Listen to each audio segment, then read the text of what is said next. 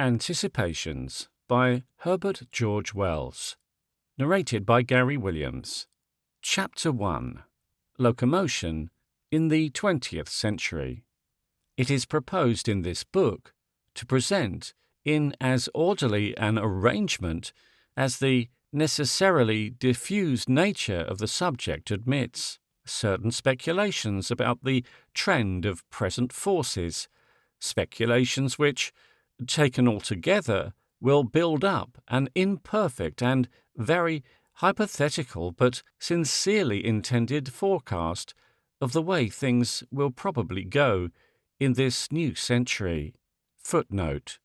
In the early papers, of which this is the first, attention will be given to the probable development of the civilized community in general.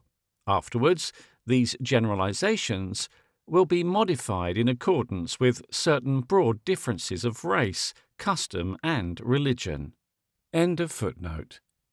Necessarily, diffidence will be one of the graces of the performance.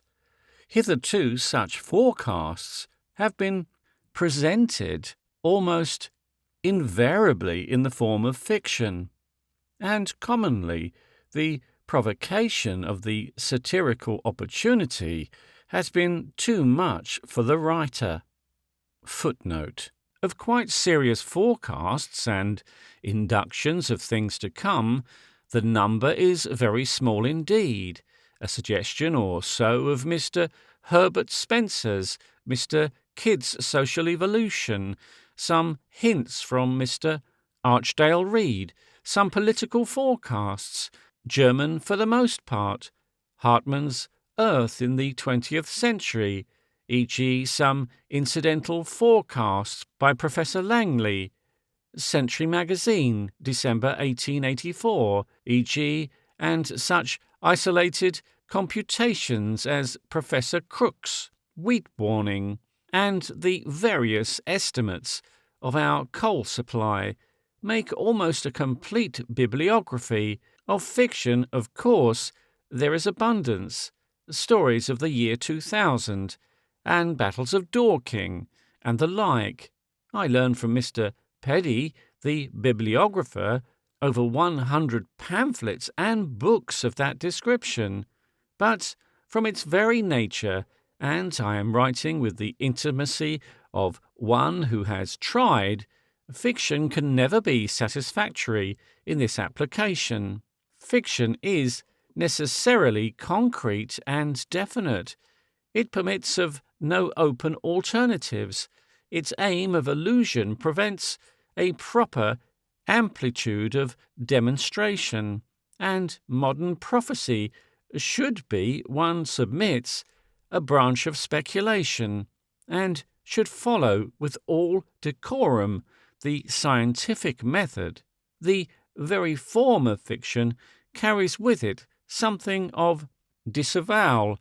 Indeed, very much of the fiction of the future pretty frankly abandons the prophetic altogether, and becomes polemical, cautionary, or idealistic, and a mere footnote and commentary to our present discontents. End of footnote. The narrative form becomes more and more of a nuisance as the speculative introductions become sincerer, and here it will be abandoned altogether in favour of a texture of frank inquiries and arranged considerations. Our utmost aim is a rough sketch of the coming time, a prospectus, as it were, of the joint undertaking of mankind in facing these impending years.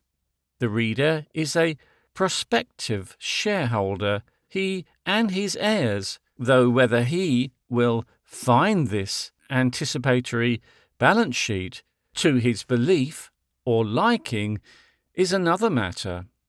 For reasons that will develop themselves more clearly as these papers unfold, it is extremely convenient to begin with a speculation, upon the probable developments and changes of the means of land locomotion during the coming decades.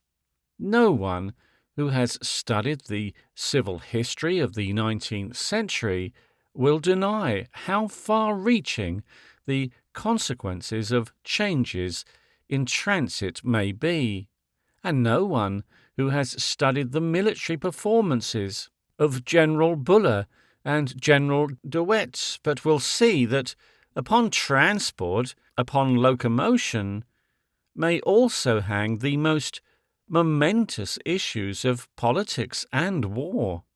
The growth of our great cities, the rapid population of America, the entry of China into the field of European politics are, for example, quite obviously and directly consequences of new methods of locomotion. And while so much hangs upon the development of these methods, that development is, on the other hand, a process comparatively independent, now at any rate, of most of the other great movements affected by it. It depends upon a sequence of ideas arising, and of experiments made, and upon laws of political economy, almost as inevitable as natural laws. Such great issues, supposing them to be possible, as the return of Western Europe to the Roman Communion, the overthrow of the British Empire by Germany, or the inundation of Europe by the Yellow Peril, might conceivably affect such details, let us say, as door handles and ventilators, or mileage of line, but would probably leave the essential features of the evolution of locomotion untouched. The evolution of locomotion has a purely historical relation to the Western European peoples. It is no longer dependent upon them, or exclusively in their hands. The Malay nowadays sets out upon his pilgrimage to Mecca in an excursion steamship of iron, and the immemorial Hindu goes a-shopping in a train, and in Japan and Australasia and America there are plentiful hands and minds to take up the process now, even should the European let it fall. The beginning of the 20th century happens to coincide with a very interesting phase in that great development of means of land transit that has been the distinctive feature, speaking materially, of the 19th century. The 19th century, when it takes its place, with the other centuries in the chronological charts of the future, will, if it needs a symbol, almost inevitably have as that symbol a steam engine running upon a railway. This period covers the first experiments, the first great developments, and the complete elaboration of that mode of transit, and the determination of nearly all the broad features of this century's history may be traced directly or indirectly to that process. And since an interesting light is thrown upon the new phases in land locomotion that are now beginning, it will be well to begin this forecast with a retrospect and to revise very shortly the history of the addition of steam travel to the resources of mankind. A curious, profitable question arises at once. How is it that the steam locomotive appeared at the time it did, and not earlier in the history of the world? Because it was not invented, but why was it not invented? Not for want of a crowning intellect, for none of the many minds concerned in the development strikes one as the mind of Newton, Shakespeare, or Darwin strikes one as being that of an unprecedented man. It is not that The need for the railway and steam engine had only just arisen, and to use one of the most egregiously wrong and misleading phrases that ever dropped from the lips of man, the demand created the supply. It was quite the other way about. There was really no urgent demand for such things at the time. The current needs of the European world seem to have been fairly well served by coach and diligence in 1800, and, on the other hand, every administrator of intelligence in the Roman and Chinese empires must have felt an urgent need for more rapid methods of transit than those at his disposal. Nor was the development of the steam locomotive the result of any sudden discovery of steam. Steam and something of the mechanical possibilities of steam had been known for 2,000 years. It had been used for pumping water, opening doors, and working toys before the Christian era. It may be urged that this advance was the outcome of that new and more systematic handling of knowledge initiated by Lord Bacon and sustained by the Royal Society. But this does not appear to be the case. Though no doubt the new habits of mind that spread outward from the centre played their part, the men, whose names are cardinal in the history of this development, invented, for the most part, in a quite empirical way, and Trevithick's engine was running along its rails, and Evans' boat was walloping up the Hudson a quarter of a century before Carnot expounded his general proposition.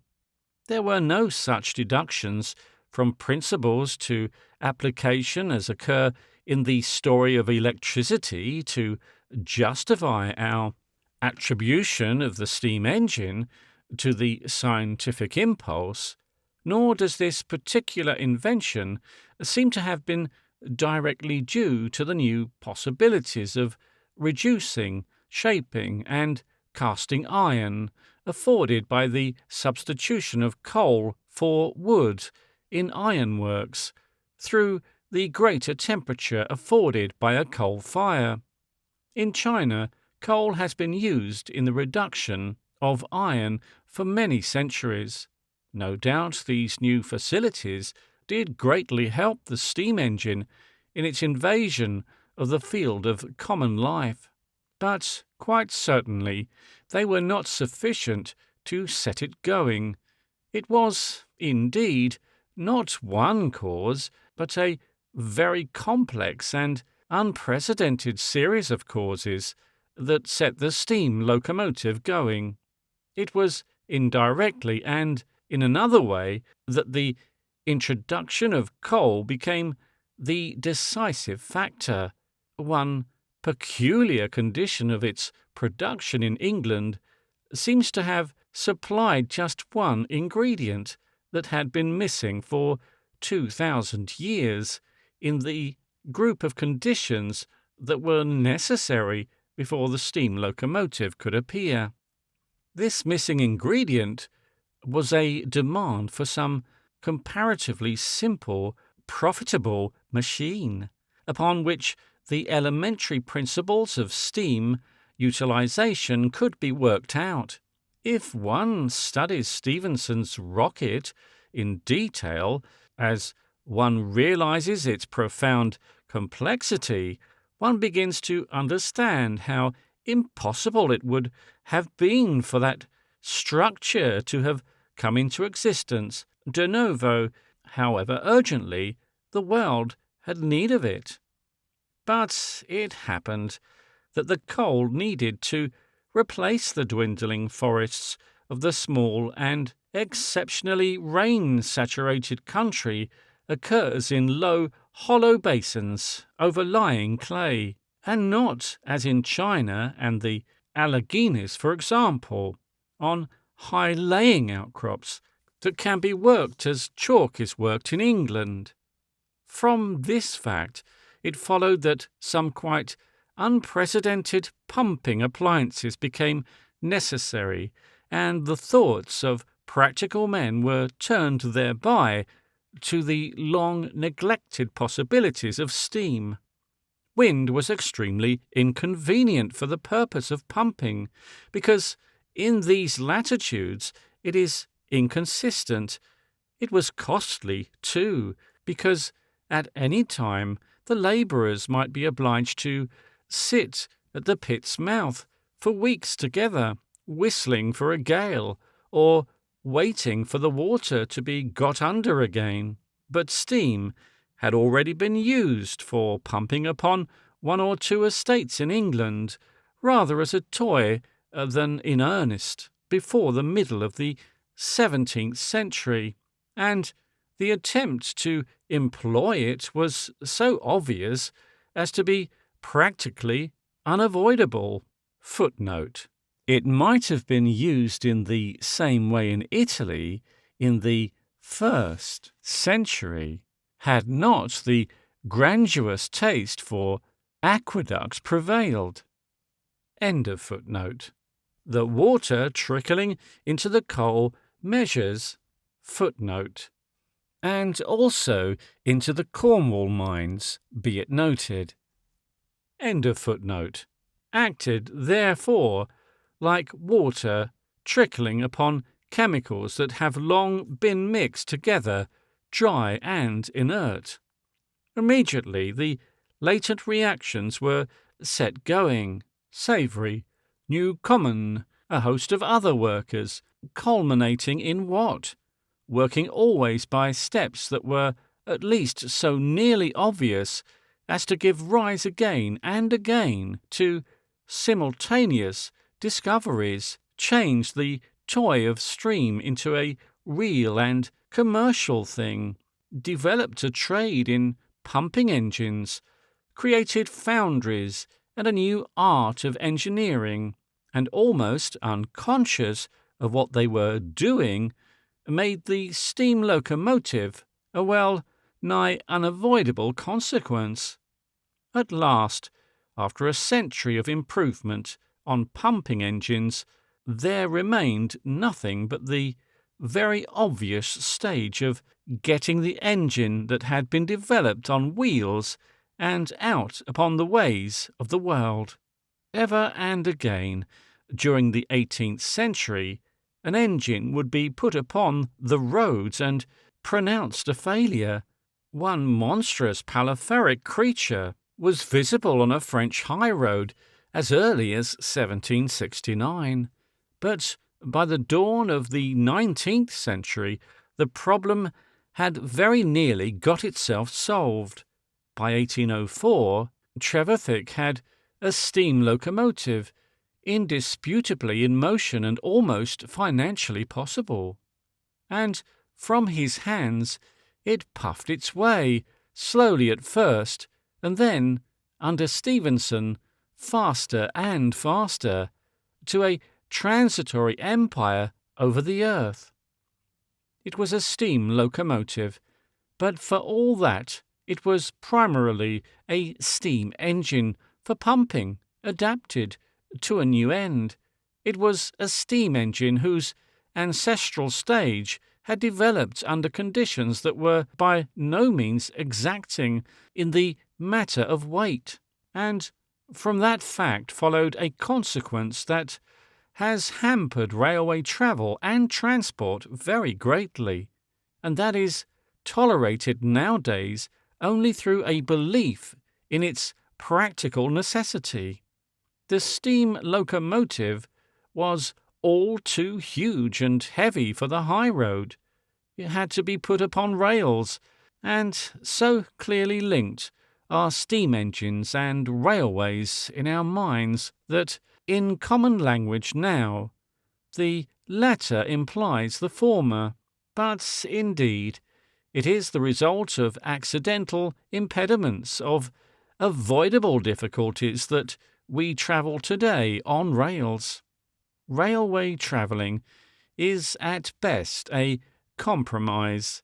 The quite conceivable idea of locomotive convenience, so far as travellers are concerned, is surely a highly mobile conveyance capable of travelling easily and swiftly to any desired point, traversing at a reasonable controlled pace the ordinary roads and streets, and having access for higher rates of speed and long-distance travelling to specialised ways restricted to swift traffic, and possibly furnished with guide rails for the collection and delivery of all sorts of perishable goods. Also, the same system is obviously altogether superior to the existing methods.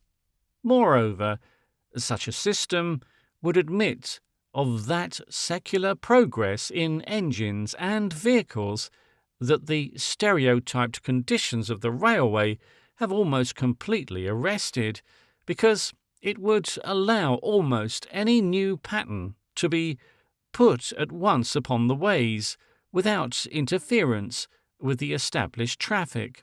Had such an ideal been kept in view from the first, the traveller would now be able to get through his long-distance journeys at a pace of from 70 miles or more an hour without changing, and without any of the trouble, waiting, expense, and delay that arises between the household or hotel and the actual rail.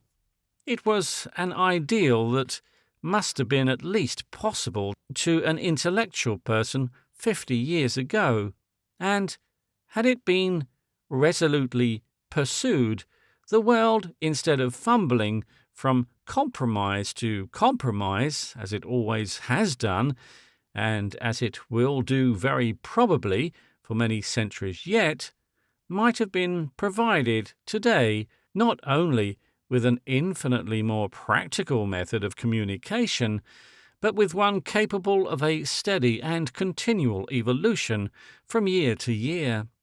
But there was a more obvious path of development, and one immediately cheaper, and along that path went short-sighted 19th century progress, quite heedless of the possibility of ending in a cul-de-sac. The first locomotives, apart from the heavy tradition of their ancestry, were, like all experimental machinery, needlessly clumsy and heavy, and their inventors, being men of insufficient faith, instead of working for lightness and smoothness of motion, took the easier course of placing them upon the tramways that were already in existence, chiefly for the transit of heavy goods over soft roads, and from that followed a very interesting and curious result. These train lines very naturally had exactly the width of an ordinary cart, a width prescribed by the strength of one horse. Few people saw in the locomotive anything but a cheap substitute for horseflesh, or found anything incongruous in letting the dimensions of a horse determine the dimensions of an engine. It mattered nothing that from the first the passenger was ridiculously cramped, hampered, and crowded in the carriage. He had always been cramped in a coach, and it would have seemed utopian, a very dreadful thing indeed, to our grandparents to propose travel without cramping. By mere inertia, the horse-cart gauge, the 4 foot 8.5 inches gauge, the mine Condrada Centre, established itself in the world, and now everywhere the train is dwarfed to a scale that limits alike its comfort, power, and speed. Before every engine, as it were, trots the ghost of a superseded horse, refuses most resolutely to trot faster than 50 miles an hour, and shies and threatens catastrophe at every point and curve. That 50 miles an hour, most authorities are agreed, is the limit of our speed for land travel, so far as existing conditions go. Footnote. It might be worse if the biggest horses had been Shetland ponies. We should be travelling now in railway carriages to hold two each side at a maximum speed of perhaps 20 miles an hour. There is hardly any reason beyond this tradition of the horse why the railway carriage should not be even 9 or 10 feet wide. The width, that is, of the smallest room in which people can live in comfort, hung on such springs and wheels as would evidently destroy all vibration, and furnished with all the equipment of comfortable chambers. End of footnote. Only a revolutionary reconstruction of the railways or the development of some new competing method of land travel can carry us beyond that. People of today take the railway for granted as they take scar and sky. They were born in a railway world, and they expect to die in one.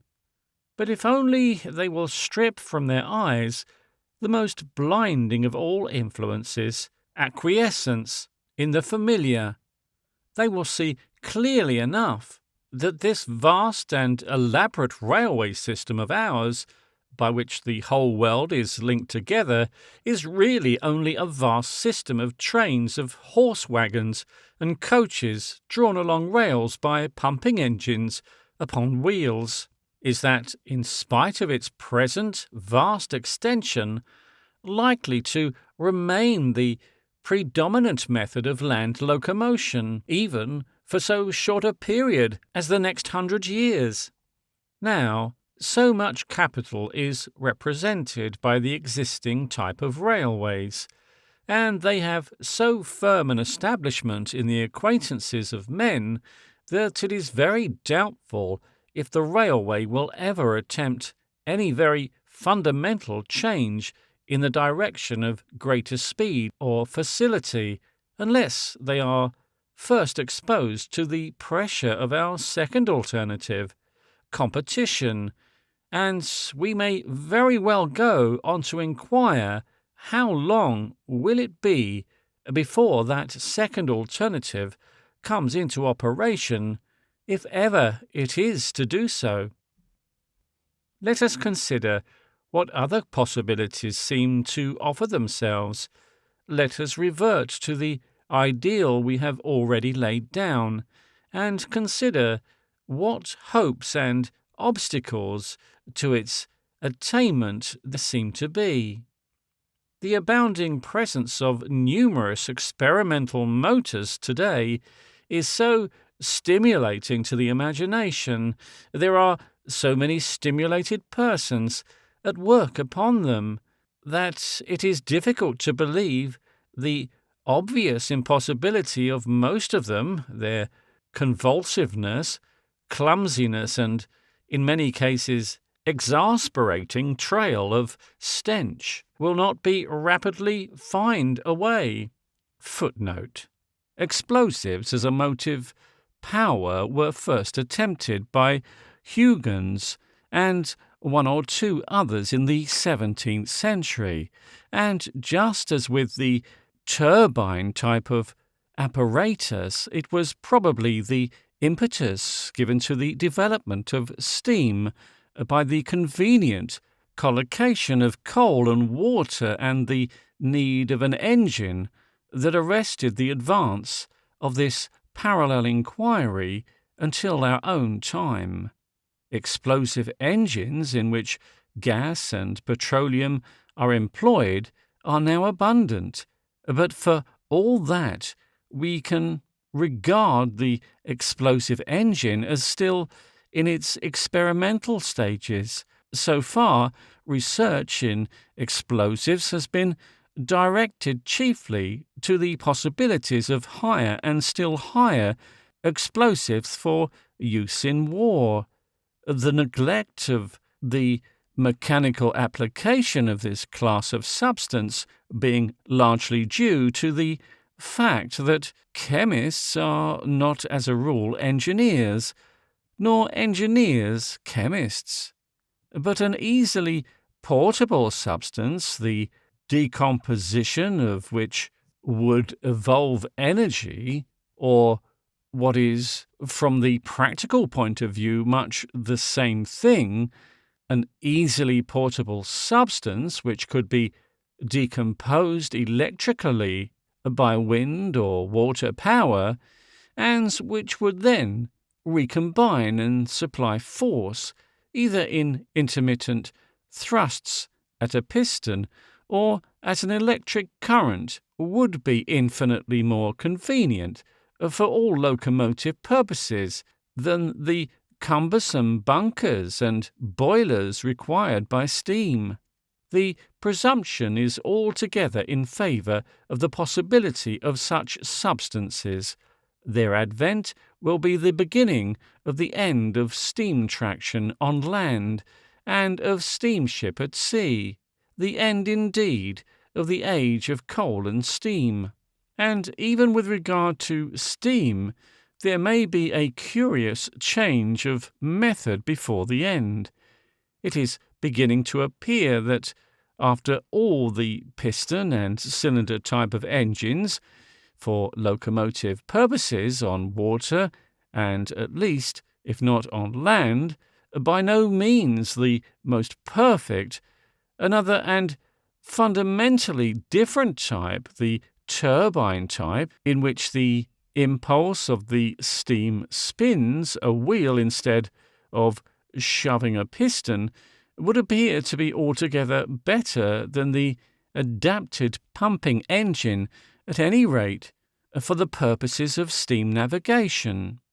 Hero of Alexandria describes an elementary form of such an engine, and the early experimenters of the 17th century tried and abandoned the rotary principle.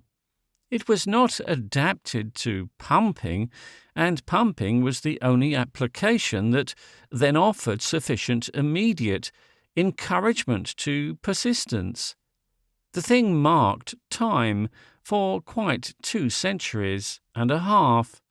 Therefore, while the piston engines perfected themselves, and only in the 80s did the requirements of the dynamo-electric machine open a practicable way of advance, the motors of the dynamo-electric machine in the 19th century, in fact, played exactly the role of the pumping engine in the 18th, and by 1894 so many difficulties of detail had been settled that a syndicate of capitalists and scientific men could face the construction of an experimental ship.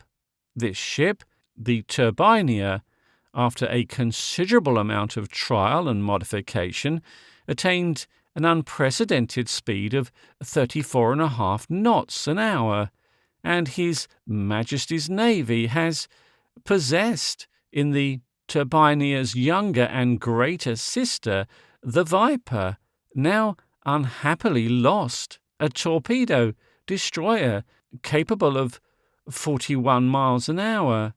There can be little doubt that the sea speeds of 50 and even 60 miles an hour will be attained within the next few years, but I do not think that these developments do more than delay the advent of the explosive or storage of force engine.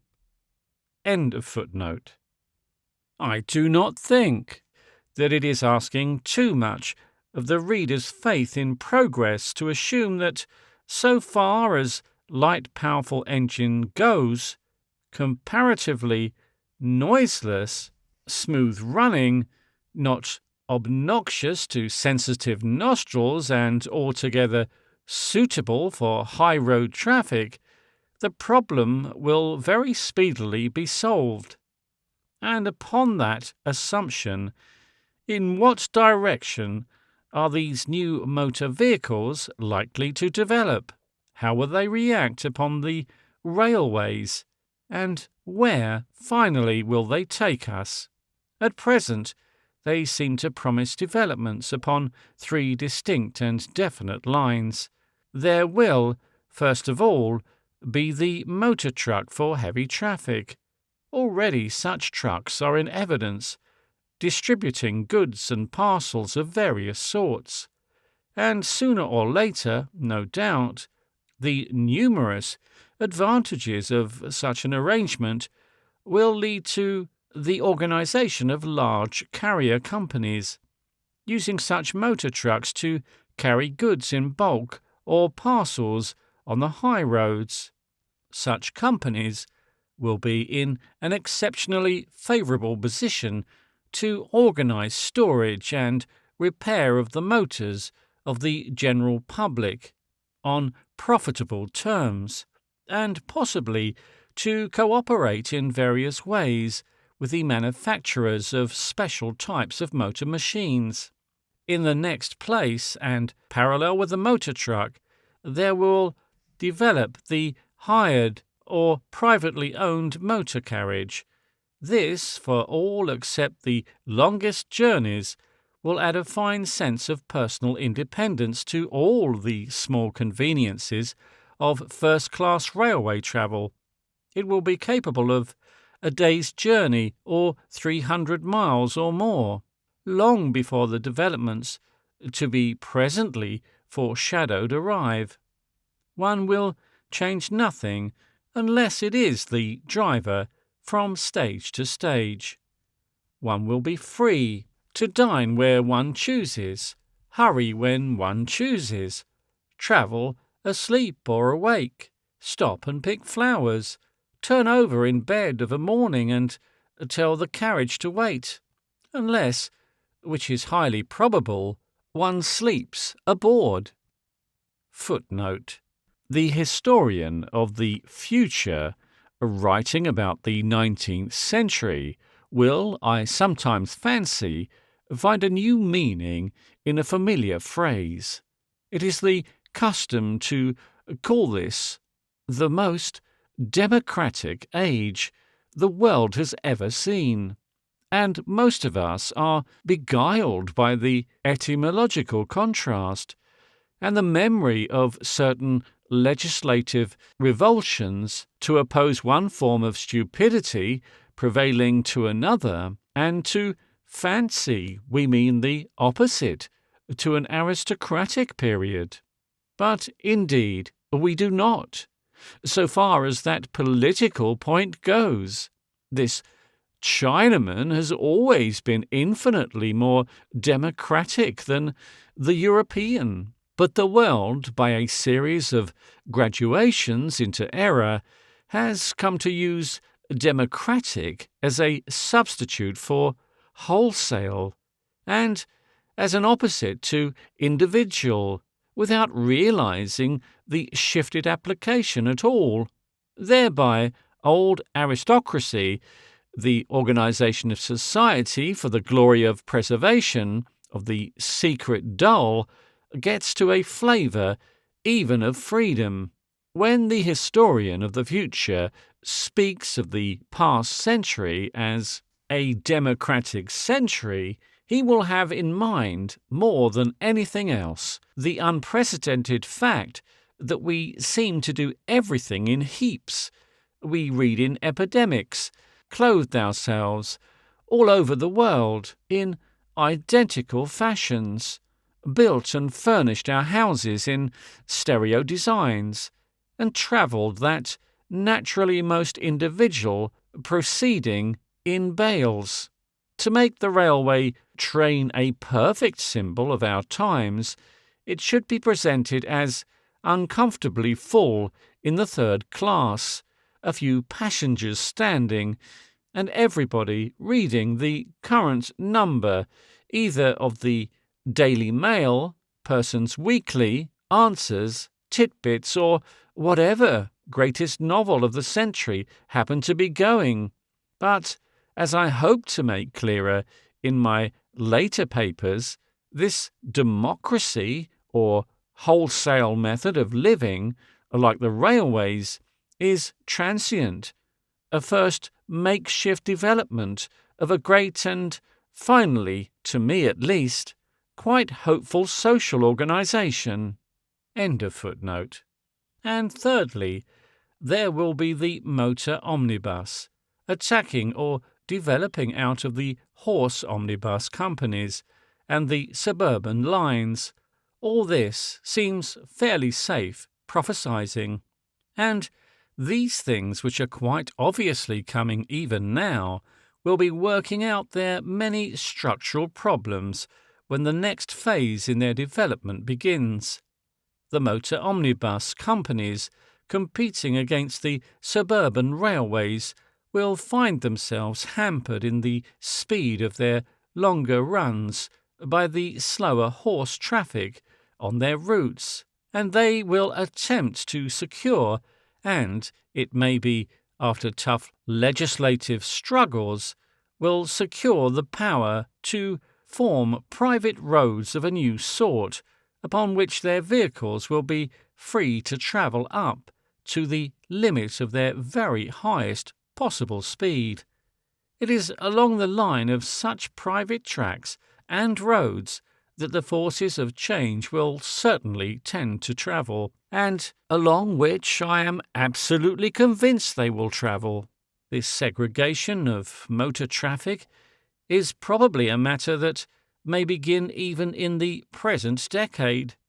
Once this process of segregation from the high road of the horse and the pedestrian sets in, it will probably go on rapidly. It may spread out from short omnibus routes, much as the London Metropolitan Railway system has spread. The motor carrier companies, competing in speed of delivery with the quickened railways, will conceivably cooperate with the long-distance omnibus and the hired carriage companies in the formation of trunk lines. Almost insensibly, certain highly profitable longer routes will be joined up, the London to Brighton, for example, in England, and the quiet English citizen will no doubt, while these things are still quite exceptional and experimental in his lagging land, read one day with surprise in the violently illustrated popular magazine of 1910 that there are now so many thousand miles of these roads already established in America and Germany and elsewhere, and thereupon, after some patriotic meditations, he may pull himself together. We may even hazard some details about these special roads. For example, they will be very different from macadamized roads. They will be used only by soft-tired conveyances, the battering horseshoes, the perpetual filth of horse traffic, and the clumsy wheels of laden carts will never wear them. It may be that they will have a surface like that of some cycle racing tracks, though since they will be open to wind and weather, it is perhaps more probable that they will be made of very good asphalt, sloped to drain, and still more probable that they will be of some quite new substance altogether. Whether hard or resilient is beyond my foretelling. They will have to be very wide. They will be just as wide as the courage of their promoters goes, and if the first made are too narrow, there will be no question of gauge to limit the later ones. Their traffic in opposite directions will probably be strictly separated, and It will no doubt habitually disregard complicated and fussy regulations imposed under the initiative of the railway interest by such official bodies as the Board of Trade. The promoters will doubtless take a hint from suburban railway traffic and from the current difficulty of the Metropolitan Police. And where their ways branch, the streams of traffic will not cross at a level but by bridges. It is easily conceivable that once these tracks are in existence, cyclists and motorists, other than those of the constructing companies, will be able to make use of them, and moreover, once they exist, it will be possible to experiment with vehicles of a size and power quite beyond the dimensions prescribed by our ordinary roads whose width has been entirely determined by the size of a cart a horse can pull. Footnote. So we begin to see the possibility of laying that phantom horse that haunts the railways to this day so disastrously. End of footnote. Countless modifying influences will of course come into operation. For example, it has been assumed, perhaps rashly, that the railway influence will certainly remain jealous and hostile to these growths, that what may be called the bicycle ticket policy will be pursued throughout.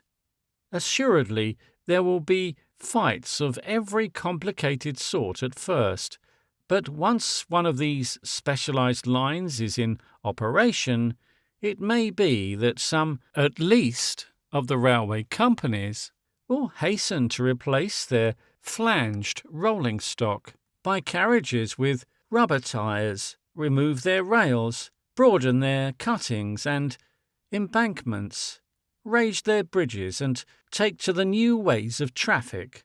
Or they may find it answer to cut fares, widen their gauges, reduce their gradients, modify their points and curves, and woo the passenger back with carriages beautifully hung and sumptuously furnished, and all the convenience and luxury of a club. Few people would mind being an hour or so longer going to Paris from London if the railway travelling was neither rackety, cramped, nor tedious.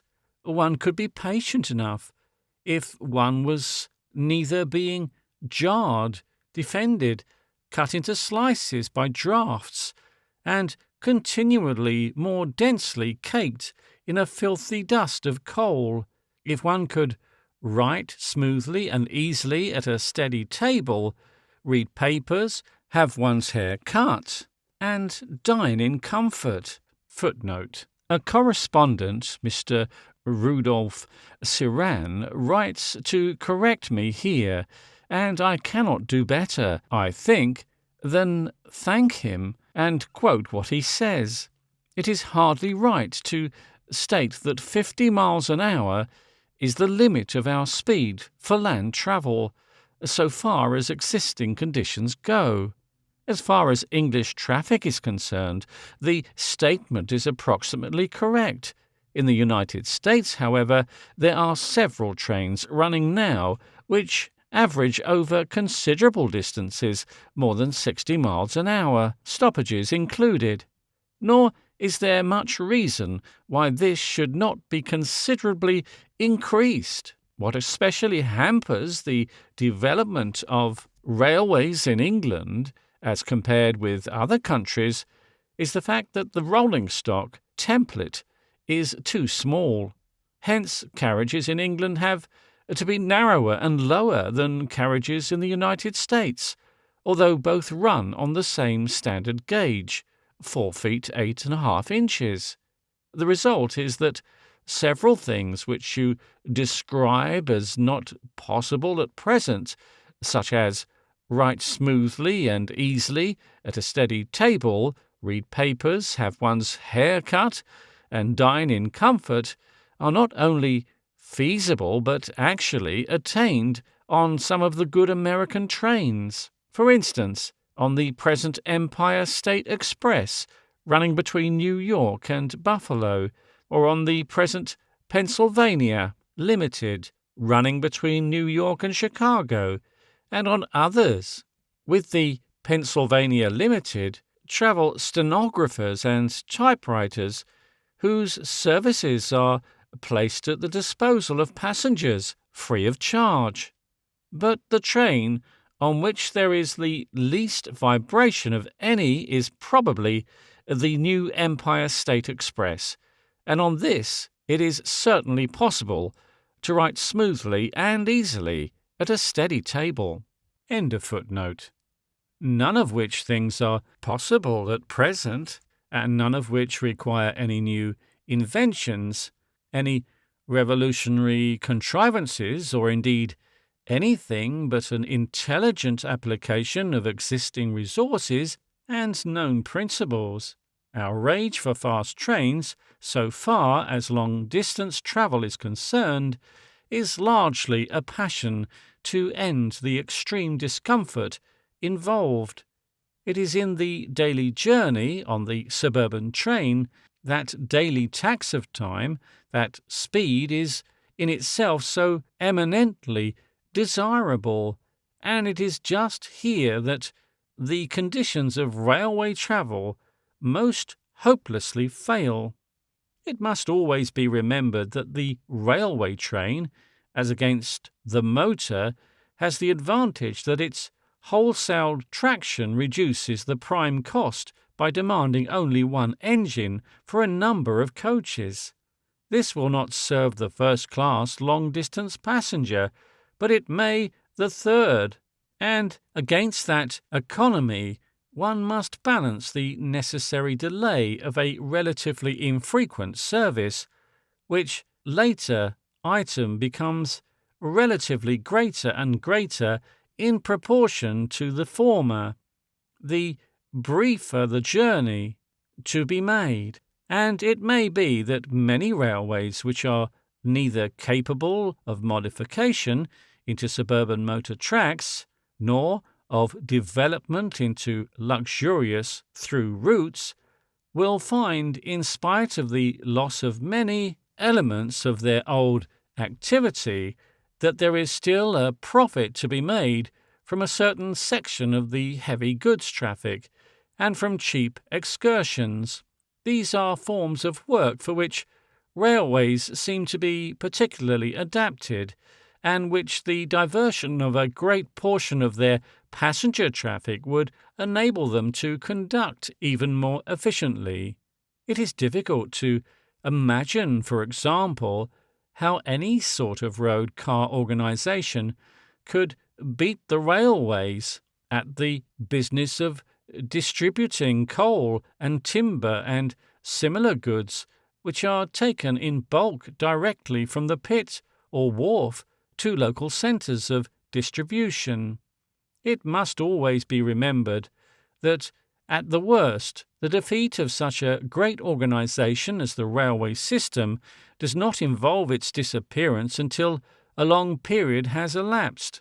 It means at first no more than a period of modification and differentiation. Before extinction can happen, a certain amount of wealth in railway property must absolutely disappear, though under the stress of successful competition, the capital value of the railways may conceivably fall, and continue to fall, towards the marine store prices. Fares and freights pursue the sweated working expenses to the vanished point, and the land occupied sink to the level of not very eligible building sites. Yet the railway will, nevertheless, continue in operation until these downward limits are positively attained. An imagination prone to the picturesque insists at this stage upon a vision of the later days of one of the less happily situated lines. along a weedy embankment, their pants and clangs a patched and tarnished engine, its paint blistered, its parts leprously dull. It is driven by an aged and sweated driver, and the burning garbage of its furnace distills a choking reek into the air. A huge train of urban dust trucks bangs and clatters behind it, en route to that sequestered dumping ground, where rubbish is burnt to some industrial end. But that is a lapse into the merely just possible, and at most a local tragedy. Almost certainly the existing lines of railway will develop and differentiate, some in one direction and some in the other, according to the nature of the pressure upon them. Almost all will probably be still in existence, and the drivers' ways busy, spite of the swarming new highways I have ventured to foreshadow 100 years from now. In fact, we have to contemplate not so much a supersession of the railways as a modification and specialization of them in various directions, and the enormous development beside them of competing and supplementary methods. And step by step, with these developments, will come a very considerable acceleration of the ferry traffic of the narrow seas through such improvements as the introduction of turbine engines. So far as the high road and the longer journeys go, this is the extent of our prophecy. Footnote. Since this appeared in the Fortnightly Review, I have had the pleasure of reading 20th Century Inventions by Mr. George Sutherland, and I find very much else of interest bearing on these questions. The happy suggestion for the ferry transists, at any rate, of a rail along the sea bottom, which would serve as a guide to swift submarine vessels, out of reach of all that superficial motion that is so distressing, and of all possibilities of collision. End of footnote. But in the discussion of all questions of land locomotion, one must come at last to the knots of the network, to the central portions of the towns, the dense, vast towns of our time, with their high ground values and their narrow, already almost impassable streets. I hope at a later stage to give some reasons for anticipating that the centripetal pressure of the congested towns of our epoch may ultimately be very greatly relieved, but for the next few decades at least, the usage of existing conditions will prevail, and in every town there is a certain nucleus of offices, hotels, and shops upon which the centrifugal forces, I anticipate, will certainly not operate. At present, the streets of many larger towns, and especially of such old established towns as London, whose central portions have the narrowest arteries, present a quite unprecedented state of congestion. When the green of some future history of the English people comes to review our times, he will, from his standpoint of comfort and convenience, find the present streets of London quite or even more incredibly unpleasant than are the filthy kennels, the mud-holes and darkness of the streets of the 17th century to our enlightened minds. He will echo our question, why did people stand it? He will be struck first of all by the omnipresence of mud, filthy mud, churned up by hooves and wheels under the inclement skies, and perpetually defiled and added to by innumerable horses. Imagine his description of a young lady crossing the road at the Marble Arch in London on a wet November afternoon, breathless, foul-footed, splashed by a passing hansom from head to foot, happy that she has reached the further pavement alive at the mere cost of her ruined clothes, just where the bicycle might have served its most useful purpose, he will write, in affording a healthy daily ride to the innumerable clerks and such like sedentary toilers of the central region, it was rendered impossible by the danger of side-slip in the vast, ferocious traffic. And indeed, to my mind, at least, this last is the crowning absurdity of the present state of affairs, that the clerk and the shop hand, classes of people positively starved of exercise, should be obliged to spend yearly the price of a bicycle upon a season ticket because of the quite unendurable inconvenience and danger of urban cycling. Now, in what direction will matters move?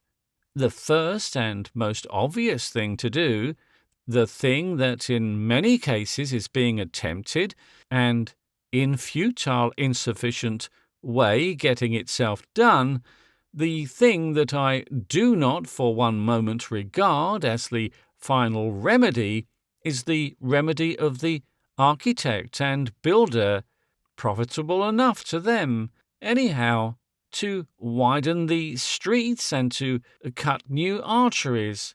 Now, every new artery means a series of new whirlpools of traffic, such as the pensive Londoner may study for himself at the indiscretion of Shaftesbury Avenue with Oxford Street, and unless colossal or inconveniently steep crossing bridges are made, the wider the affluent arteries, the more terrible the battle of the traffic.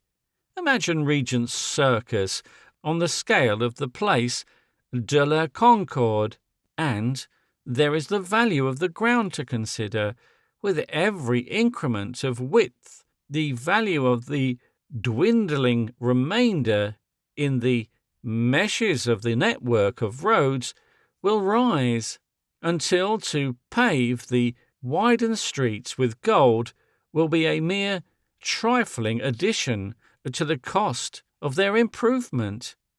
There is, however, quite another direction in which the congestion may find relief, and that is in the regulation of the traffic.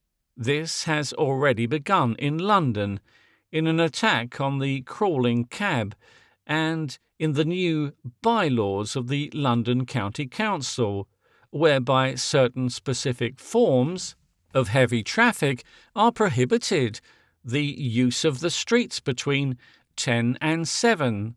These things may be the first beginning of a process of restriction that may go far.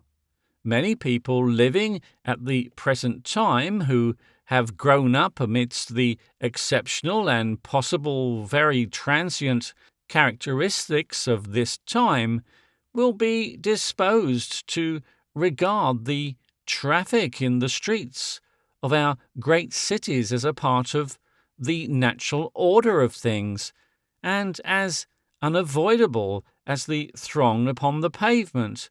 But indeed, the presence of all the chief constituents of this vacular torrent, the cabs and hansoms, the vans, the omnibuses, everything indeed, except the few private carriages, are as novel, as distinctively things of the 19th century as the railway train. and the needle telegraph. The streets of the great towns of antiquity, the streets of the great towns of the East, the streets of all the medieval towns were not intended for any sort of wheeled traffic at all, were designed primarily and chiefly for pedestrians. So it would be, I suppose, in anyone's ideal city. Surely, town, in theory at least, is a place one walks about as one walks about a house and a garden, dressed with a certain ceremonious elaboration, safe from mud and hardship and defilement of foul weather, buying, meeting, dining, studying, carousing, seeing the play. It is the growth in size of the city that has necessitated the growth of this coarser traffic that has made town, at last, so utterly detestable.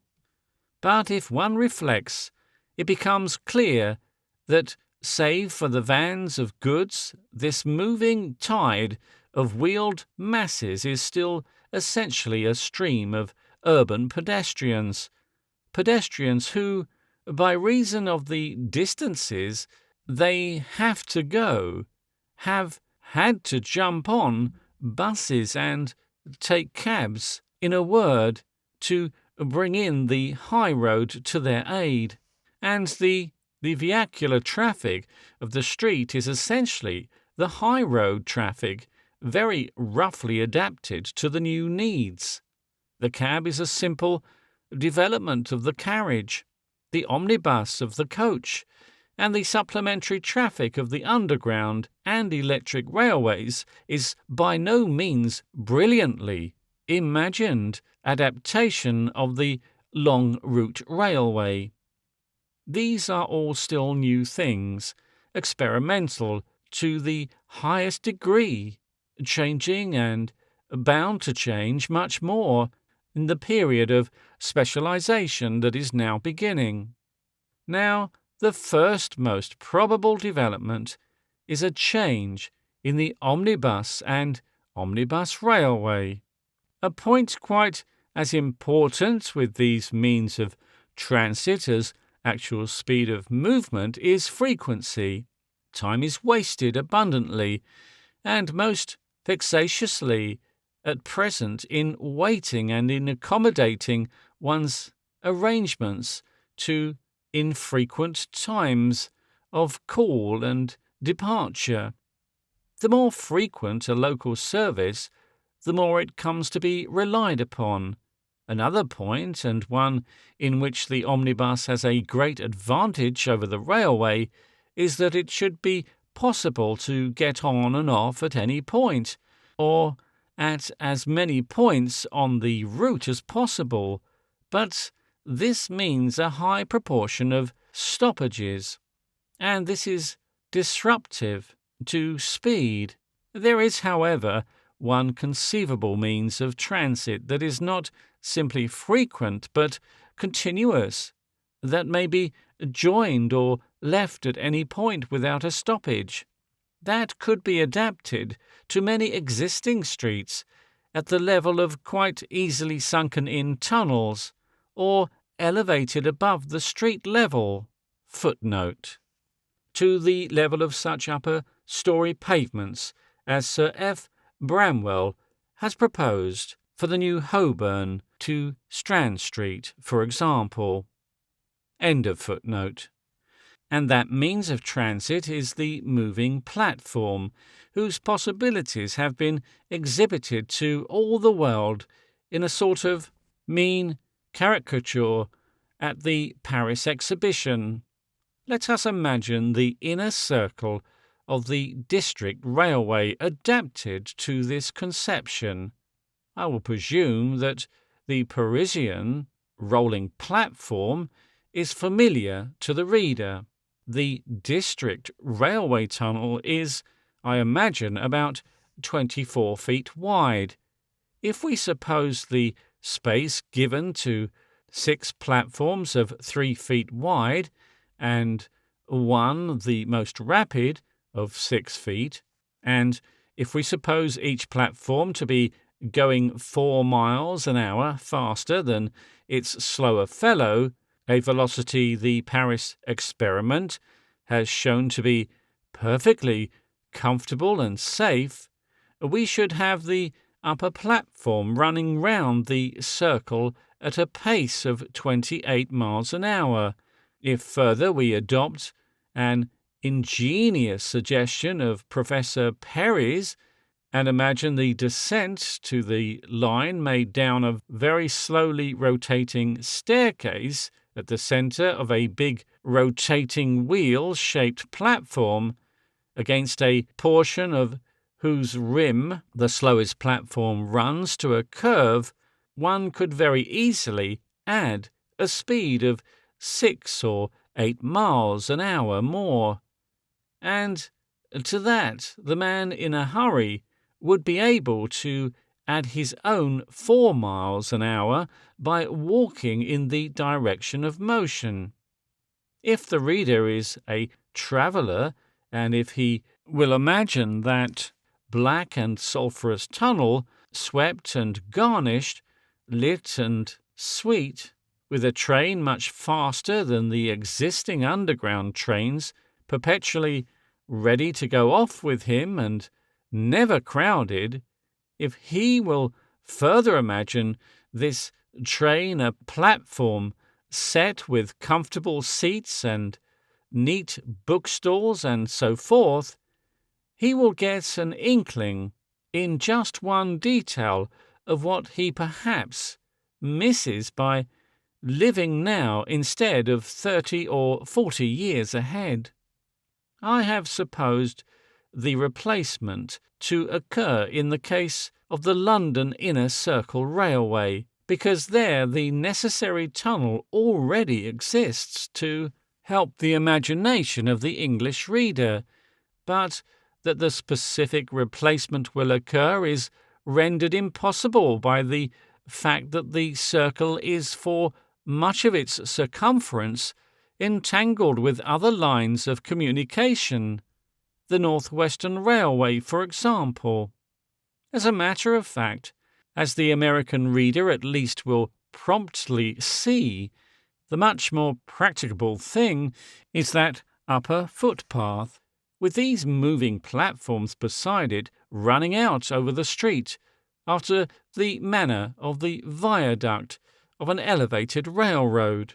But, at any rate, the demonstrated cheapness and practicability of tunnels at a considerable depth will come into play.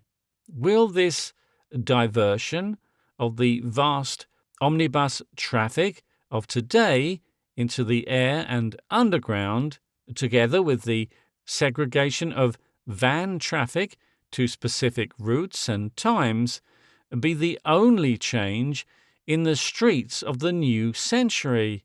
It may be a shock, perhaps, to some minds, but I must confess I do not see what is to prevent the process of elimination that is beginning now, with the heavy vans spreading until it covers all horse traffic, and with the disappearance of horse hoofs and the necessary filth of horses, the road surface may be made a very different thing from what it is at present, better drained and admirably adapted for the soft-tired hackney vehicles and the torrent of cyclists.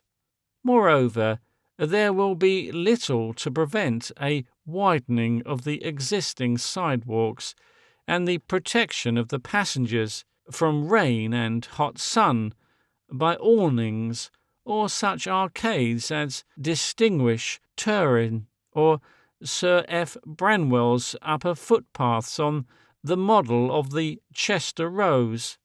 Moreover, there is no reason but the existing filth why the roadways should not have a translucent velaria to pull over the bright sunshine and wet weather. It would probably need less labour to manipulate such contrivances than is required at present for the constant conflict with slush and dust.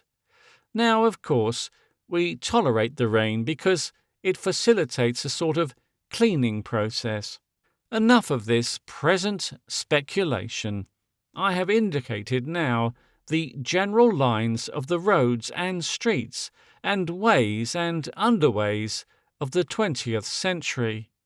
But at present they stand vacant in our prophecy, not only awaiting the human interests, the characters and occupations and clothing of the throng of our children and our children's children that flows along them, but also the decorations our children's children's taste will dictate, the advertisements their eyes will tolerate, the shops in which they will buy.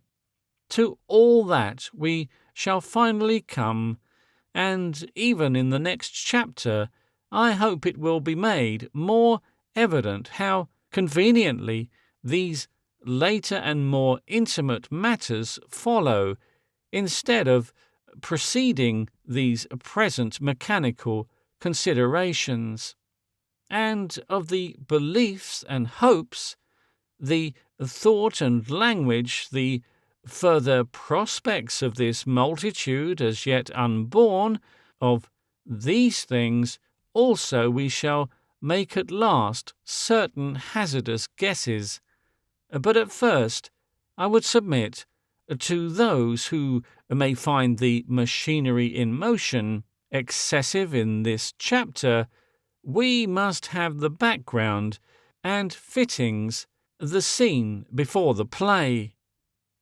Footnote: I have said nothing in this chapter devoted to locomotion of the coming invention of flying. This is from no disbelief in its final practicability, nor from any disregard of the new influences it will bring to bear upon mankind. But I do not think it at all probable that aeronautics will ever come into play as a serious modification of transport and communication, the main question here under consideration. Man is not, for example, an albatross, but a land-bibed, with a considerable disposition towards being made sick and giddy by unusual motions, and however he soars, he must come to earth to live. We must build our picture of the future from the ground upward, of flying in its place. End of footnote.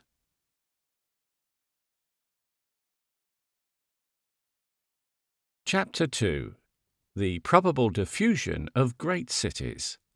Now, the velocity at which a man and his belongings may pass about the earth is in itself a very trivial matter indeed, but it involves certain other matters, not at all trivial, standing, indeed, in an almost fundamental relation to human society.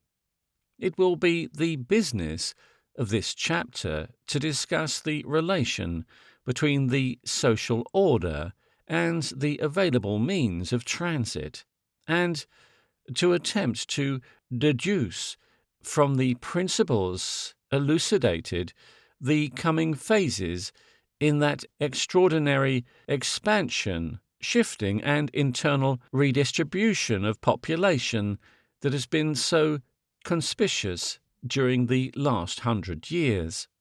Let us consider the broad features of the redistribution of the population that has characterized the 19th century. It may be summarized as an unusual growth of great cities and slight tendency to depopulation in the country. The growth of the great cities is the essential phenomenon, these aggregates having populations of from 800,000 upward to 4 and 5 millions are certainly, so far as the world outside the limits of the Chinese Empire goes, entirely an unprecedented thing. Never before, outside the valleys of the 3 Chinese rivers, has any city, with the exception of Rome and perhaps, but very doubtfully, of Babylon, certainly had more than 1 million inhabitants, and it is at least permissible to doubt whether the population of Rome, in spite of its exacting a tribute of sea-borne food from the whole of the Mediterranean basin, exceeded 1 million for any great length of time. Footnote. It is true that many scholars estimate a high watermark for the Roman population in excess of 2 millions, and one daring authority, by throwing out suburbs ad libitum into the Campania, suburbs of which no trace remains, has raised the 2 to 10. The Colosseum could no doubt seat over 80,000 spectators. The circuit of the bench front stage of the Circus Maximus was very nearly a mile in length, and the Romans of imperial times certainly used 10 times as much water as the modern Romans. But, on the other hand, habits change, and Rome, as it is defined by lines drawn at the times of its greatest ascendancy, the city, that is, enclosed by the walls of Aurelian and including all the regions of Augustus, and an enclosure from which there could have been no reason for excluding half or more of its population, could have scarcely contained 1 million. It would have packed very comfortably within the circles of the grand boulevards of Paris, the Paris, that is, of Louis XIV, with a population of 560,000. And the Rome of today were the houses that spread so densely over the once vacant Campus Martius, distributed in the now deserted spaces in the south and east, and the Vatican suburb replaced within the ancient walls would quite fill the ancient limits, in spite of the fact that the population is under 500,000. But these are incidental doubts on a very authoritative opinion, and whatever their value, they do not greatly affect the significance of these new great cities, which have arisen all over the world, as if by the operation of a natural law, as the railways have developed. End of footnote. But there are now 10 town aggregates having a population of over 1 million, nearly 20 that bid fair to reach that limit in the next decade, and a great number at or approaching 250,000. We call these towns and cities, but indeed they are of a different order of things to the towns and cities of the 18th century world. Concurrently with the aggregation of people about the new sort of centre, there has been, it is alleged, a depletion of the country villages and small townships. But so far as the counting of heads goes, this depletion is not nearly so marked as the growth of the great towns. Relatively, however, it is striking enough. Now, is this growth of a large towns really, as one may allege, a result of the development of railways in the world, or is it simply a change in human circumstances that happens to have arisen at the same time? It needs only a very general review of the conditions of the distribution of population to realize that the former is probably the true answer. It will be convenient to make the same issue part of more general population, namely that the general distribution of population in a country must always be directly dependent on transport facilities. To illustrate this point roughly, we may build up an imaginary simple community by considering its needs. Over an arable countryside, for example, inhabited by a people who had attained to a level of agricultural civilization in which war was no longer constantly imminent, the population would be diffused primarily by families and groups in farmsteads. It might, if it were a very simple population, be almost also distributed. But even the simplest agriculturists find a certain convenience in trade. Certain definite points would be convenient for such local trade and intercourse as the people found desirable, and here it is that there would rise the germ of a town. At first it might be no more than an appointed meeting place, a market square, but an inn and a blacksmith would inevitably follow, an altar perhaps, and if these people had writing, even some sort of school, it would have to be where water was found, and it would have to be generally convenient of access to its attendant farmers. Now, if this meeting place was more than a certain distance from any particular farm, it would be inconvenient for that farmer to get himself to his produce there and back, and to do his business in a comfortable daylight. He would not be able to come, and instead he would either have to go to some other nearer centre to trade and gossip with his neighbours, or, failing this, not go at all. Evidently, then, there would be a maximum distance between such places.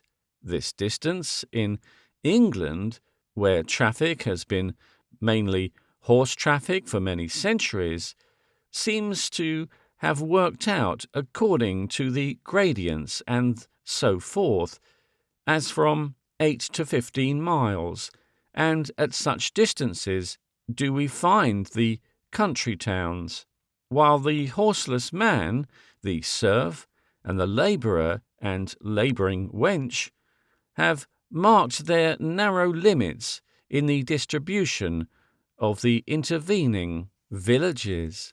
If by chance these gathering places have arisen at points much closer than this maximum, they have come into competition, and one has finally got the better of the other, so that in England the distribution is often singularly uniform.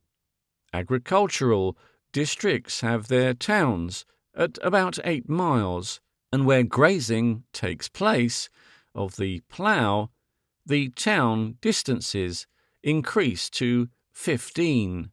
Footnote.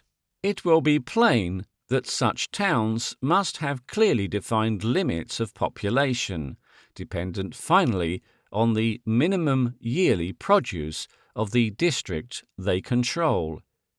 If ever they rise above that limit, the natural checks of famine and of pestilence following enfeeblement will come into operation, and they will always be kept near the limit by the natural tendency of humanity to increase.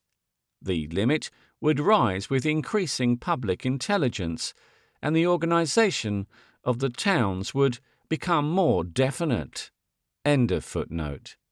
And so it is entirely as a multiple of horse and foot strides that all villages and towns of the world's countryside have been plotted out.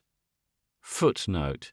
I owe the fertilizing suggestion of this general principle to a paper by Grant Allen that I read long ago in Longman's magazine. End of footnote. A third and almost final factor determining town distribution in a world without railways would be the seaport and the navigatable river. Ports would grow into dimensions dependent on the population of the conveniently accessible coasts or riverbanks, and on the quality and quantity of their products. And near these ports, as the conveniences of civilization increased, would appear handcraft towns, the largest possible towns of a foot and horse civilization, with industries of such a nature as the produce of their coasts require. It was always in connection with a port of navigable river that the greater towns of the pre-railway periods arose, a day's journey away from the coast when sea attack was probable, and shifting to the coast itself when that ceased to threaten. Such sea trading handcraft towns as Bruges, Venice, Corinth, or London were the largest towns of the vanishing order of things. Very rarely, except in China, did they clamber above 250,000 inhabitants, even though to some of them there was presently added court and camp. In China, however, a gigantic river and canal system, laced across plains of extraordinary fertility, has permitted the growth of several city aggregates, with populations exceeding 1 million, and in the case of the Hankow Trinity of cities, exceeding 5 million people. In all these cases, the position and the population limit was entirely determined by the accessibility of the town and the area it could dominate for the purposes of trade. And not only where the commercial or natural towns so determined, but the political centres were also finally chosen for strategic considerations, in a word, communications. And now, perhaps, the real significance of the previous paper, in which sea velocities of 50 miles an hour and land travel and the rate of 100, and even cab and omnibus journeys of 30 or 40 miles were shown to be possible, becomes more apparent. At the first sight, it might appear as though the result of the new developments was simply to increase the number of giant cities in the world by rendering them possible in regions where they had hitherto been impossible, concentrating the trade of vast areas in a manner that had hitherto been entirely characteristic of navigable waters. It might seem as though the state of affairs in China, in which population has been concentrated about densely congested million cities, with pauper masses, public charities, and crowded struggle for existence for many hundreds of years, was merely to be extended over the whole world. We have heard so much of the problem of our great cities. We have the impressive statistics of their growth, the belief in the inevitableness of yet denser and more multitudinous agglomerations in the future is so widely diffused that at first sight it will be thought that no other motive than a wish to startle can dictate the proposition that not only will many of these railway-begotten giant cities reach their maximum in the commencing century, but that, in all probability, they, and not only they, but their waterborne prototypes in the East, also are destined to such a process of dissection and diffusion as to amount almost to obliteration. So far, at least, as the blot on the map goes, within a measurable further space of years. In advancing this proposition, the present writer is disagreeably aware that in this matter he has expressed views entirely opposed to those he now propounds, and in setting forth the following body of considerations, he tells the story of his own disillusionment. At the outset, he took for granted and, very naturally, he wishes to imagine that a great number of other people do also take for granted that the future of London, for example, is largely to be got as the answer to a sort of rule of three sum. If in the 100 years the population of London has been multiplied by 7, then in 200 years I and one proceeds to pack the answer in gigantic tenement houses looming upon colossal roofed streets, provided with moving ways, the only available transit appliances suited to such dense multitudes, and develop its manners and morals in accordance with the laws that will always prevail amidst overcrowded humanity, so long as humanity endures. The picture of this swarming, concentrated humanity has some effective possibilities, but unhappily, if, instead of that obvious rule of threesome, one resorts to an analysis of operating causes, its plausibility crumbles away, and it gives place to an altogether different forecast, a forecast, indeed, that is in almost violent contrast to the first anticipation. It is much more probable that these coming cities will not be, in the old sense, cities at all. They will present a new and entirely different phase of human distribution. The determining factor in the appearance of great cities in the past, and indeed up to the present day, has been the meeting of two or more transit lines, the confluence of two or more streams of trade, and easy communication. The final limit to the size and importance of the great city has been the commercial sphere of influence commanded by that city, the capacity of the alluvial basin of its commerce, so to speak, the volume of its river of trade. About the meeting point so determined, the population so determined, has grouped itself, and this is the point I overlooked in those previous vaticinations, in accordance with laws that are also considerations of transit.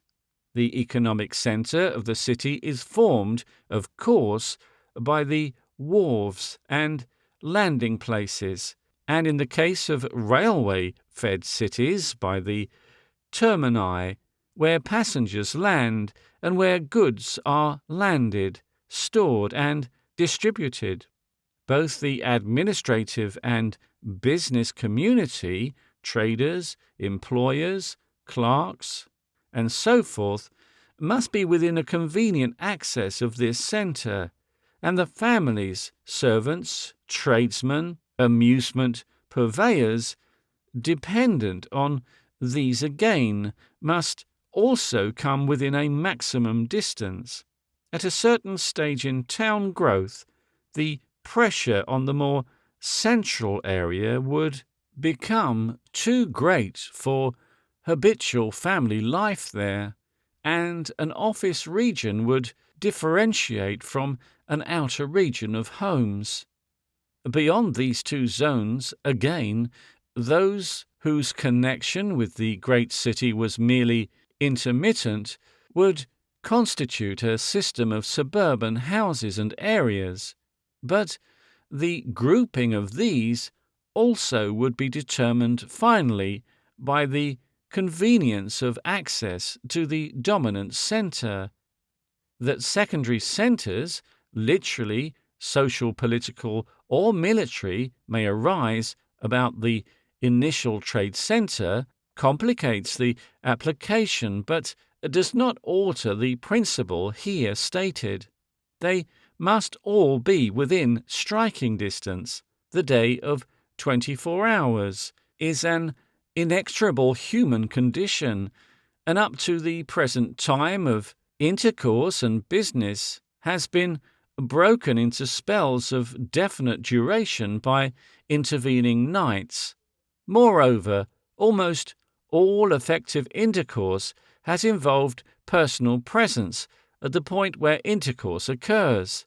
The possibility, therefore, of going and coming and doing that day's work has hitherto fixed the extreme limits to which a city could grow, and has exacted a compactness which has always been very undesirable, and which is now, for the first time in the world's history, no longer imperative.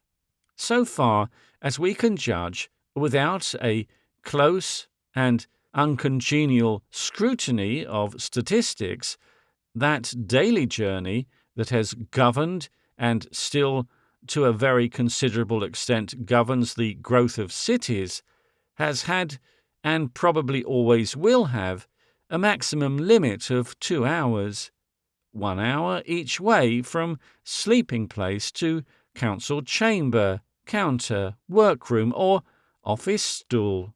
And taking this assumption as sound, we can state precisely the maximum area of various types of town, a pedestrian agglomeration, such as we find in China, and such as most of the European towns probably were before the 19th century, would be swept entirely by a radius of 4 miles about the business quarter and industrial centre, and under these circumstances, where the area of the feeding regions has been very large, the massing of human beings has probably reached its extreme limit. Footnote. It is worth remarking that in 1801 the density of population in the City of London was half as dense again as that of any district, even of the densest slum districts today. End of footnote. Of course, in the case of a navigable river, for example, the commercial centre might be elongated into a line, and the circle of the city modified into an ellipse with a long diameter considerably exceeding 8 miles, as, for example, in the case of Hankow. If now horse flesh is brought into the problem, an outer radius of 6 or 8 miles from the centre will define a larger area in which the carriage folk, the hackney users, the omnibus customers, and their domestics and domestic camp followers may live and still be members of the city. Towards that limit, London was already probably moving at an accession of Queen Victoria, and it was clearly the absolute limit of the urban growth until locomotive mechanisms capable of more than 8 miles an hour could be constructed. And then there came suddenly the railway and the steamship, the former opening with extraordinary abruptness a series of vast through routes for trade, the latter enormously increasing the security and economy of the traffic on the old water routes. For a time, neither of these inventions was applied to the needs of intra-urban transit at all. For a time, they were purely centripetal forces. They worked simply to increase the general volume of trade, to increase, that is, the pressure of population upon the urban centres. As a consequence, the social history of the middle and later thirds of the 19th century, not simply in England but all over the civilized world, is the history of a gigantic rush of population into the magic radius of, for most people, 4 miles, to suffer their physical and moral disaster, less acute but finally far more appalling to the imagination than any famine or pestilence that ever swept the world.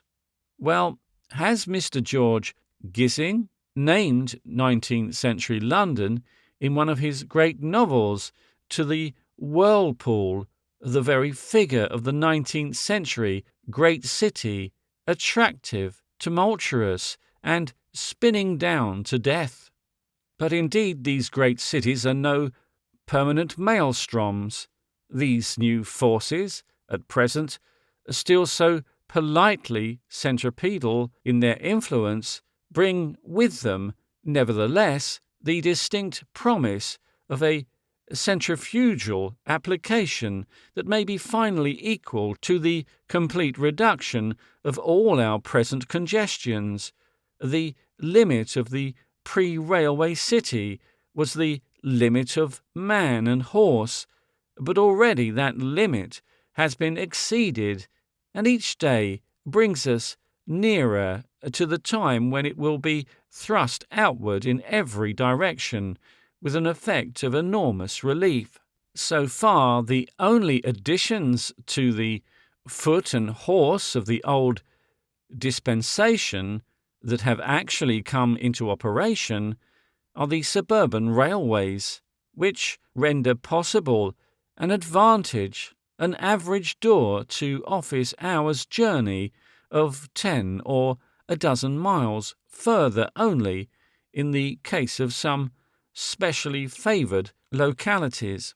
The star-shaped counter of the modern great city thrusting out arms along every available railway line, knotted arms of which every knot marks a station, testify sufficiently the relief of pressures thus afforded. Great towns before this century presented rounded contours and grew as a puffball swells. The modern great city looks like something that has burst an intolerable envelope and splashed. But, as our previous paper has sought to make clear, these suburban railways are the mere first rough expedient of far more convenient and rapid developments.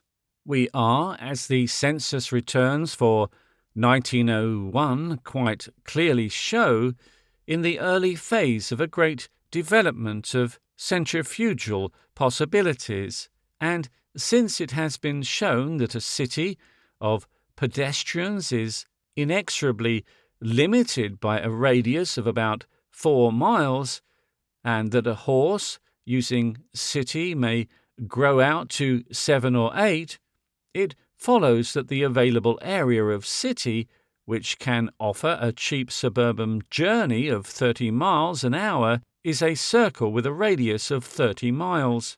And it is too much, therefore, in view of all that has been added in this and the previous paper, to expect that the available area for even the common daily toilers of the great city of the year 2000 or earlier will have a radius very much larger even than that. Now, a circle with a radius of 30 miles gives an area of over 2,800 square miles, which is almost a quarter that of Belgium.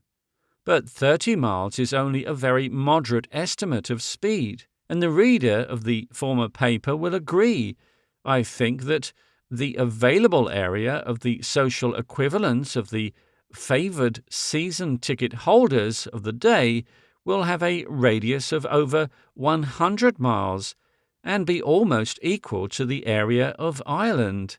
Footnote.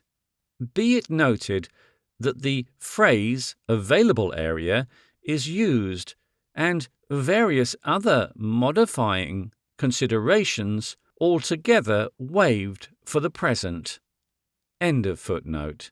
The radius that will sweep the area available for such as now live in the outer suburbs will include a still vaster area. Indeed, it is not too much to say that the London citizen of the year 2000 AD may have a choice of nearly all England and Wales south of Nottingham and east of Exeter as his suburb, and that the vast stretch of country from Washington to Albany will be all of it available to the active citizen of New York and Philadelphia before that date. This does not for a moment imply that cities of the density of our existing great cities will spread to these limits, even if we were to suppose the increase of the populations of the great cities to go on at its present rate. This enormous extension of available area would still mean a great possibility of diffusion. But though most great cities are probably still very far from their maxima, though the network of feeding railways has still to spread over Africa and China, and though huge areas are still imperfectly productive for want of cultivating population, yet it is well to remember that for each great city, quite irrespective of its available spaces, a maximum of population is fixed. Each great city is sustained finally by the trade and production of a certain proportion of the world's surface, by the area it commands commercially. The great city cannot grow except as a result of some quite morbid and transitory process, to be cured at last by famine and disorder, beyond the limit the commercial capacity of that commanded area prescribes. Long before the population of the city with its inner circle, a third of the area of Belgium, rose towards the old-fashioned city density, this restriction would come in. Even if we allowed for considerable increase in the production of foodstuffs in the future, it still remains inevitable that the increase of each city in the world must come at last upon a rest. Yet, though one may find reasons for anticipating that this city will in the end overtake and surpass that one and such like relative prophesizing, it is difficult to find any data from which to infer the absolute numerical limits of these various diffused cities. Or perhaps it is more seemly to admit that no such data have occurred to the writer. So far as London, St. Petersburg, and Berlin go, it seems fairly safe to assume that they will go well over 20 millions, and that New York, Philadelphia, and Chicago will probably, and Hankow almost certainly, reach 40 millions.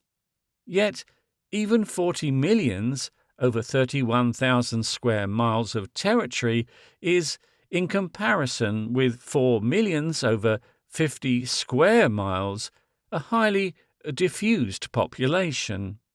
How far will that possible diffusion accomplish itself? Let us first of all consider the case of those classes that will be free to exercise a choice in that matter, and we shall then be in a better position to consider those more numerous classes whose general circumstances are practically dictated to them. What will be the forces acting upon the prosperous household, the household with a working head and 400 a year and upwards to live upon in the days to come? Will the resultant of these forces be, as a rule, centripetal or centrifugal? Will such householders in the Greater London of 2000 AD still cluster for the most part, as they do today, in a group of suburbs as close to London as is compatible with a certain fashionable maxim of garden space and air? Or will they leave the ripened gardens and the no longer brilliant villas of Surbiton and Norwood, Tooting and Beckenham, to others and less independent people? First, let us weigh the centrifugal attractions. The first of these is what is known as the passion of nature, that passion of hillside, wind and sea that is evident in so many people nowadays, either frankly expressed or disguising itself as a passion for golfing, fishing, hunting, yachting or cycling.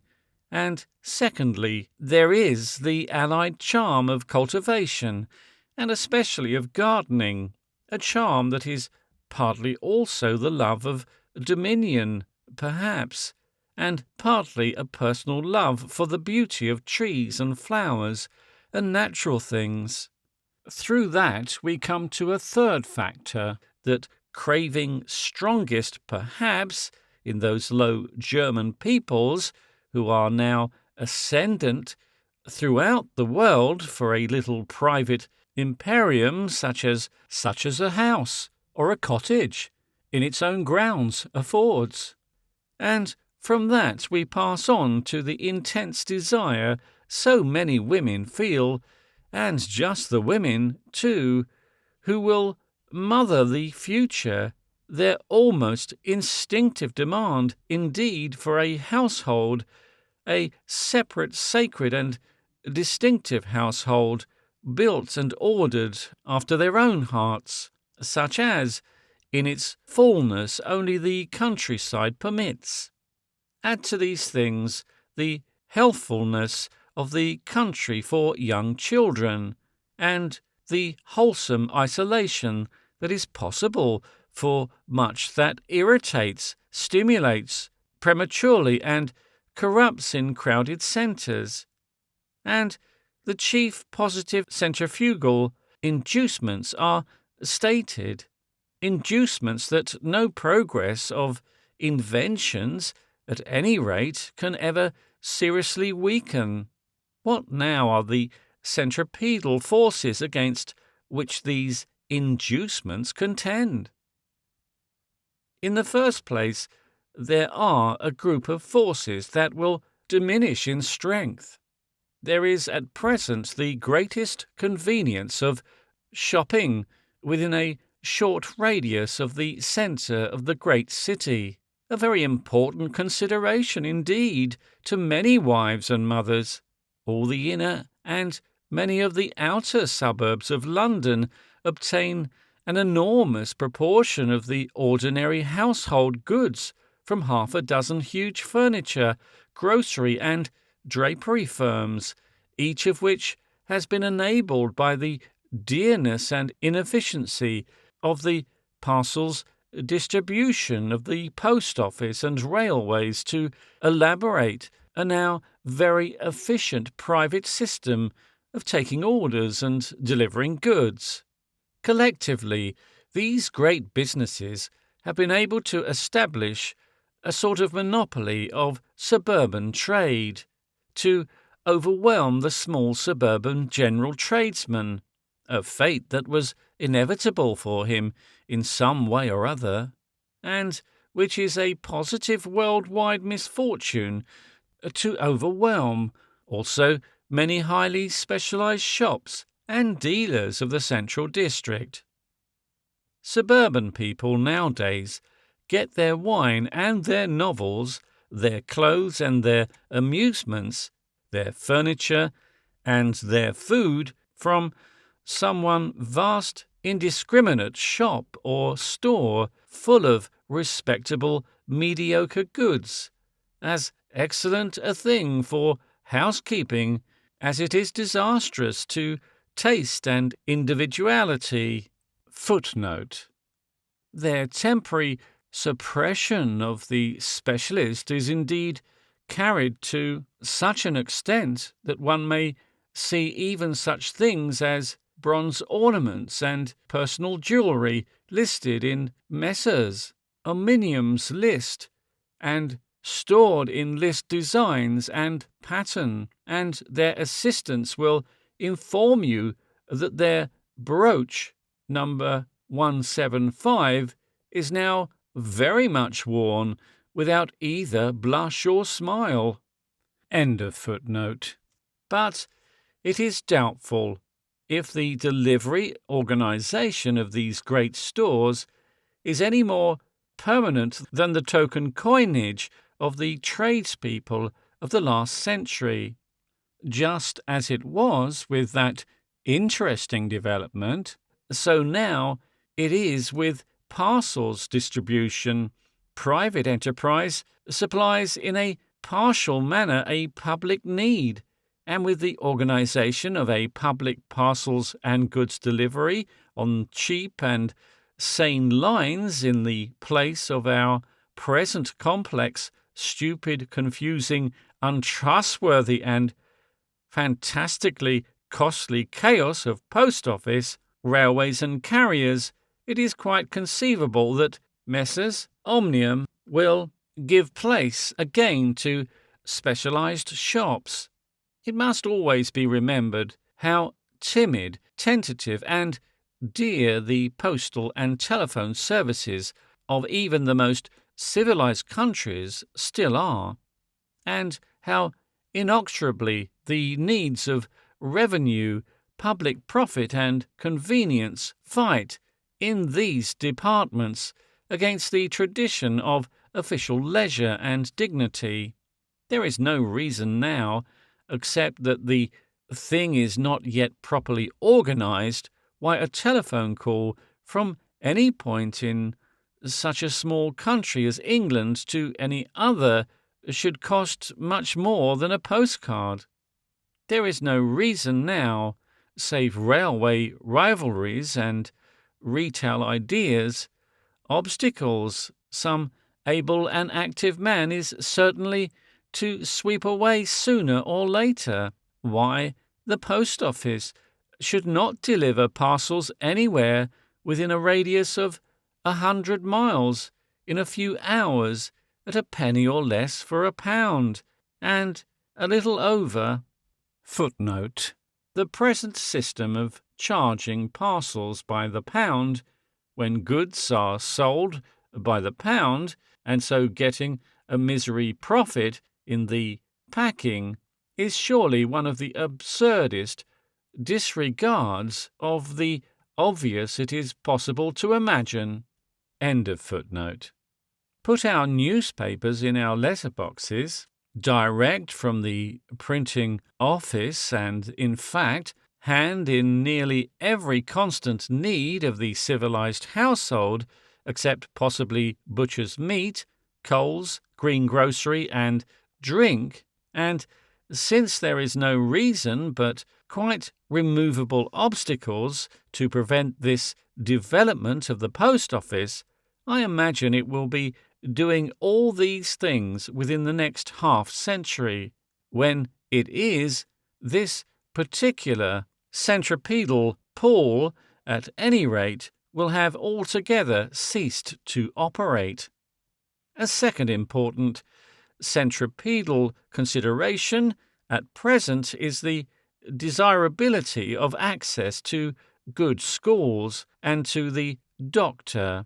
To leave the great centres is either to abandon one's children or to buy air for them at the cost of educational disadvantages. But access, be it noted, is another word for transit. It is doubtful if these two needs will so much keep people close to the great city centres as draw them together about secondary centres.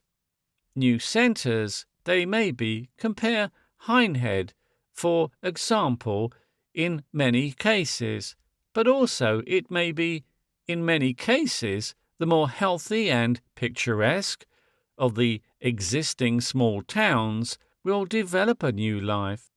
Already, in the case of the London area, such once practically autonomous places as Guildford, Tunbridge Wells, and Godalming have become economically the centres of lax suburbs, and the same fate may very probably overtake, for example, Shrewsbury, Stratford, and Exeter, and remoter and yet remoter townships.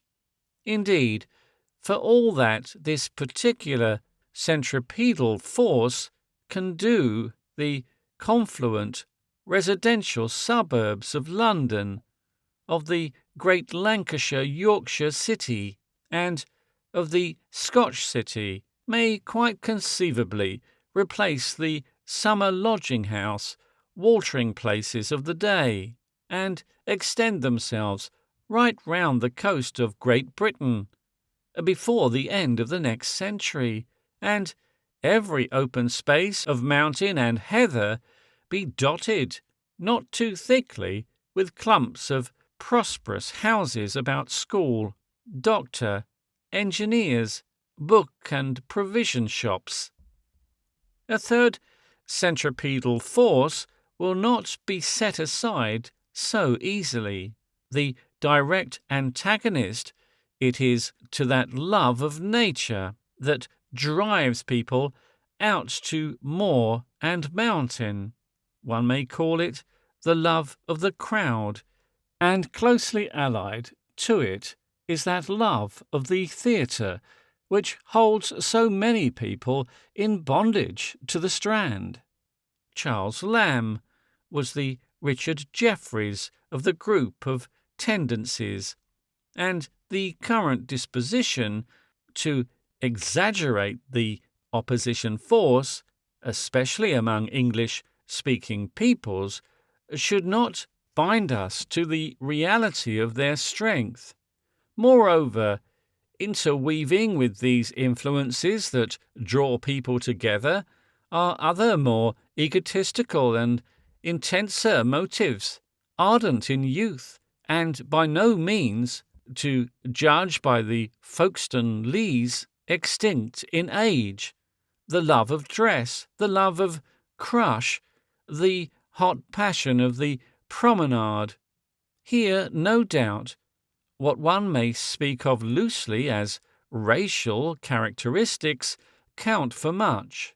The common actor and actress of all nationalities, the Neapolitan, the modern Roman, the Parisian, the Hindu, I am told, and that new and interesting type, the rich and liberated Jew, emerging from his ghetto and free now absolutely to show what stuff he is made of, flame out most gloriously in this direction. To a certain extent, this group of tendencies may lead to the formation of new secondary centres within the available area, theatrical and musical centres, centres of extreme fashion and selectness, centres of smartness and opulent display. But it is probable that for the large number of people throughout the world who cannot afford to maintain households in duplicate, these will be, for many years, yet strictly centripetal forces, and will keep them within the radius marked by whatever will be the future equivalent in length of, say, the present 2-shilling cab ride in London.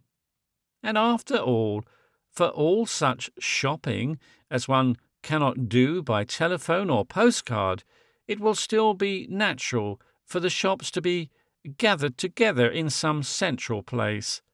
And shopping needs refreshment, and may culminate in relaxation, so that Bond Street and Regent Street, the Boulevard de Capuchin, the Corso, and Broadway will still be brilliant and crowded for many years, for all the diffusion that is here forecast. All the more brilliant and crowded, perhaps, for the lack of a thronging horse traffic down their central ways. But the very fact that the old nucleus is still to be the best place for all who trade in a concourse of people, for novelty shops and art shops, and theatres and business buildings, by keeping up the central ground values, will operate against residents there and shift the masses outwardly.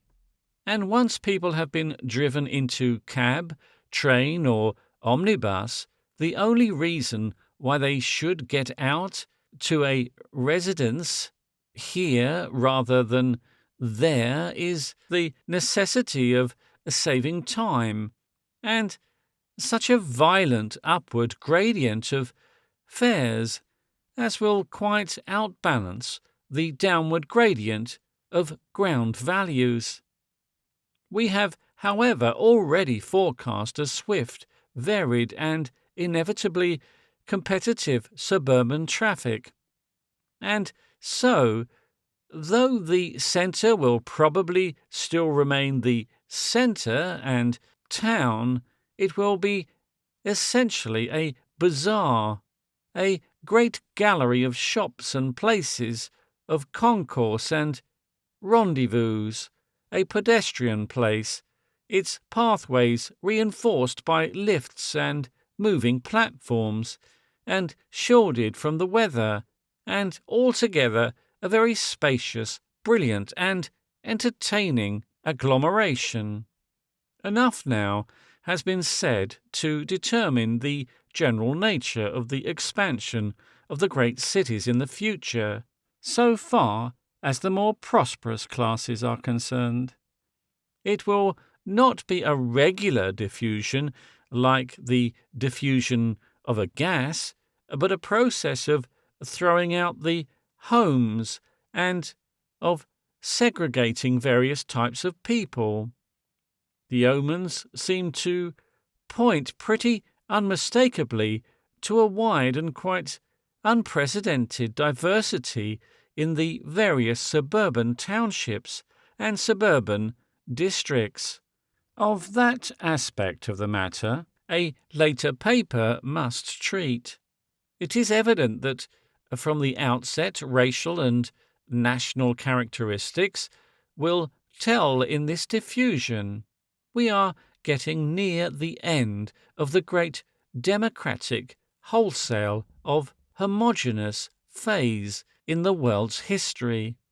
The sport-loving Englishman, the sociable Frenchman, the vehement American will each diffuse his own great city in his own way. And now, how will the increase in the facilities of communication we have assumed affect the condition of those whose circumstances are more largely dictated by economic forces? The mere diffusion of a large proportion of the prosperous and relatively free, and the multiplication of various types of road and mechanical traction, means of course that in this way alone a perceptible diffusion of the less independent classes will occur. The subsidiary centres will be drawn doctors and schoolmasters and various dealers in French provisions, baker, grocer, butcher, or if they are already established, there they will flourish more and more, and about them the convenient home of the future, with its numerous electrical and mechanical appliances, and the various bicycles, motor cars, photographic and phonographic apparatus that will be included in its equipment, will gather a population of repairers and accessory dealers and working engineers, a growing class which, from its necessary intelligence and numbers, will play a very conspicuous part in the social development of the 20th century. The much more elaborate post office and telephone services will also bring intelligent ingredients to the suburban nuclei.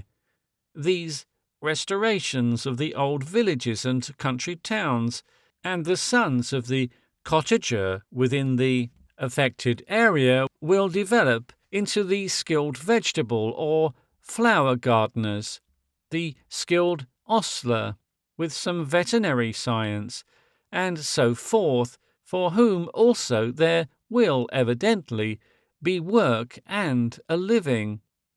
And dotted at every convenient position along the new roads, availing themselves, no doubt, whenever possible, of the picturesque inns that the old coaching days have left us, will be wayside restaurants and tea-houses, and motor and cycle stores and repair places.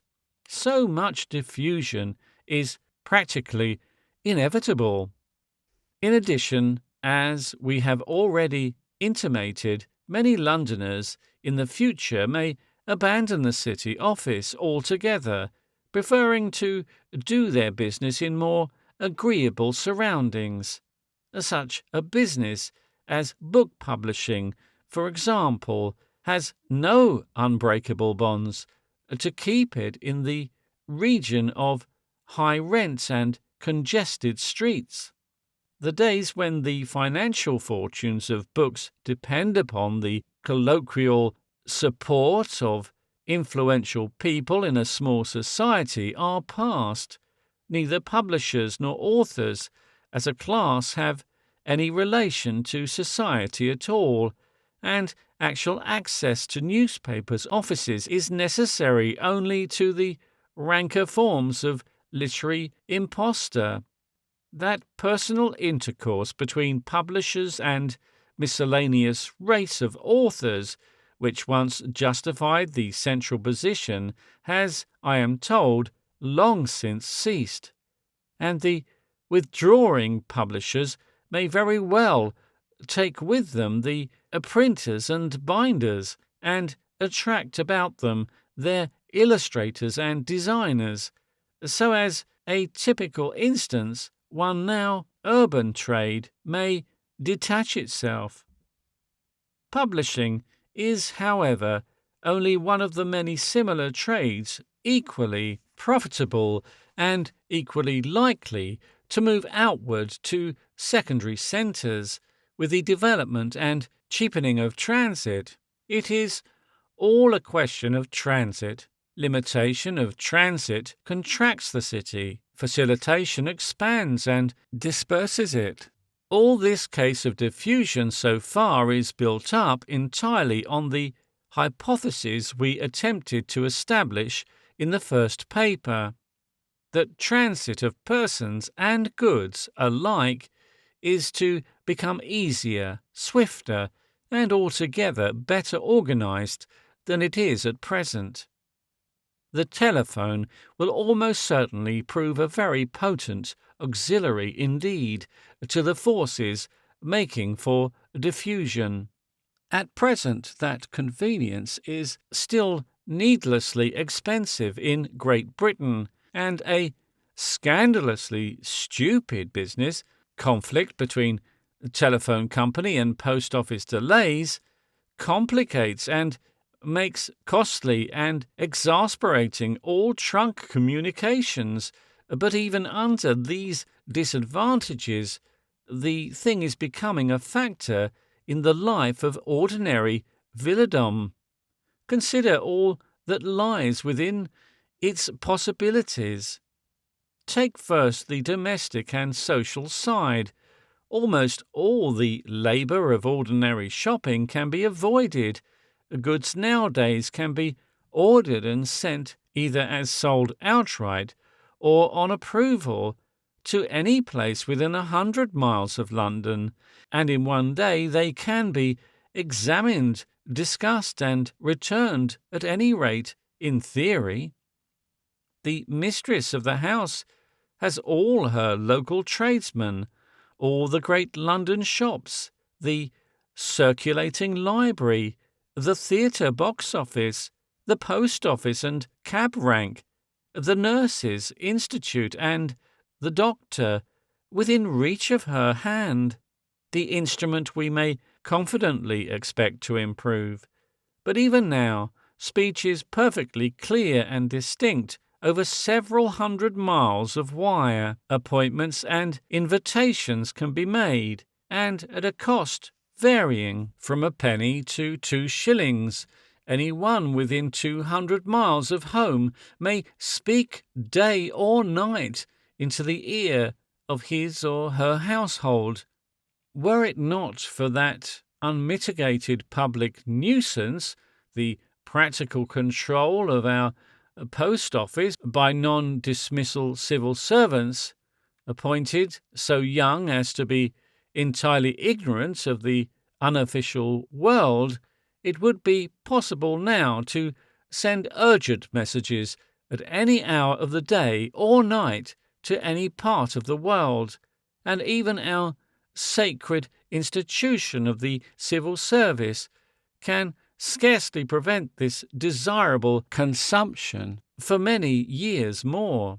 The businessman may then sit at home in his library and bargain, discuss, promise, hint, threaten, tell such lies as he dare not write, and in fact do everything that once demanded a personal encounter.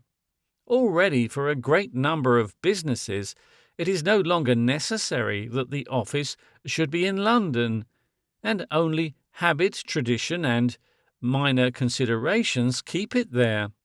With the steady cheapening and the steady increase in efficiency of postal and telephonic facilities and of good transit, it seems only reasonable to anticipate the need for that expensive office, and the irksome daily journey will steadily decline.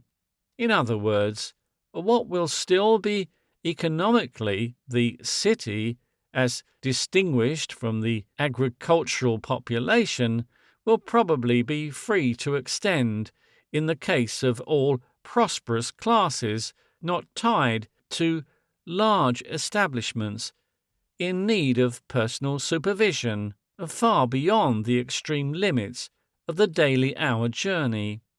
But the diffusion of the prosperous, independent, and managing classes involves itself a very considerable diffusion of the purely working classes also. Their centres of occupation will be distributed, and their freedom to live at some little distance from their work will be increased. Whether this will mean dotting the country with dull, ugly little streets, slum villages like Buckfast-Lee in Devon, for example, or whether it may result in entirely different and novel aspects, is a point for which at present we are not ready. But it bears upon the question that ugliness and squalor upon the main road will appeal to the more prosperous for remedy with far more vigour than when they are stowed compactly in a slum. Enough has been said to demonstrate that old town and city will be, in truth, terms as obsolete as mail coach. For these new areas that will grow out of them, we want a term, and the administrative urban district presents itself with a convenient air of suggestion. We may, for our present purposes, call these coming towns provinces, urban regions.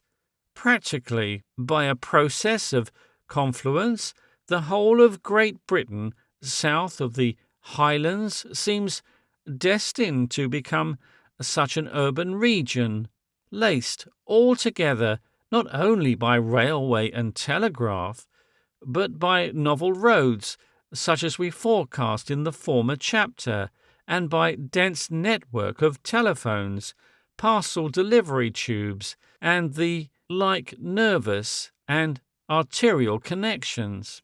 It will certainly be a curious and varied region, far less monotonous than our present English world, still in its thinner regions, at any rate, wooded, perhaps, rather more abundantly wooded, breaking continually into park and garden, and with everywhere a scattering of houses.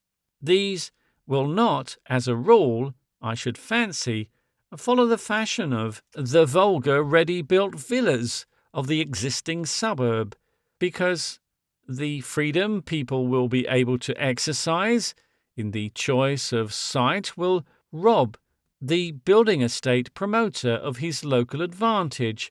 In many cases, the houses may very probably be personal homes, built for themselves as much as the Tudor manor houses were, and even in some cases as aesthetically right. Each district, I am inclined to think, will develop its own differences of type and style. As one travels through the urban region, one will traverse open, breezy, horsey suburbs, smart white gates and palings everywhere, good turf, a grandstand shining pleasantly, gardening districts all set with gables and roses, holly hedges and emerald lawns, pleasant homes among heathery moorlands, and golf links and river districts with gaily painted boat houses peeping from the osiers. Then presently a gathering of houses closer together, and a promenade, and a whiff of band and dresses, and then perhaps a little island of agriculture, hops, or strawberry gardens, fields of grey plumbed artichokes, white-painted orchard, or brightly neat poultry farm. Through the varied country the new wide roads will run, here cutting through a crest, and there running like some colossal aqueduct across the valley, swarming always with a multitudinous traffic of bright, swift, and not necessarily ugly mechanisms, and everywhere, amidst the fields and trees, linking wires will stretch from pole to pole. Ever and again there will appear a cluster of cottages into which we shall presently look more closely, about some works or workings. Works, it may be, with the smoky chimney of the day replaced by a gaily painted wind-wheel or water-wheel to gather and store the force for the machinery, and ever and again will come a little town, with its ancient, cherished church or cathedral, its school buildings and museums, its railway station, perhaps its fire station, its inns and restaurants, and with all the wires of the countryside converging to its offices. All that is pleasant and fair of our present countryside may conceivably still be there among the other things. There is no reason why the essential charm of the country should disappear. The new roads will not supersede the present high roads, which will still be necessary for horses and subsidiary traffic, and the lanes and hedges, the field paths and wild flowers will still have their ample justification. A certain lack of solitude there may be, perhaps, and will conspicuous advertisements play any part in the landscape? But I find my pen is running ahead. An imagination prone to realistic constructions is struggling to paint a picture altogether prematurely. There is very much to be weighed and decided before we can get from our present generalization to the style of architecture these houses will show, and to the power and nature of the public taste. We have laid down now the broad lines of road, railway, and sea transit in the coming century, and we have got this general prophecy of urban regions established, and for the present that much must suffice. And as for the world beyond our urban regions, the same line of reasoning that leads to the expectation that the city will diffuse itself until it has taken up considerable areas, and many of the characteristics, the greenness, the fresh air of what is now country, leads us to suppose also that the country will take to itself many of the qualities of the city. The old antithesis will indeed cease. The boundary lines will altogether disappear. It will become indeed merely a question of more or less populace. There will be horticulture and agriculture going on within the urban regions, and urbanity without them. Everywhere indeed over the land of the globe, between the frozen circles, the railway, and the new roads will spread the network of communication wires, and safe and convenient ways.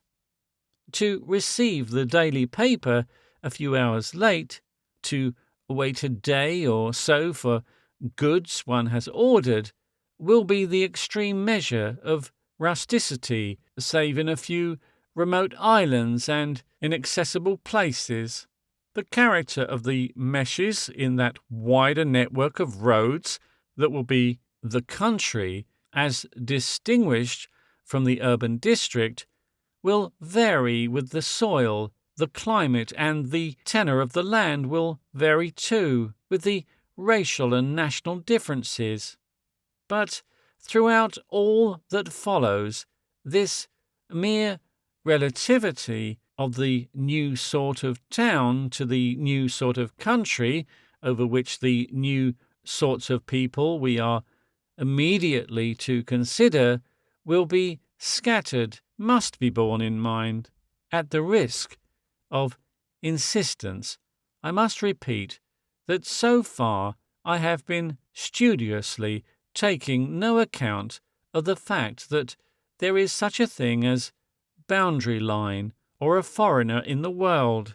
It will be far the best thing to continue to do this until we can get out all that will probably happen universally and generally, and in particular the probable changes in social forces, social apparatus, and internal political methods.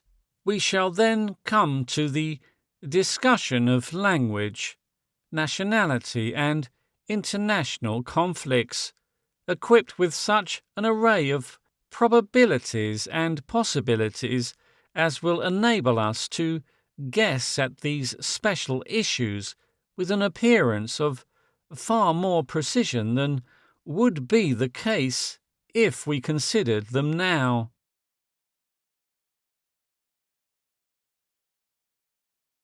Chapter 3. Developing Social Elements. The mere differences in thickness of population and facility of movement that have been discussed thus far will involve consequences remarkable enough upon the faces of the social body, but there are certain still broader features of the social order of the coming time, less intimately related to transit, that it will be convenient to discuss at this stage. They are essentially outcomes of the enormous development of mechanism, which has been the cardinal feature of the 19th century. For this development, by altering the method and proportions of almost all human undertakings, footnote, even the characteristic conditions of writing books, that least mechanical of pursuits, have been profoundly affected by the typewriter, end of footnote, has altered absolutely the grouping and character of the groups of human beings engaged upon them. Throughout the world, for 40 centuries, the more highly developed societies have always presented, under a considerable variety of superficial differences, certain features in common, always at the base of the edifice, supporting all, subordinate to all, and the most necessary of all. There has been the working cultivator, peasant, serf, or slave. Save for a little water power, a little use of windmills, the traction of the horse or mule, this class has been the source of all the work upon which community depends. And, moreover, whatever labour town developments have demanded has been supplied by the muscle of its fecund ranks. It has been, in fact, and to some extent still is, the multitudinous living machinery of old society order. It carried, cropped, tiled, built and made, and directing and sometimes owning the human machinery. There has always been a superior class, bound usually by a point of honour, not to toil, often warlike, often equestrian, and sometimes cultivated. In England, this is the gentility. In most European countries, it is organised as a nobility. It is represented in the history of India by the twice-born castes, and in China, the most philosophical, conceived, and the most stably organised social system the old order ever developed. It finds its equivalent in the members of a variously buttoned mandarinate who ride not on horses, but on a once adequate and still respectable erudition. These two primary classes may and do become in many cases complicated by subdivisions. The peasant class may split into farmers and labourers. The gentlemen admit a series of grades and orders, kings, dukes, earls, and the like, but the broad distinction remains intact, as though it was a distinction residing in the nature of things. Footnote. To these two primary classes, the more complicated societies have added others.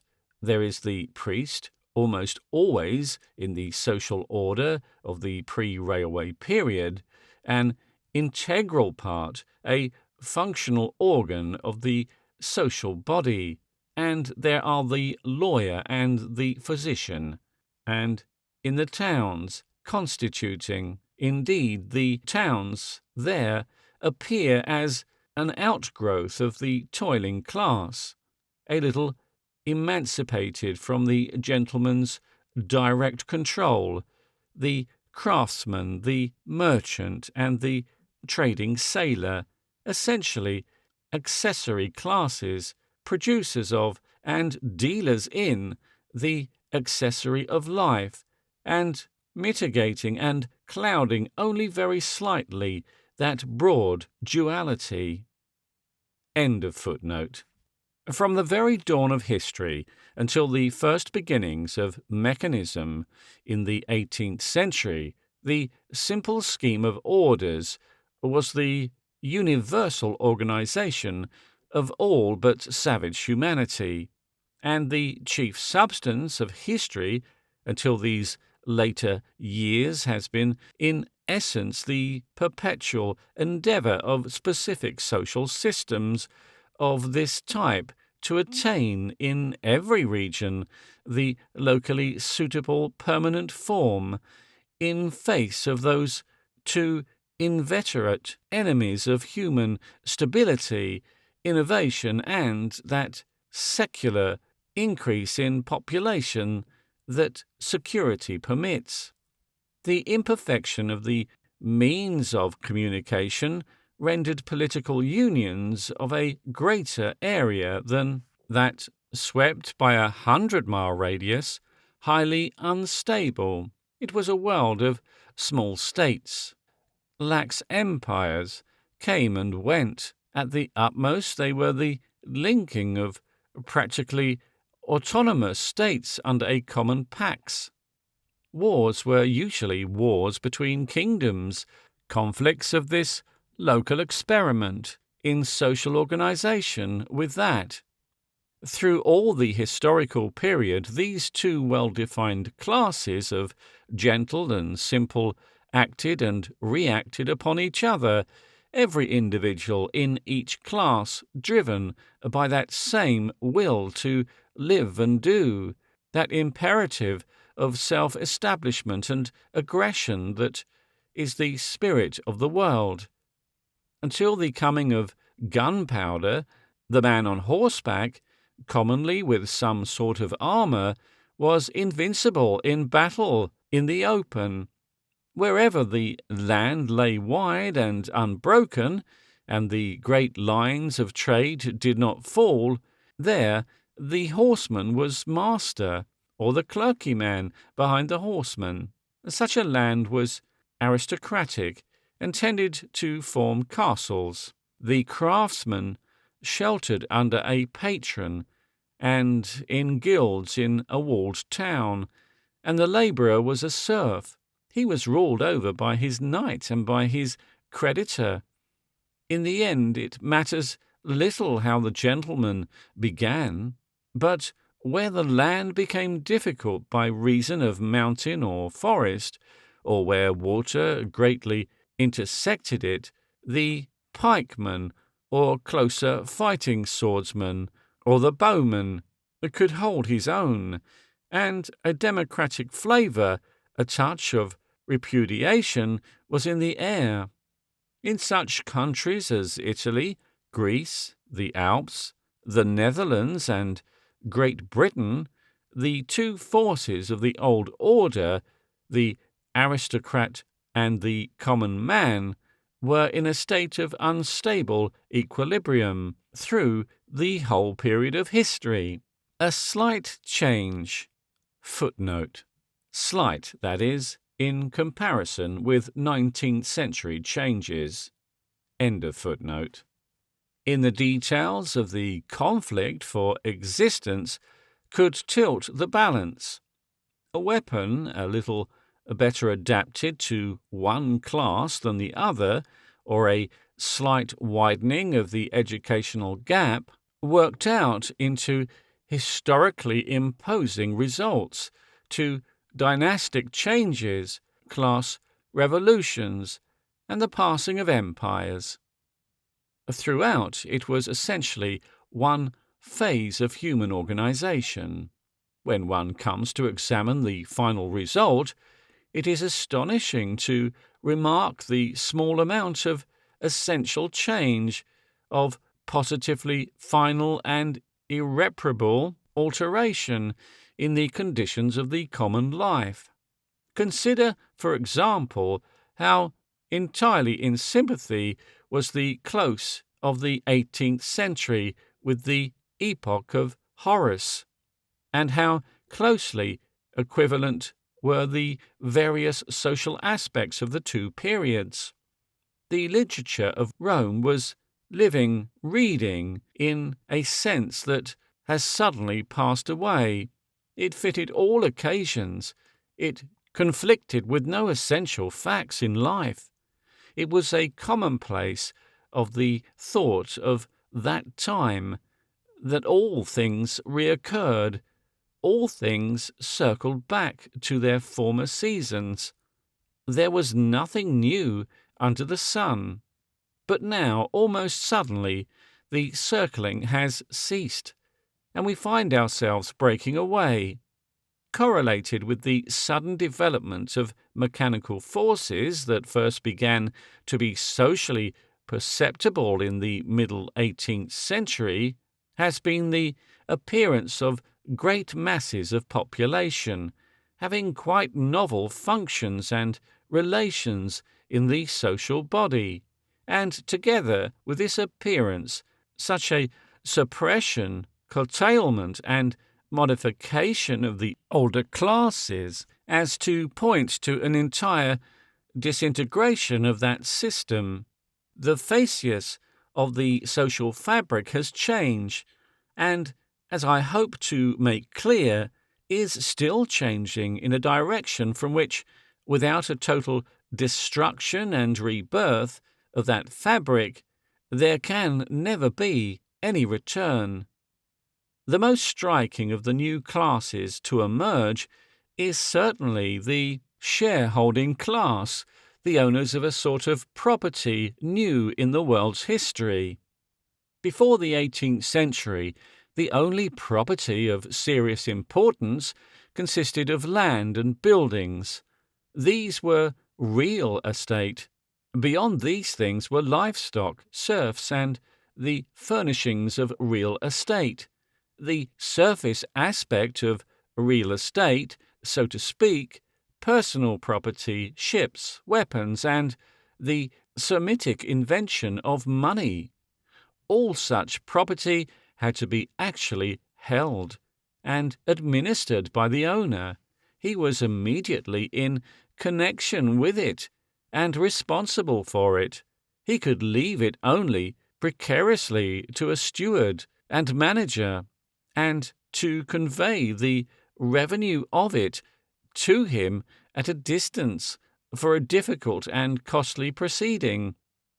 To prevent a constant social disturbance by lapsing and dividing property, and in the absence of any organized agency to receive lapsed property, inheritance and preferably primogeniture were all such manifest advantage that the old social organization always tended in the direction of these institutions. Such usury as was practiced relied entirely on the land and the anticipated agricultural produce of the land. But the usury and the sleeping partnerships of the joint stock company system, which took shape in the 18th and the earlier half of the 19th century, opened quite unprecedented uses for money and created a practically new sort of property and a new proprietor class. The peculiar novelty of this property is easily defined. Given a sufficient sentiment of public honesty, share property is property that can be owned at any distance and that yields its revenue without thought or care on the part of its proprietor. It is indeed absolutely irresponsible property, a thing that no old world property ever was. But in spite of its widely different nature, the laws of inheritance that the social necessities of the old order of things established have been applied to this new species of possession without remark. It is indestructible, imperishable wealth. subject only to the mutations of value that economic changes bring about, related in its character of absolute irresponsibility to this shareholding class, is a kindred class that has grown with the growth of the great towns. The people who live upon ground rents. There is every indication that this element of irresponsible and independent and wealthy people in the social body, people who feel the urgency of no exertion, the pressure of no specific positive duties, is still on the increase, and may still for a long time increasingly preponderate.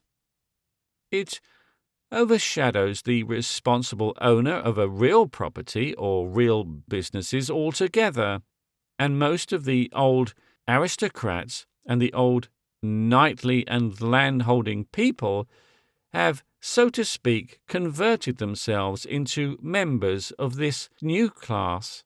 It is a class with scarcely any specific characteristics beyond its defining one, of the possession of property and all the potentialities property entails, with a total lack of function with regard to that property. It is not even collected into a distinct mass. It graduates intensively into every other class. It permeates society as threads and veins of gold permeate quartz. It includes the millionaire snob, the political-minded plutocrat, the wealthy sensualist, open-handed, religious fanatics, the charitable, the smart, the magnificently dull, the great army of timid creatures who tremble through life on a safe, bare sufficiency. Footnote. It included, one remembers, Schopenhauer, but, as he remarked upon occasion, not Hegel. End of footnote. Travellers, hunters, miners, poets, sporting enthusiasts, many of the officers in the British Army, and all sorts and conditions of amateurs. In a sense, it includes several modern royalties, for the Crown in several modern constitutional states is a corporation soul, and the monarch, the unique, unlimited, and as far as necessity goes, quite functionless shareholder. He may be a heavy-eyed sensualist, a small-minded leader of fashion, a rival to his servants in the gay science of etiquette, a frequenter of racecourses and music halls, a literary or a scientific quack, a devotee, an amateur, anything. The point is that his income and sustenance have no relation whatever to his activities. If he fancies it, or is urged to do it, by those who have influence over him, he may even be a king, but that is not compulsory, not essential, and there are practically no conditional restrictions whatever laid upon him. Those who belong to the shareholding class only partly, who partly depend upon dividends and partly upon activities, occur in every rank and order of the whole social body. The waiter one tips probably has 100 or so in some remote company. The will of the eminent labour reformer reveals an admirably distributed series of investments. The bishop sells tea and dicks coal, or at any rate gets a profit from some unknown person's tea-selling or coal-digging to eke out the direct recompense of his own modest corn treading. Indeed, above the labouring class, the number of individuals in the social body whose gross income is entirely the result of their social activities is very small. Previously, in the world's history, saving a few quite exceptional aspects, the possession and retention of property was conditional upon activities of some sort, honest or dishonest, work, force, or fraud. But the shareholding ingredient of our new society, so far as its shareholding goes, has no need of strength or wisdom.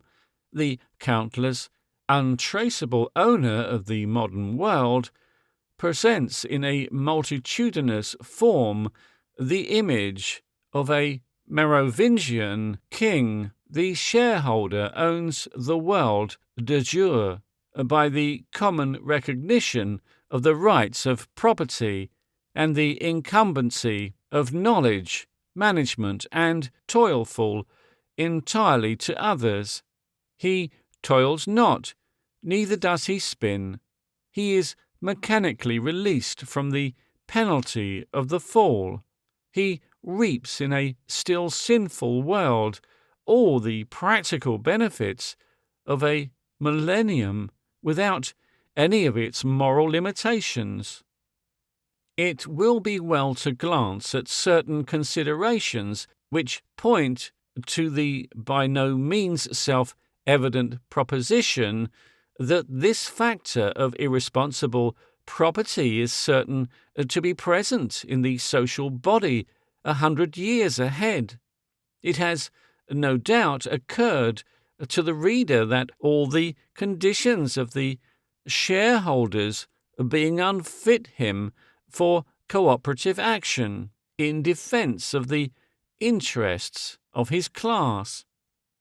Since shareholders do nothing in common except receive and hope for dividends, since they may be of any class, any culture, any disposition, or any level of capacity, since there is nothing to make them read the same papers, gather in the same places, or feel any sort of sympathy with each other beyond the universal sympathy of a man for man, they will, one may anticipate, be incapable of any concerted action to defend the income they draw from society against any resolute attack. Such crude and obvious denials of the essential principles of their existence as the various socialistic bodies have proclaimed have no doubt encountered a vast, unorganized, negative opposition from them, but the subtle and varied attack of natural forces they have neither the collective intelligence to recognize nor the natural organization to resist. The shareholding body is altogether too chaotic and diffused for positive defense, and the question of the prolonged existence of this comparatively new social phenomenon, either in its present or some modified form, turns therefore entirely on the quasi-natural laws of the social body. If they favour it, it will survive. When they do not, it will vanish, as the mists of the morning before the sun. Neglecting a few exceptional older corporations, which indeed in their essence are not usurious, but of unlimited liability, the shareholding body appeared first in its present character in the 17th century and came to its full development in the mid-19th. Was its appearance then due only to the attainment of a certain necessary degree of public credit, or was it correlated with any other force? It seems in accordance with facts to relate it to another force, the development of mechanism, so far as certain representative aspects go. Hitherto, the only borrower had been the farmer when the exploring trader had found a world too wide for purely individual effort, and then suddenly the craftsman, all sorts, and the carriers discovered the need of the new great, wholesale, initially expensive appliances that invention was offering them. It was the development of mechanism that created the great bulk of modern shareholding. It took its present shape distinctively only with the appearance of the railways. The hitherto necessary but subordinate craftsmen and merchant classes were to have new weapons, new powers. They were to develop to a new importance, to a preponderance, even in the social body. But before they could attain these weapons, before this new and novel wealth could be set up, it had to pay its footing in an appointed world. It had to, by its right, to disturb the established social order. The dividend of the shareholder was the tribute the new enterprise had to pay the old wealth. The share was the manumission money of machinery, and essentially the shareholder represents and will continue to represent the responsible managing owner of a former state of affairs in process of supervision. If the great material developments of the 19th century had been final, if they had indeed constituted merely a revolution and not an absolute release from the fixed conditions about which human affairs circled, we might even now be settling accounts with our Merovingian as the socialist desire. But these developments were not final, and one sees no hint as yet of any coming finality. Invention runs free, and our state is under its dominion. The novel is continually struggling to establish itself as the relative or absolute expense of the old. The statesman conception of social organization is no longer stability but growth. And so long as material progress continues, this tribute must continue to be paid. So long as the stream of development flows, this necessary back eddy will endure. Even if we municipalize all sorts of undertakings, we shall not alter the essential facts. We shall only substitute for the shareholder the corporation stockholder. The figure of an eddy is particularly appropriate. Enterprise will come and go. The relative values of kinds of wealth will alter. Old appliances, old companies will serve their time and fall in value. Individuals will waste their substance. Individual families and groups will die out. Certain portions of the share property of the world may be gathered by elaborate manipulation into a more or less limited number of hands. Conceivably, even families and groups will be taxed out by graduated legacy duties and specially apportioned income taxes. But for all such possible changes and modifications, the shareholding element will still endure, so long as our present progressive and experimental state of society obtains. And the very diversity, laxity, and weakness of the general shareholding element which will work to prevent its organizing itself in the interests of its property or of evolving any distinctive traditions or positive characters, will obviously prevent its obstructing the continual appearance of new enterprises, of new shareholders to replace the loss of its older constituents. At the opposite pole of the social scale to that about which shareholders is most apparent is a second necessary and quite inevitable consequence of the sudden transition that has occurred from a very nearly static social organization to a violently progressive one. This second consequence of progress is the appearance of a great number of people without either property or any evident function in the social organism. This new ingredient is most apparent in the towns. It is frequently spoken of as the urban poor, but its characteristic traits are to be found also in the rural districts.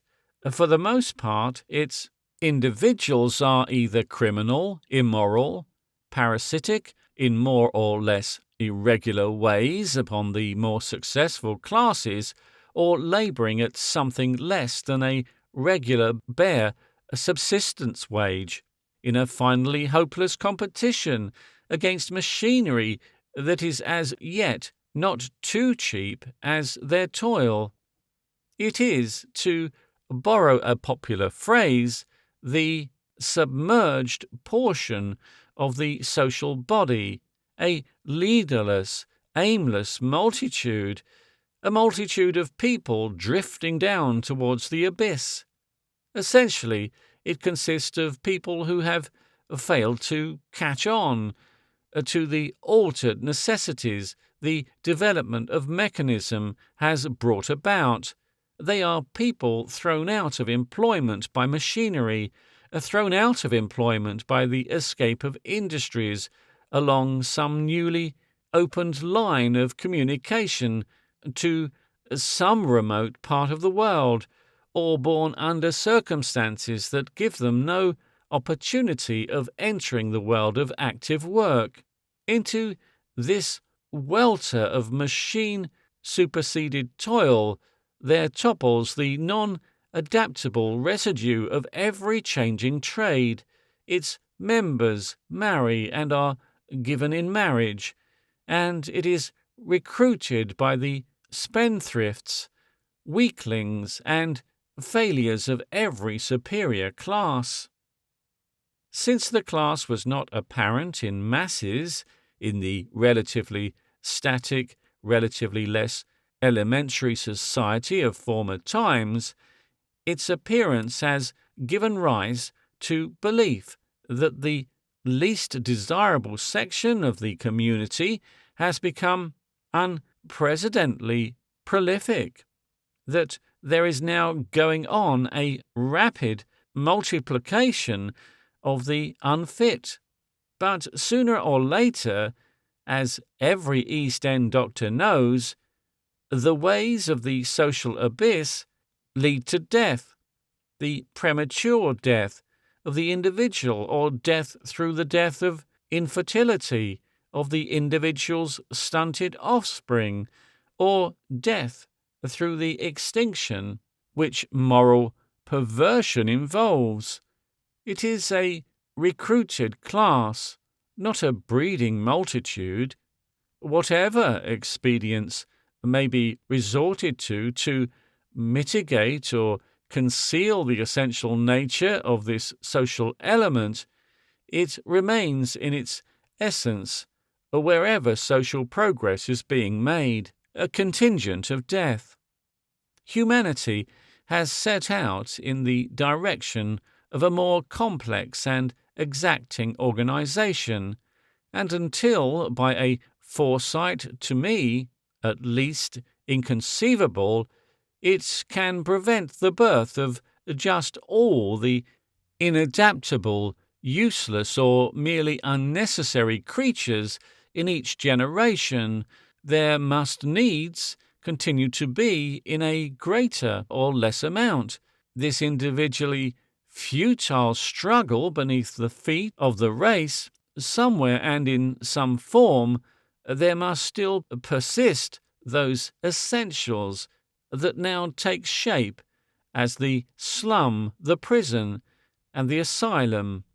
All over the world, as the railway network has spread in Chicago and New York, as vividly as in London or Paris, the commencement of the new movement has been marked at once by the appearance of this bulky, irremovable excretion, the appearance of these gallstones of vicious, helpless, and pauper masses.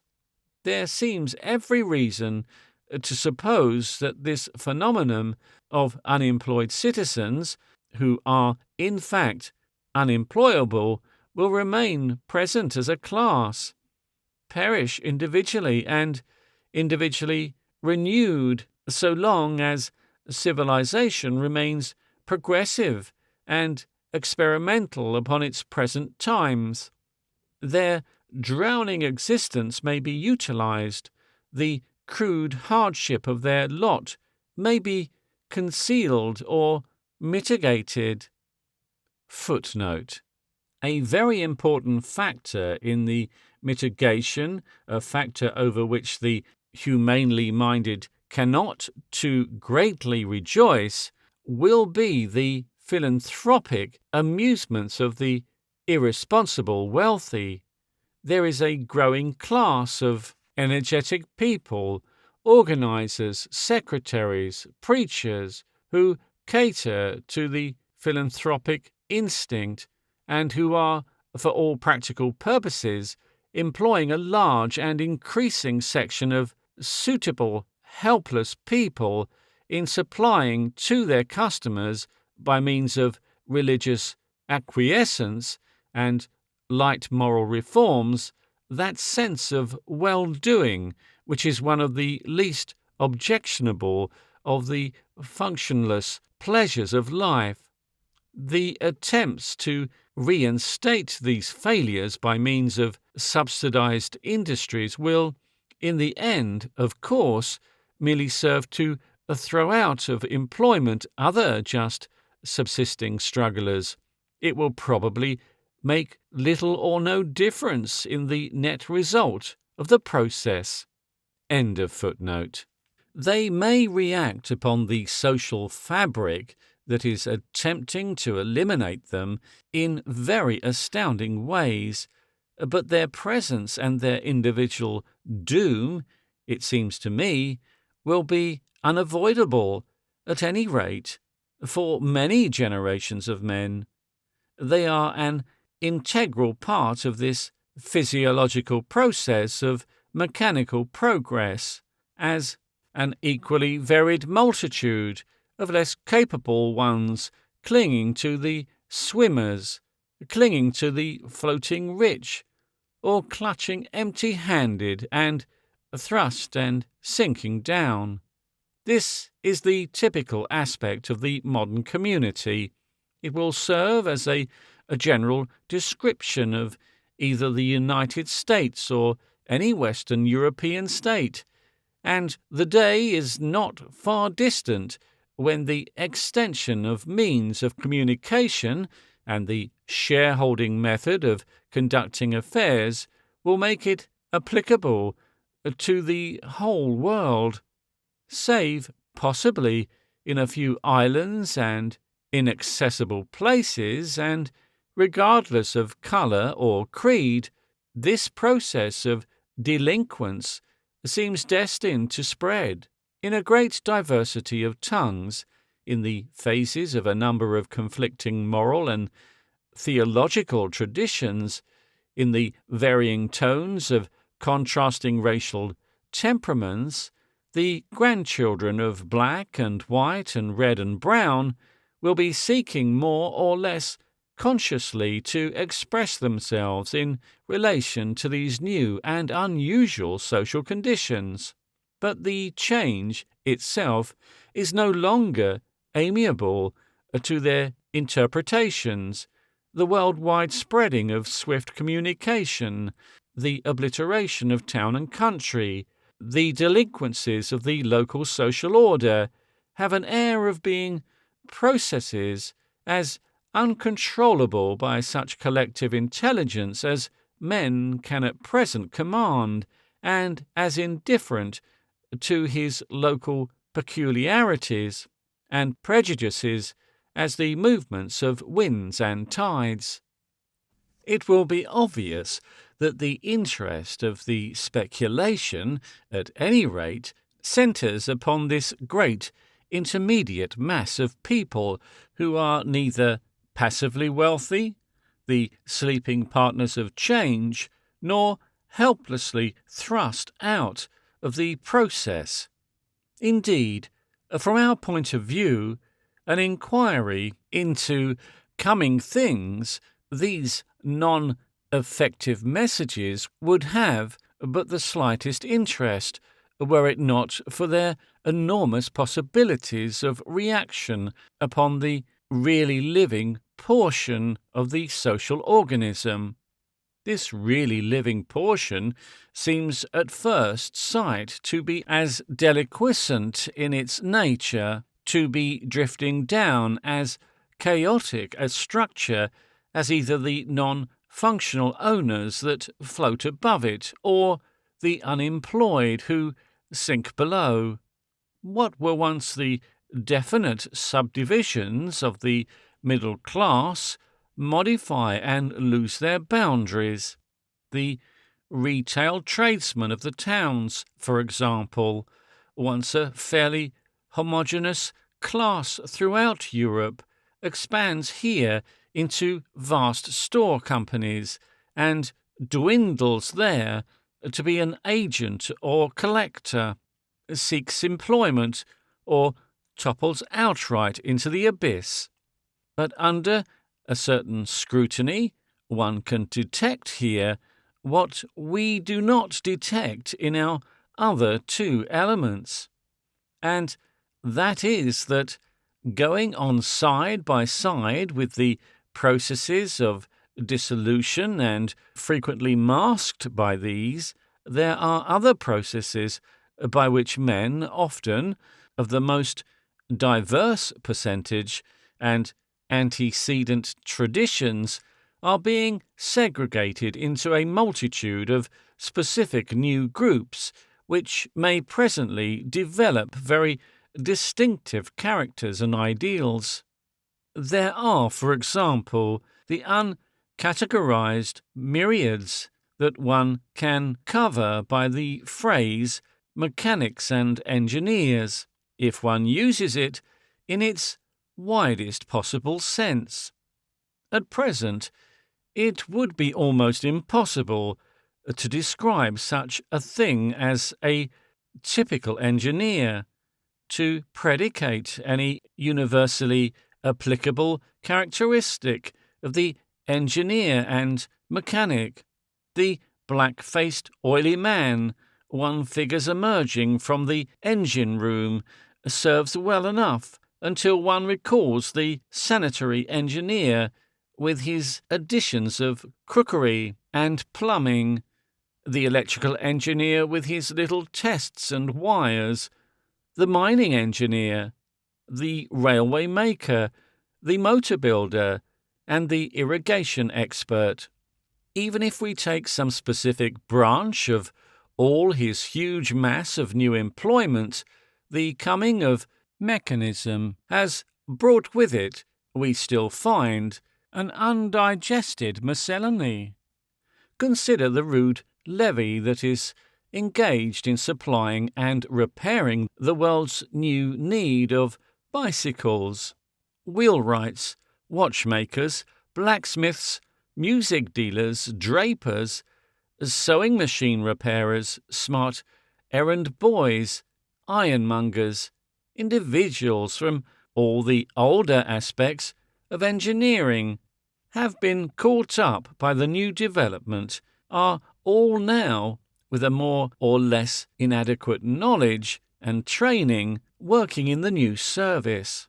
But is it likely that this will remain a rude levy from all these varied people?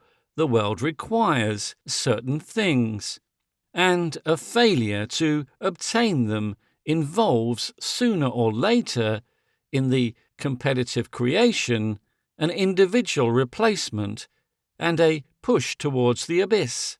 The very lowest of them must understand the machine they contribute to make and repair, and not only is it a fairly complex machine in itself, but it is found in several types of patterns, and so far it has altered, and promises still to alter steadily by improvements in this part and that. No limited stock in trade of knowledge, such as suffices for a joiner or an ostler, will serve. They must keep on mastering new points, new aspects. They must be intelligent and adaptable. They must get a grasp of that permanent something that lies behind the changing immediate practice. In other words, they will have to be educated rather than trained after the fashion of the old craftsman. Just now, this body of irregulars is threatened by the coming of the motors. The motors promise new difficulties, new rewards, and new competition. It is an ill lookout for the cycle mechanic who is not prepared to tackle the new problems that will arise. For all this next century, this particular body of mechanics will be picking up new recruits and eliminating the incompetent and the rule of thumb sage. Can it fail, as the years pass, to develop certain general characters, to become so far homogeneous as to be generally conscious of the need of a scientific education, at any rate in mechanical and chemical matters, and to possess, down to its very lowest ranks and orders, a common fund of intellectual training? But the makers and repairers of cycles, and that larger multitude will presently be concerned with the motors, are, after all, only a small and specialized section of the general body of mechanics and engineers.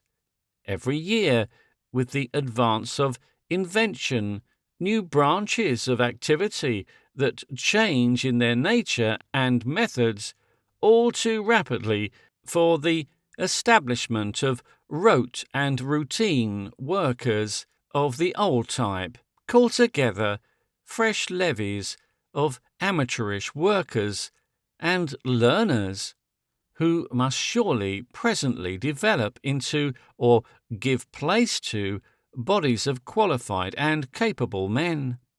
And the point I would particularly insist upon here is that throughout all its ranks and ramifications, from the organizing heads of great undertakings down to the assistant in the local repair shop, this new great and expanding body of mechanics and engineers will tend to become an educated and adaptable class, in a sense that the craftsmen of former times were not educated and adaptable.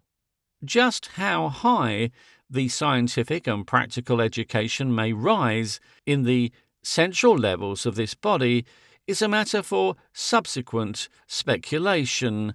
Just how much initiative will be found in the lowest ranks depends upon many very complex considerations, but that here we have at least the possibility, the primary creative conditions of a new, numerous, intelligent, educated, and capable social element is, I think, a proposition with which the reader will agree. What are the chief obstacles in the way of the emergence from out the present chaos of the social element, equipped, organised, educated, conscious of itself and of distinctive aims in the next 100 years. In the first place, there is the spirit of trade unionism, the conservative contagion of the old craftsmanship. Trade unions arose under the tradition of the old order, when in every business, employer and employed stood in marked antagonism, stood as a special instance of the universal relationship of gentle or intelligent, who supplied no labour, and simple, who supplied nothing else. The interest of the employer was to get as much labour as possible out of his hirelings. The complementary object in life of the hireling, whose sole function was drudgery, who had no other prospect until death, was to give as little to his employer as possible, in order to keep the necessary labour submissive. It was a matter of public policy to keep him uneducated and as near the condition of a beast of burden as possible, and in order to keep his life tolerable against that natural increase which all the moral institutions of his state promoted, the labourer stimulated, if his efforts slackened by the touch of absolute misery, was forced to devise elaborate rules for restricting the hours of toil, making its performance needlessly complex, and shirking with extreme ingenuity and conscientiousness. In the older trades, of which the building trade is foremost, these two traditions, reinforced by unimaginative building regulations, have practically arrested any advance whatever. Footnote: the new aspects of building, for example, that have been brought about by the entrance of water and gas into the house and the application of water to sanitation. End of footnote. The old traditions have to a very large extent prevailed. The average sanitary plumber of today in England insists upon his position as a mere labourer, as though it were some precious thing. He guards himself from improvement, as a virtuous woman guards her honour. He works for specifically limited hours, and by the hour with specific limitations in the practice of his trade, on the fairly sound assumption that but for that restriction any fool might do plumbing as well as he.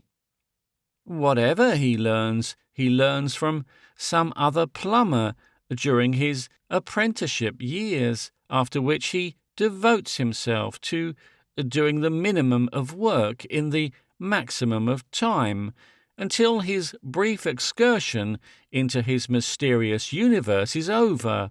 So far from invention spurring him onward, every improvement in sanitary work in England, at least, is limited by the problem whether the men will understand it.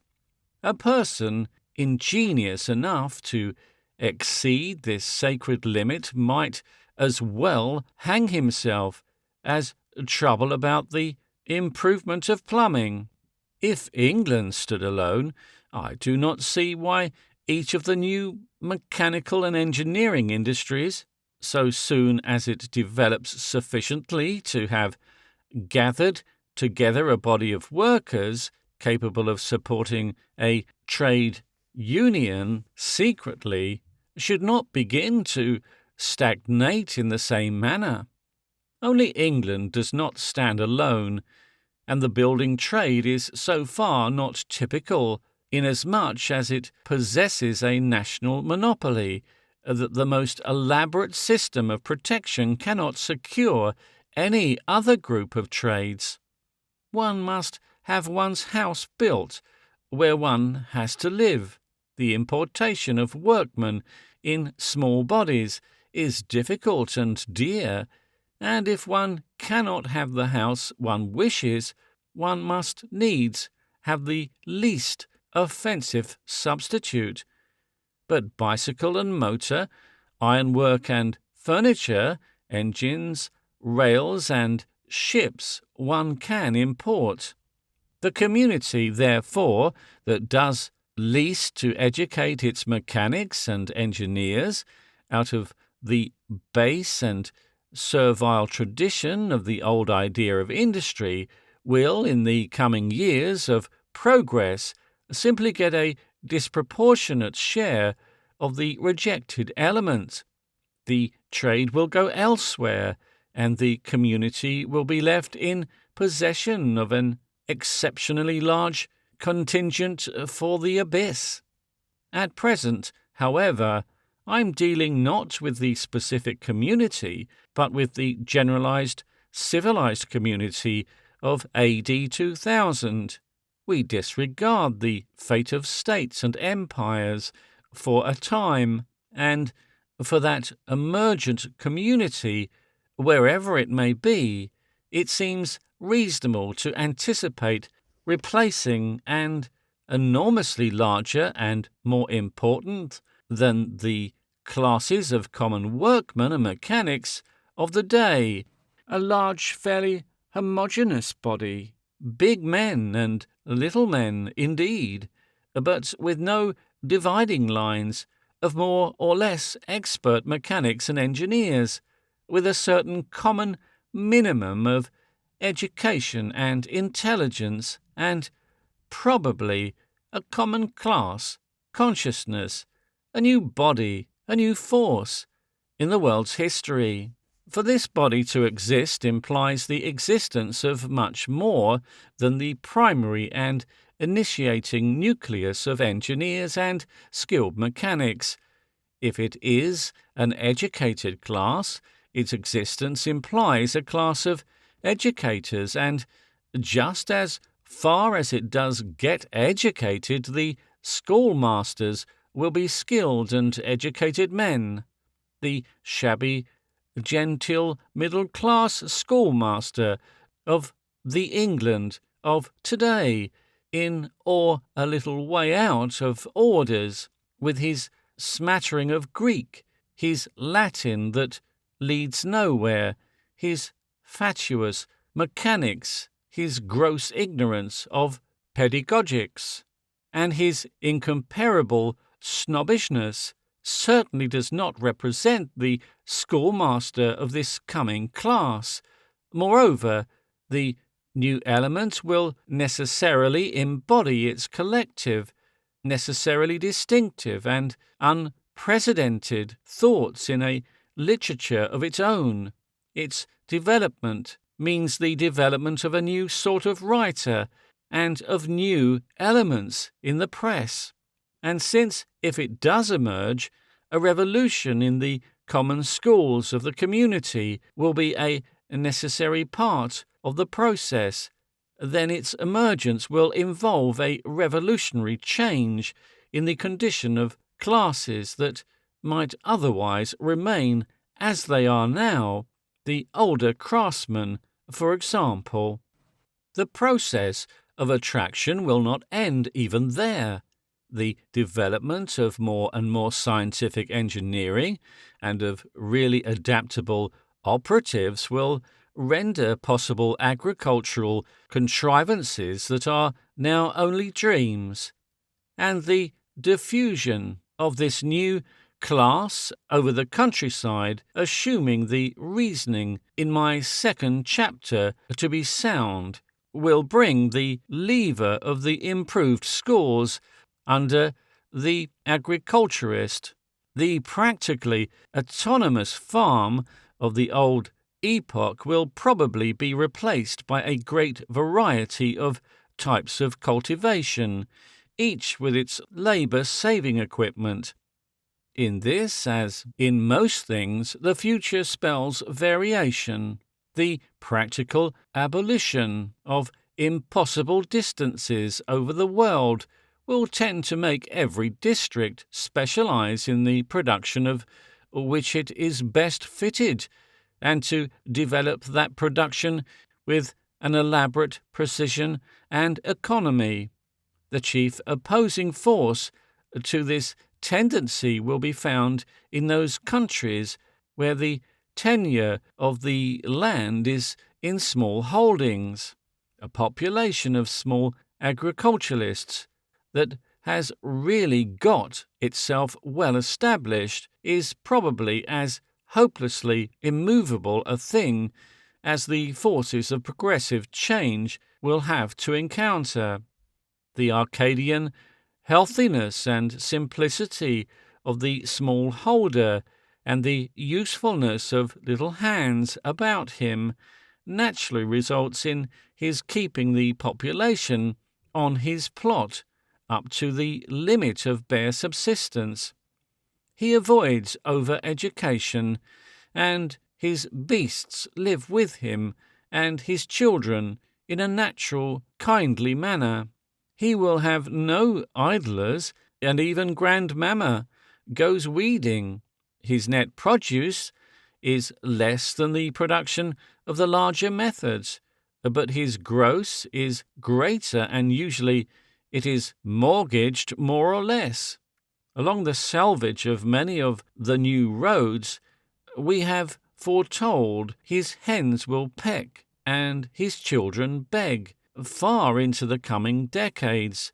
This simple, virtuous open-air life is to be found ripening in the north of France and Belgium.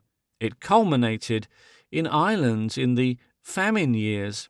It has held its own in China with a use of female infanticide for immemorable ages, and a number of excellent persons are endeavouring to establish it in England at the present time. At the Cape of Good Hope, under British rule, Kaffirs are being settled upon little inalienable holdings that must inevitably develop in the same direction, and over the southern states the nigger squats and multiplies. It is fairly certain that these stagnant pounds of population, which will grow until public intelligence rises to the pitch of draining them, will on a greater scale parallel in the 20th century the soon-to-be dispersed urban slums of the 19th. But I do not see how they can obstruct more than locally the reorganization of agriculture and horticulture upon the ampler and more economical lines mechanism permits, or prevent the development of a type of agriculturist as adaptable, alert, intelligent, unprejudiced, and modest as the coming engineer. Another great section of the community, the military element, will also fall within the attraction of this possible synthesis, and will inevitably undergo profound modification. Of the probable developments of warfare, a later chapter shall treat, and here it will suffice to point out that at present science stands preferring the soldier vague, vast possibilities of mechanism, and so far he has accepted practically nothing but rifles which he cannot sight and guns that he does not learn to move about. It is quite possible that the sailor would be in the like case, but for the exceptional conditions that begot ironclads in the American Civil War. Science offers the soldier transport that he does not use, maps he does not use, entrenching devices, road-making devices, balloons and flying scouts, portable foods, security from disease, 1,000 ways of organizing the horrible uncertainties of war. But the soldier of the day, I do not mean the British soldier only, still insists on regarding these revolutionary appliances as mere accessories, and untrustworthy ones at that, to the time-honoured practice of his art. He guards his technical innocence like a plumber. Every European army is organised on the lines of the once fundamental distinction of the horse and foot epoch, in the deference to the contrast of gentle and simple. There is the officer, with all the traditions of old nobility, and the men still, by 100 implications, mere sources of mechanical force, and fundamentally base. The British Army, for example, still cherishes the tradition that its privates are absolutely illiterate, and such small instruction as is given them in the art of war is imparted by bawling and enforced by abuse upon public drill grounds. Almost all the discussion of military matters still turns upon the now quite stupid assumption that there are two primary military arms and no more horse and foot. Cyclists are infantry. The War Office Manual of 1900 gallantly declares, in the face of this changing universe. After 50 years of railway, there still does not exist, in a world which is said to be over-devoted to military affairs, a skilled and organised body of men, specially prepared to seize, repair, reconstruct, work and fight such an important element in the new social machinery as a railway system. Such a business in the next European war will be hastily entrusted to some haphazard incapables drafted from one or other of the two prehistoric arms. I do not see how this condition of affairs can be anything but transitory. There may be several wars between European powers prepared and organised to accept the old conventions, bloody, vast, distressful encounters that may still leave the art of war essentially unmodified.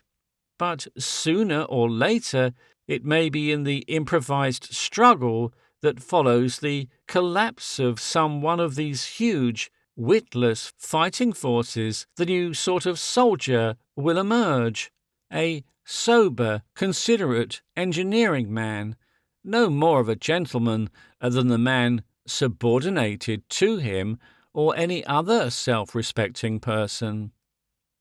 Certain interesting side questions I may glance at here, only for the present, at least, to set them aside unanswered. The reaction, for example, of this probable development of a great mass of educated and intelligent officiants upon the status and quality of the medical profession, and the influence of its novel needs to either modifying the existing legal body or calling into being a parallel body of more expert and versatile guides and assistants in business operations. But from the mention of this latter section, one comes to another possible centre of aggregation in the social welter, opposed in many of their most essential conditions to the capable men who are of primary importance in the social body, is the great and growing variety of non-productive but active men who are engaged in more or less necessary operations of organisation, promotion, advertisement, and trade. There are the business managers, public and private, the political organisers, brokers, commission agents, the varying grades of financier, down to the mere greedy camp followers of finance, the gamblers pure and simple, and the great body of their dependent clerks, typewriters, and assistants.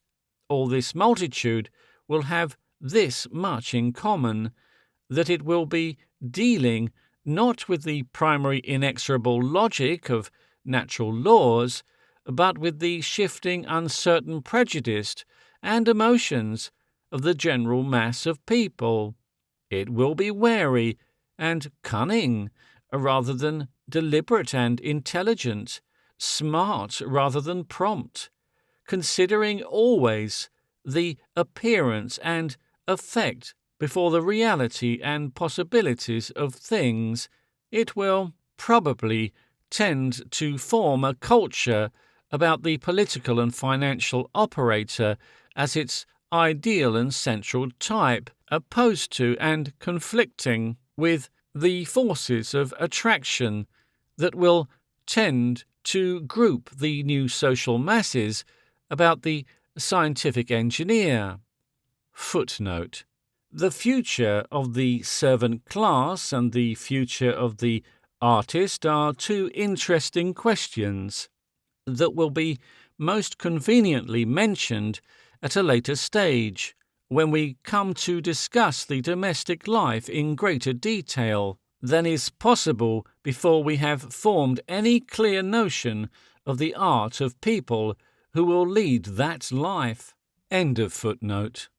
Here, then, in the vision of the present writer, are the main social elements of the coming time.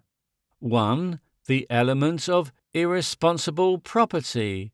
2. The helpless, superseded poor, that broad base of mere toilers, now no longer essential. 3. A great inchoate mass of more or less capable people engaged more or less consciously in applying the growing body of scientific knowledge to the general needs, a great mass that will inevitably tend to organize itself in a system of independent educated classes with a common consciousness and aim, but which may or may not succeed in doing so. And 4. A possibly equally great number of non-productive persons living in and by the social confusion. All these elements will be mingled confusedly together, passing into one another by insensible graduations, scattered over the great urban regions and intervening areas our previous anticipations have sketched out. Moreover, they are developing, as it were, unconditionally, under the stimulus of mechanical developments and with the badges of old tradition hampering their movements. The laws they obey, the governments they live under, are for the most part laws made and governments planned before the coming of steam.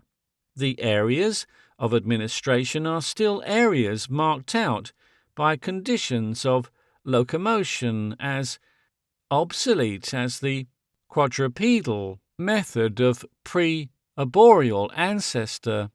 In Great Britain, for example, the political constitution, the balance of estates, and the balance of parties preserves the compromise of long-vanished antagonisms. The House of Lords is a collection of obsolete territorial dignitaries, fitfully reinforced by the bishops and the miscellany, in no sense representative of opulent moderns.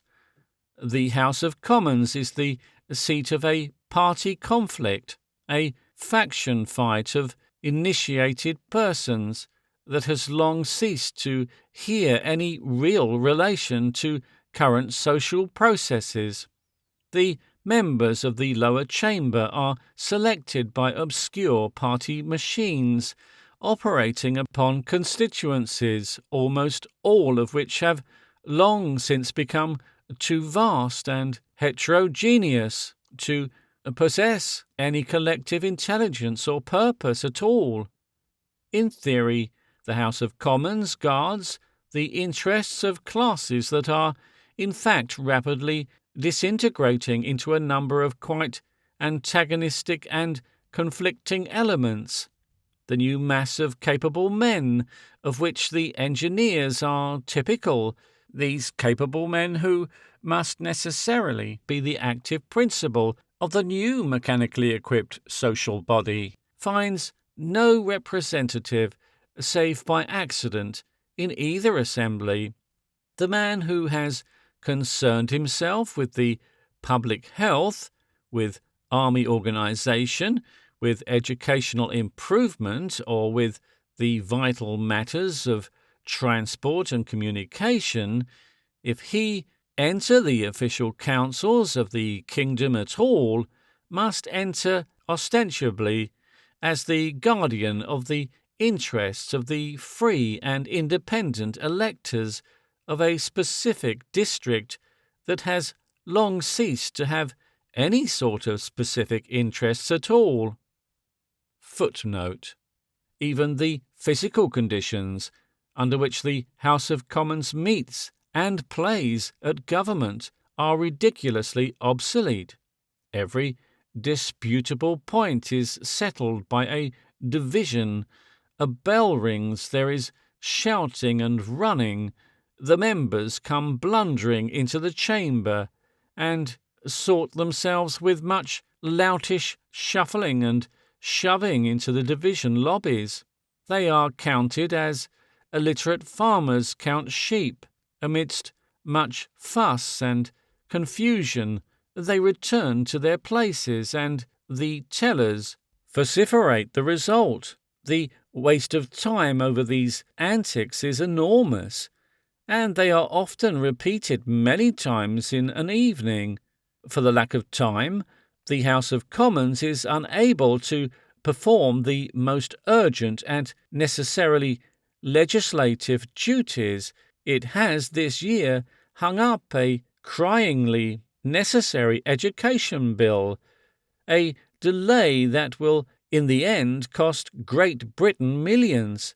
But not a soul in it has had the necessary common sense to point out that an electrician and an expert locksmith could, in a few weeks, and for a few £100, devise and construct a member's desk and key, committee room tapes, and voting desks, and a general recording apparatus that would enable every member within the precincts to vote, and that would count, record, and report the votes within the space of a couple of minutes. End of footnote. And the same obsolescence that is so conspicuous in the general institutions of the official kingdom of England, and that even English people can remark in the official empire of China, is to be traced in a greater or lesser degree in the normal organization and public tradition throughout the whole world. The United States, for example, the social mass which has perhaps advanced furthest along the new lines, struggles in the iron bonds of a constitution that is based primarily on a conception of a number of comparatively small, internally homogeneous agricultural states, a bunch of pre-Johannesburg Transvaals communicating little and each constituting a separate, autonomous democracy of free farmers, slave-holding or slaveless. Every country in the world, indeed, that is organized at all has been organized with a view to stability within territorial limits.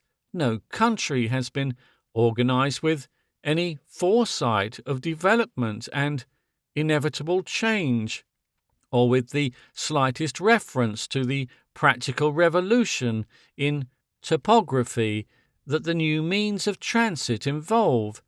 And since this is so, and since humanity is most absurdly embarked upon a series of changes of which we know as yet only the opening phases, a large part of the history of the coming years will certainly record more or less conscious endeavours to adapt these obsolete and obsolescent contrivances for the management of public affairs to the new, continually expanding and changing requirements of the social body, to correct or overcome the traditions that were once wisdom and which are now obstruction, and to burst the straining boundaries that were sufficient for the ancient states. There are here no signs of a millennium internal reconstruction while men are still limited, egotistical, passionate, ignorant, and ignorantly led means seditions and revolutions, and the rectification of frontiers means wars. But before we go on to these conflicts and wars, certain general social reactions must be considered.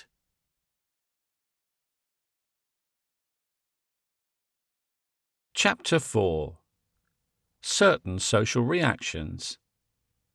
We are now in a position to point out and consider certain general ways in which the various factors and elements in the deliquescent society of the present time will react one upon another, and to speculate what definite statements, if any, it may seem reasonable to make about the individual people of the year 2000, or thereabouts, from the reaction of these classes we have attempted to define. To begin with, it may prove convenient to speculate upon the trend of development of the class about which we have the most grounds of certainty in the coming time, the shareholding class. The route of the abyss. The speculator may develop in countless ways according to the varying development of exterior influences upon them. But of these most typical portion of the central body, the section containing the scientific engineering of scientific medical sort of people, we can postulate certain tendencies with some confidence. Certain ways of thought they must develop, certain habits of mind and eye they will radiate out into the adjacent portions of the social mass. We can even, I think, deduce some conception of the home in which a fairly typical example of this body will be living within a reasonable term of years. The mere fact that a man is an engineer or a doctor, for example, should imply now, and certainly will imply in the future, that he has received an education of a certain definite type. He will have a general acquaintance with the scientific interpretation of the universe, and he will have acquired certain positive and practical habits of mind. If the method of thought of any individual in the central body are not practical and positive, he will tend to drift out of it to some more congenial employments. He will almost necessarily have a strong imperative to duty, quite apart from whatever theological options he may entertain, because if he has not such an inherent imperative, life will have very many more alluring prospects than this. His religious conclusions, whatever they may be, will be based upon some orderly theological system that must have honestly admitted and reconciled his scientific beliefs. The emotional and mystical elements in his religion will be subordinate or absent. Essentially, he will be a moral man, certainly so far as to exercise self-restraint and live in an orderly way. Unless this is so, he will be unable to give his principal energies to thought and work. That is, he will not be a good typical engineer. If sensuality appear at all largely in the central body, therefore, a point we must leave open here, it will appear without any trappings of sentiment or mysticism, frankly on Pauline lines, wine for the stomach's sake, and it is better to marry than to burn, a concession to the flesh necessary to secure efficiently. Assuming in our typical case that pure indulgence does not appear or flares and passes, then either he will be single or more or less married. The importance of that more or less will be discussed later. For the present, we may very conveniently conceive him married under the traditional laws of Christendom. Having a mind considerably engaged, he will not have the leisure for a wife of the distracting, perplexing personality kind, and in our typical case, which will be a typical sound and successful one, we may picture him wedded to a healthy, intelligent, and loyal person, who will be her husband's companion in their common leisure, and as mother of their 3 or 4 children, and manager of his household, as much of a technical capable individual as himself, he will be a father of several children, I think, because his scientific mental basis will incline him to see the whole of his life as a struggle to survive. He will recognize that a childless, sterile life, however pleasant, is essentially failure and perversion, and he will conceive his honor involved in the possession of offspring. Such a couple will probably dress with a view to decent convenience. They will not set the fashions, as I shall presently point out, but they will incline to steady and sober them. They will avoid existing colour, contrasts, and bizarre contours. They will not be habitually promenaders or greatly addicted to theatrical performances. They will probably find their secondary interests, the cardinal one will of course be the work in hand, in a not too imaginative prose literature, in travel and journeys, and in the less sensuous aspect of music. They will probably take a considerable interest in public affairs. Their menage, which will consist of father, mother, and children, will, I think, in all probability be servantless. They will probably not keep a servant for 2 very excellent reasons, because, in the first place, they will not want one, and in the second, they will not get one if they do. A servant is necessary in the small modern house, partly to supplement the deficiencies of the wife, but mainly to supplement the deficiencies of the house.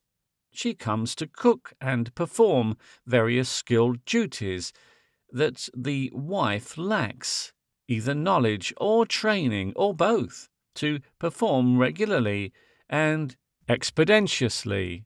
Usually, it must be confessed that the servant in the small household fails to perform these skilled duties completely.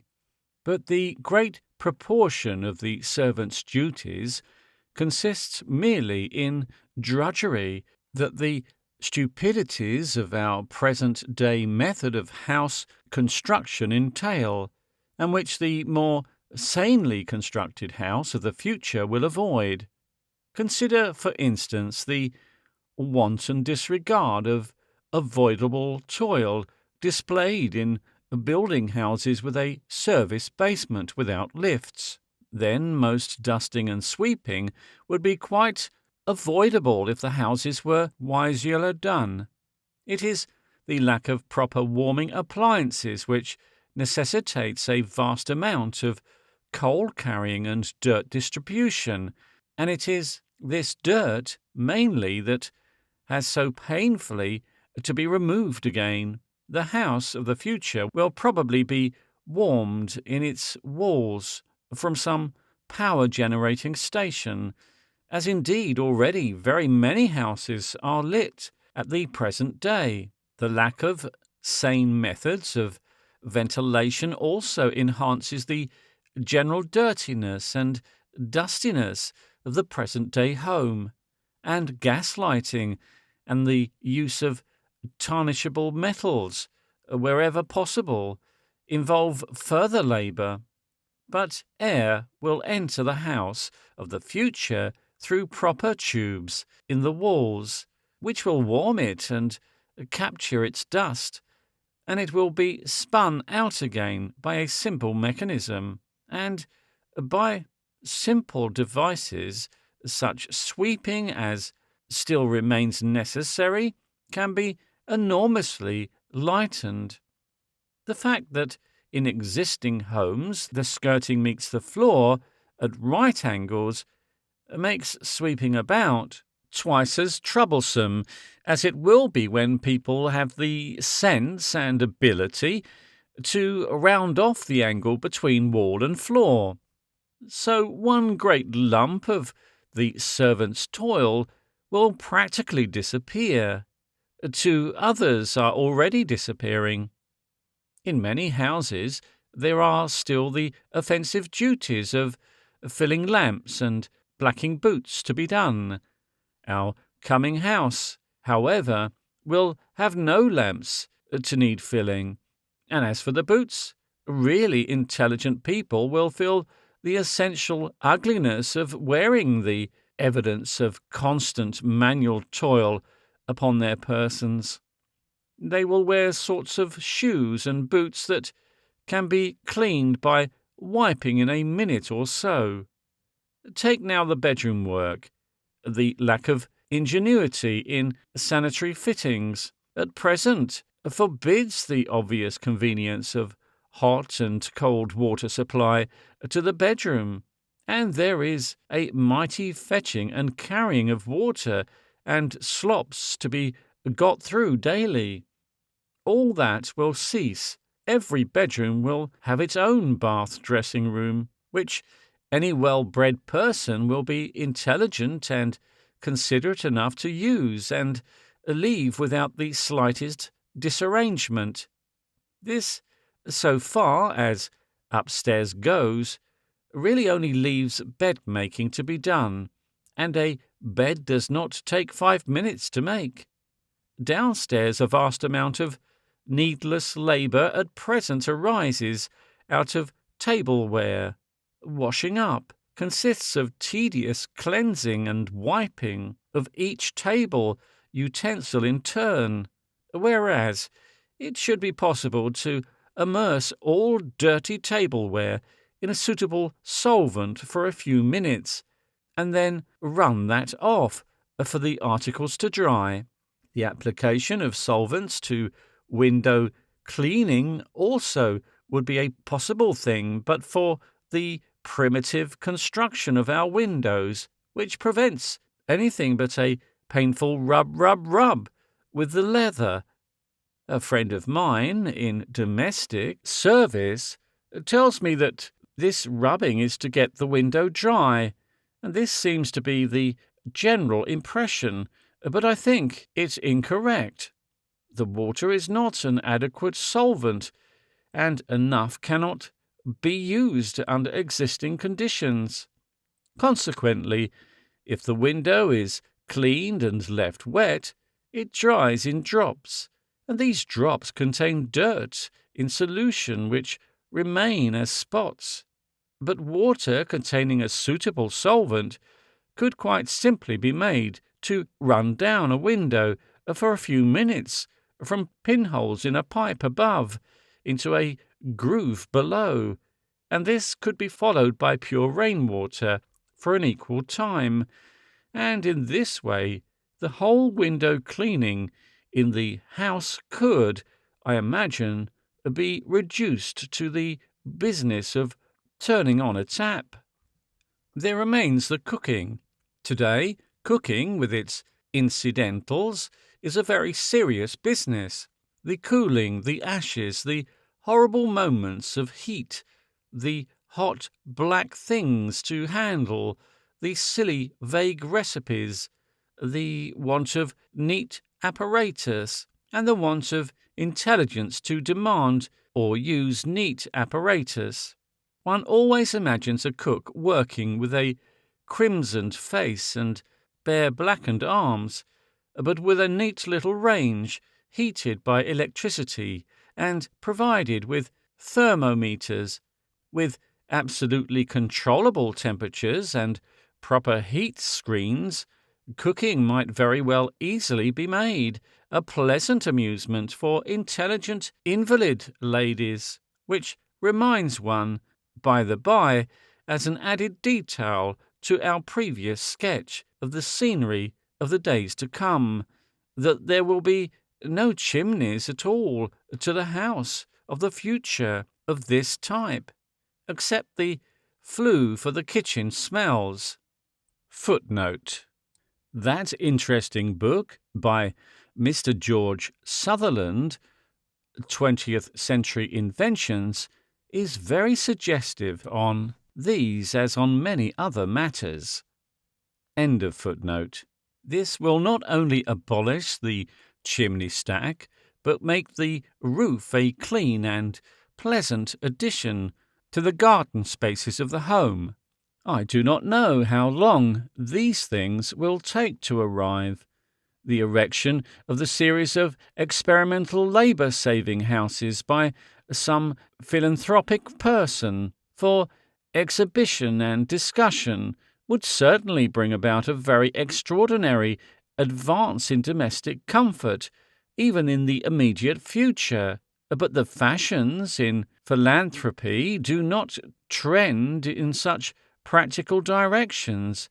If they did, the philanthropic person would probably be too amenable to flattery to escape the push for patentee, and too sensitive to avail himself of criticism, which rarely succeeds in being both penetrating and polite, and it will probably be many years before the cautious enterprise of advertising firms approximates to the economics that are theoretically possible today. But certainly the engineering and medical sorts of person will be best able to appreciate the possibilities of cutting down the irksome labours of the contemporary home, and most likely to first demand and secure them. The wife of this ideal home may probably have a certain distaste for vicarious labour, that so far as the immediate minimum of duties goes, will probably carry her through them. There will be few servants obtainable for the small homes of the future, and that may strengthen her sentiments. Hardly any woman seems to object to a system of things which provides that another woman should be made rough-handed and kept rough-minded for her sake, but with the enormous diffusion of leavening information that is going on, a perfectly valid objection will probably come from the other side in this transaction. The servants of the past and the only good servants of today are the children of servants or the children of the old labour base of the social pyramid, until recently a necessary and self-respecting element in the state. Machinery has smashed that base and scattered its fragments. The tradition of self-respecting inferiority is being utterly destroyed in the world. The contingents of the abyss, even, will not supply daughters for this purpose. And in the community of the United States, no native-born race of white servants has appeared, and the emancipated young negress degenerates towards the impossible, which is one of the many stimulants to small ingenuities that may help very powerfully to give that nation the industrial leadership of the world. The servant of the future, if indeed she should still linger in the small household, will be a person alive to a social injustice and the unsuccessful rival of the wife. Such servants as wealth will retain will be about as really loyal and servile as hotel waiters, and on the same terms. For the middling sort of people in the future, maintaining a separate menage, there is nothing for it but the practically automatic house or flat, supplemented, perhaps, by the restaurant or the hotel. Almost certainly, for reasons detailed in the second chapter of these anticipations, this household, if it is an ideal type, will be situated away from the central town nucleus and in pleasant surroundings. And I imagine that the sort of woman who would be mother and mistress of such a home would not be perfectly content unless there were a garden about the house. On account of the servant difficulty, again, this garden would probably be less laboriously neat than many of the gardens today. No bedding out, for example, and a certain parsimony of mown lawn. To such a type of home, it seems the active, scientifically trained people will tend, but usually I think the prophet is inclined to overestimate the number of people who will reach this condition of affairs in a generation or so, and to underestimate the conflicting tendencies that will make its attainment difficult to all and impossible to many. And that will be for many years tint and blotch the achievement of those who succeed with patches of unsympathetic colour. To understand just how modifications may come in, it is necessary to consider the probable line of development of another of the four main elements in the social body of the coming time. As a consequence and visible expression of the great new growth of share and stock property, there will be scattered through the whole social body, concentrated here perhaps, and diffused there, but everywhere perceived, the members of that new class of the irresponsible wealthy, a class, as I have already pointed out in the preceding chapter, miscellaneous and free to a degree quite unprecedented in the world's history. Quite inevitably, great sections of this miscellany will develop characteristics almost diametrically opposed to those of the typical working expert class, and their gravitational attraction may influence the lives of this more efficient, finally more powerful, but at present much less wealthy class to a very considerable degree of intimacy.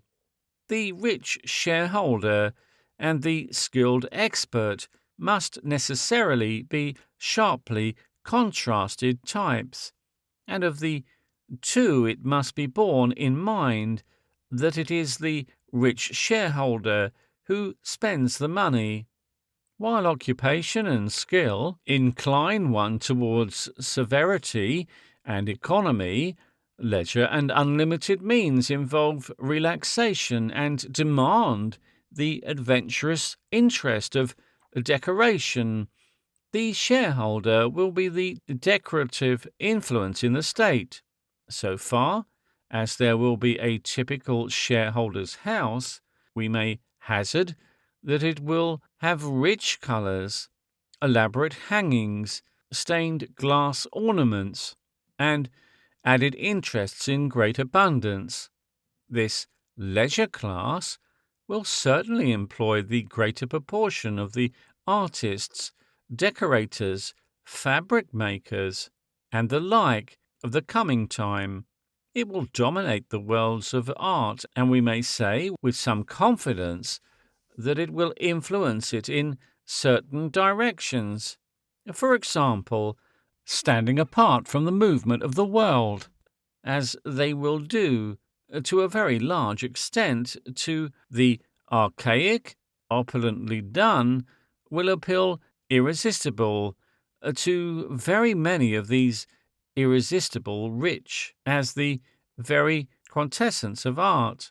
They will come to art with uncritical, cultured minds, full of past achievements, ignorant of present necessities. Art will be something added to life, something struck on and richly reminiscent, not a manner pervading all real things.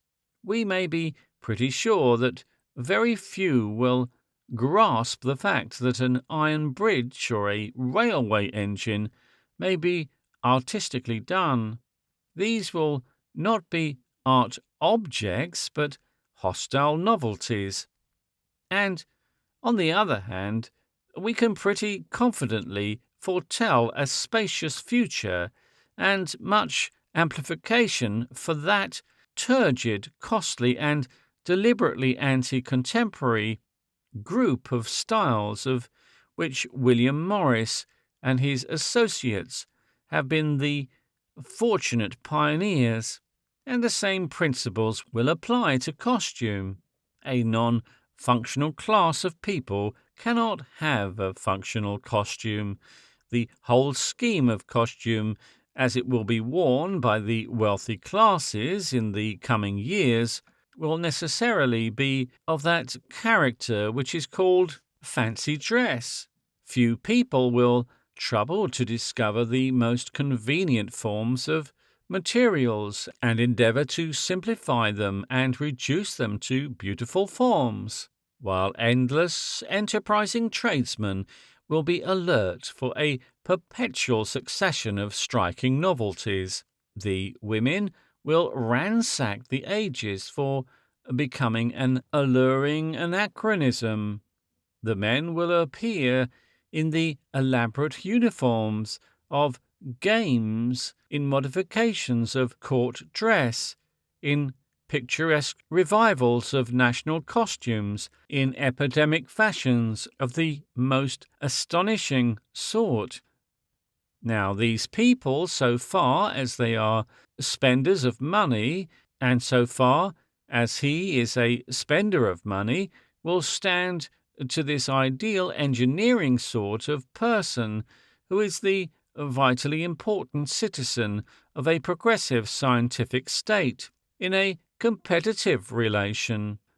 In most cases, whenever there is something that both want one against the other, the shareholder will get it. In most cases, where it is a matter of calling the tune, the shareholder will call the tune.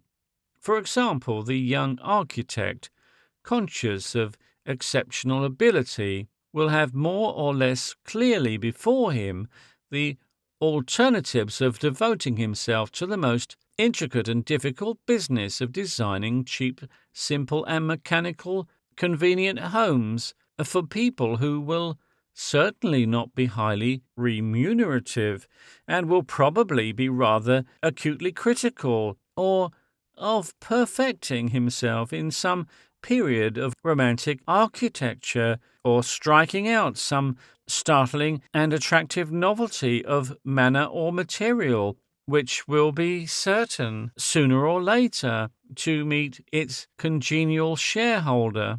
Even if he hover for a time between these alternatives, he will need to be a person not only for exceptional gifts, but what is by no means a common accomplishment of exceptional gifts, exceptional strength of character to take the former line.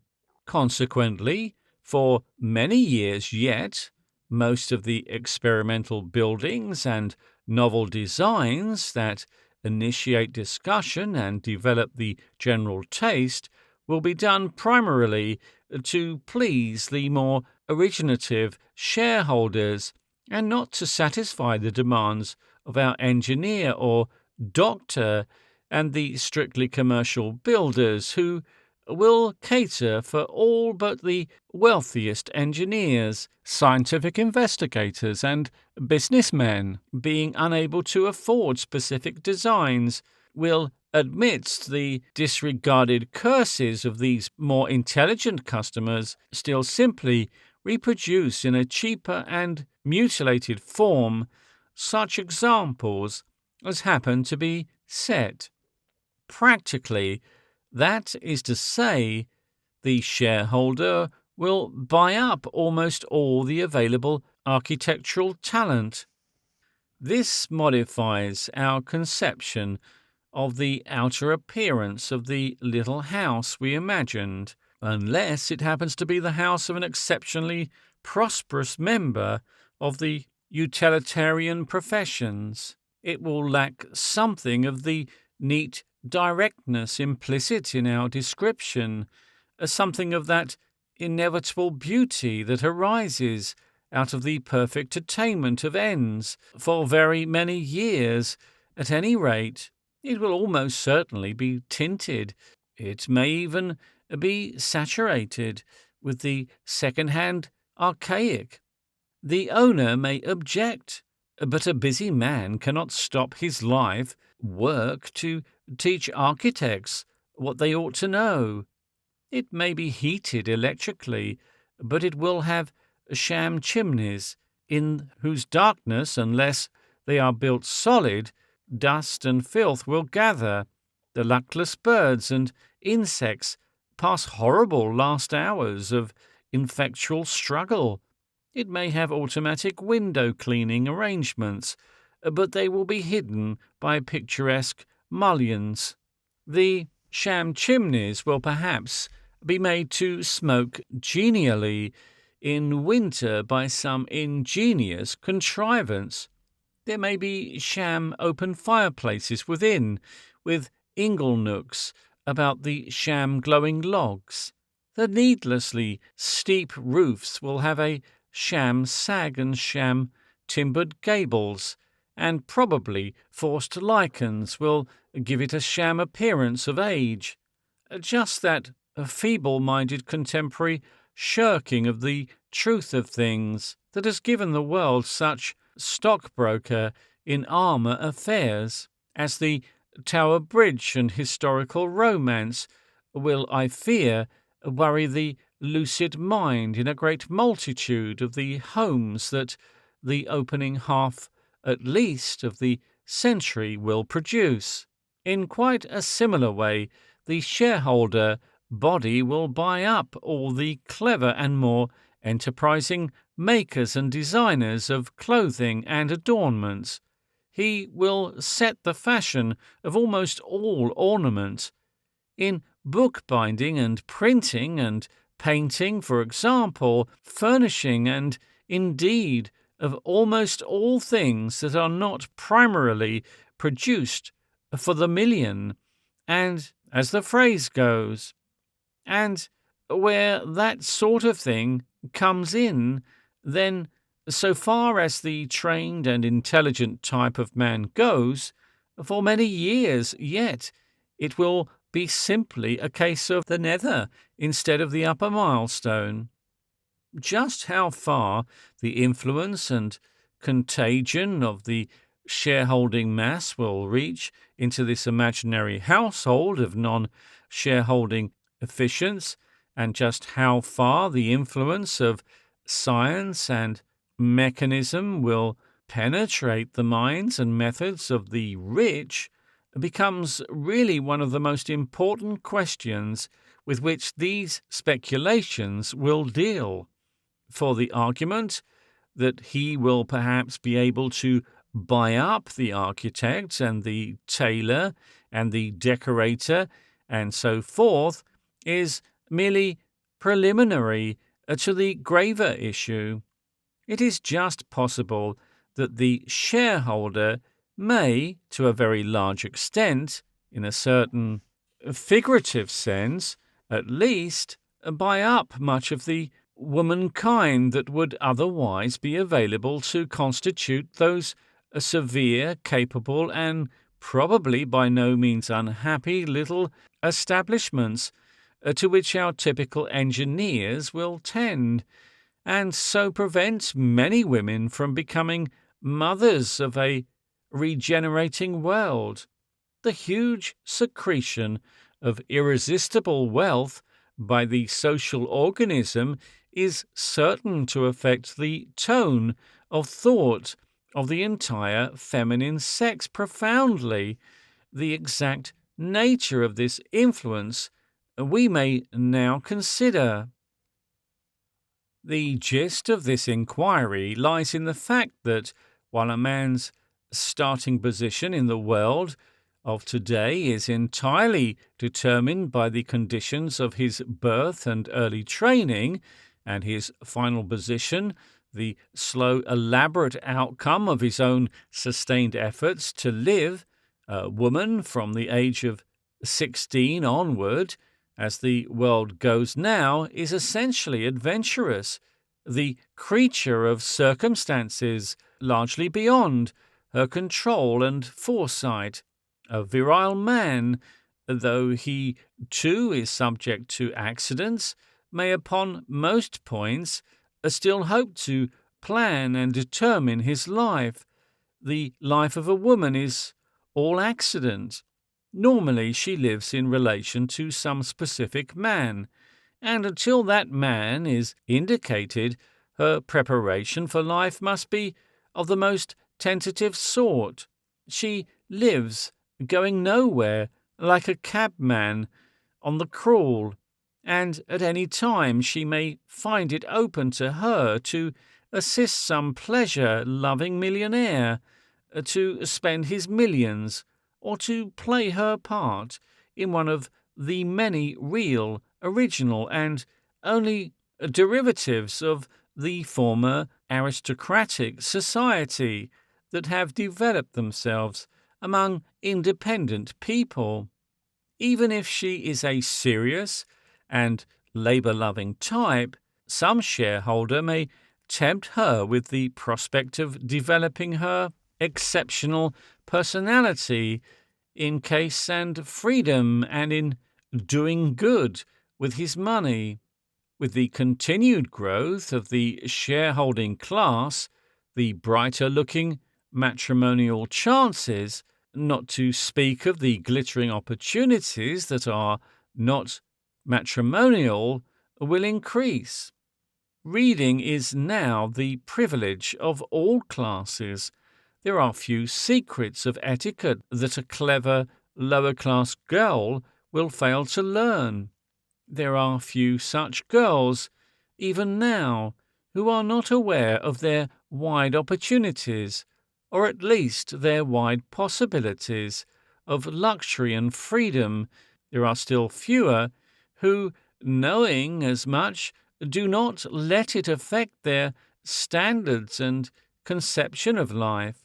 The whole mass of modern fiction, written by women for women, indeed, down to the cheapest novelties, is structured with the romance of mésalliance, and even when the specific man has appeared, the adventuress is still not shut out of a woman's career. A man's affections may wander capriciously and leave him but a little poorer or a little better placed for the women they wander from. However, the issue is an infinitely graver one, and the serious wandering of a woman's fancy may mean the beginning of a new world for her. At any moment, the chances of death may make the wife a widow, may sweep out of existence all that she had made fundamental in her life, may enrich her with insurance profits, or hurl her into poverty and restore all the drifting expediency of her adolescence. Now, it is difficult to say why we should expect the growing girl in whom an unlimited ambition and egotism is as natural and proper a thing as beauty and high spirits, to deny herself some dalliance with the more opulent dreams that form the golden lining to these precious prospects. How can we expect her to prepare herself solely, putting all wandering thoughts aside, for the servantless cookery, domestic kindergarten work, the care of the hardy perennials, and the low-pitched conversation of the engineer's home? Supposing, after all, there is no predestinate engineer, the stories the growing girl now prefers, and I imagine will in the future still prefer, deal mainly with the rich and free. The theatre she will prefer to visit will present the lives and loves of opulent people with great precision and detailed correctness. Her favourite periodicals will reflect that life.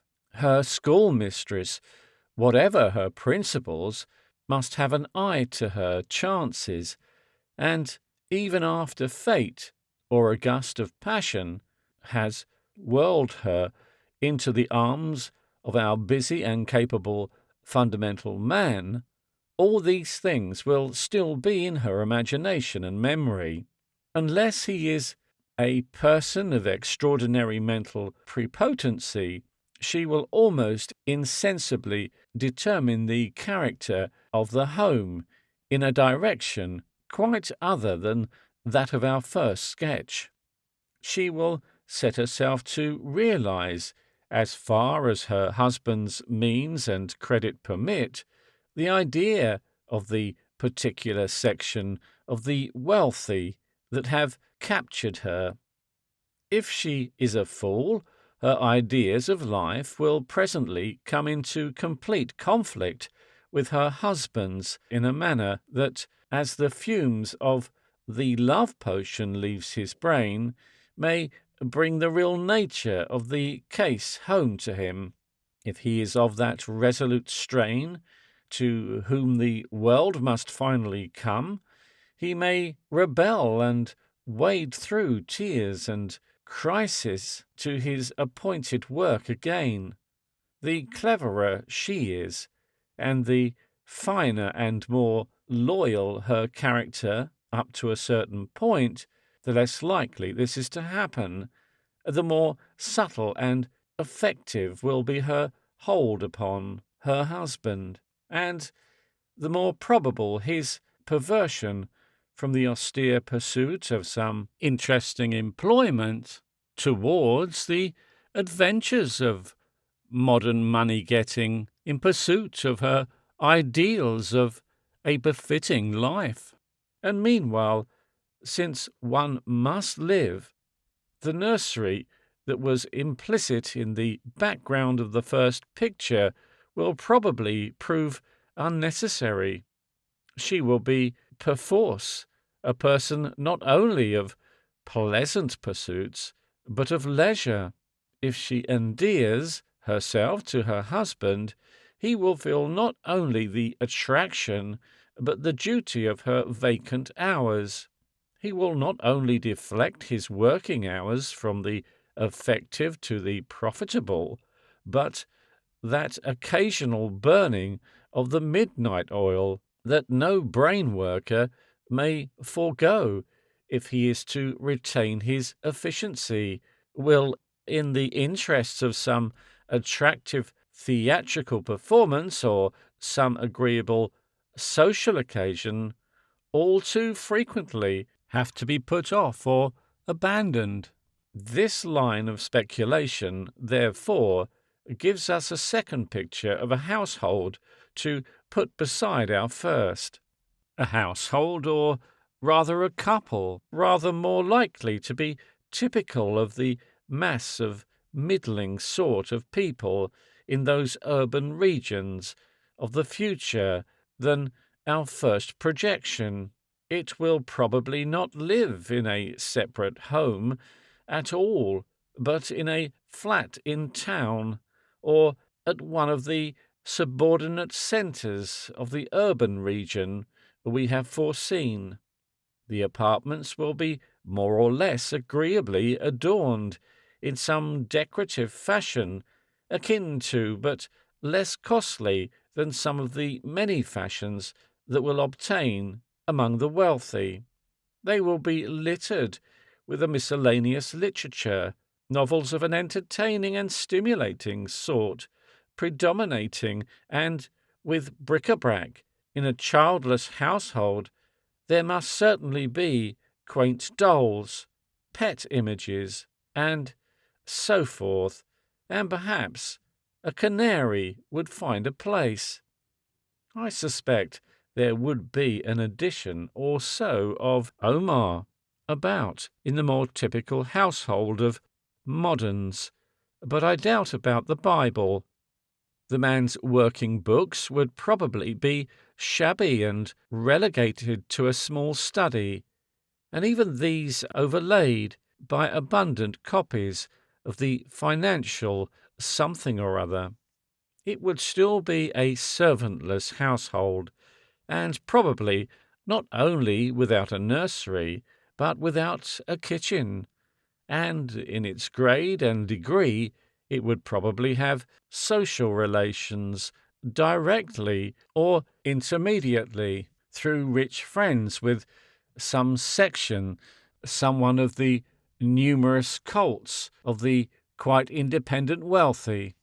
Quite similar households to this world would be even more common among those neither independent nor engaged in work of a primarily functional nature, but endeavouring quite ostensibly to acquire wealth by political or business ingenuity and activity, and also among the great multitude of artists, writers, and that sort of people whose works are their children. In comparison with the state of affairs 50 years ago, the child-infested household is already conspicuously rare in these classes. These are too highly probably menages among the central mass of the people of the coming time. But there will be many others. The ménage à deux, one may remark, though it may be without the presence of children, is not necessarily childless.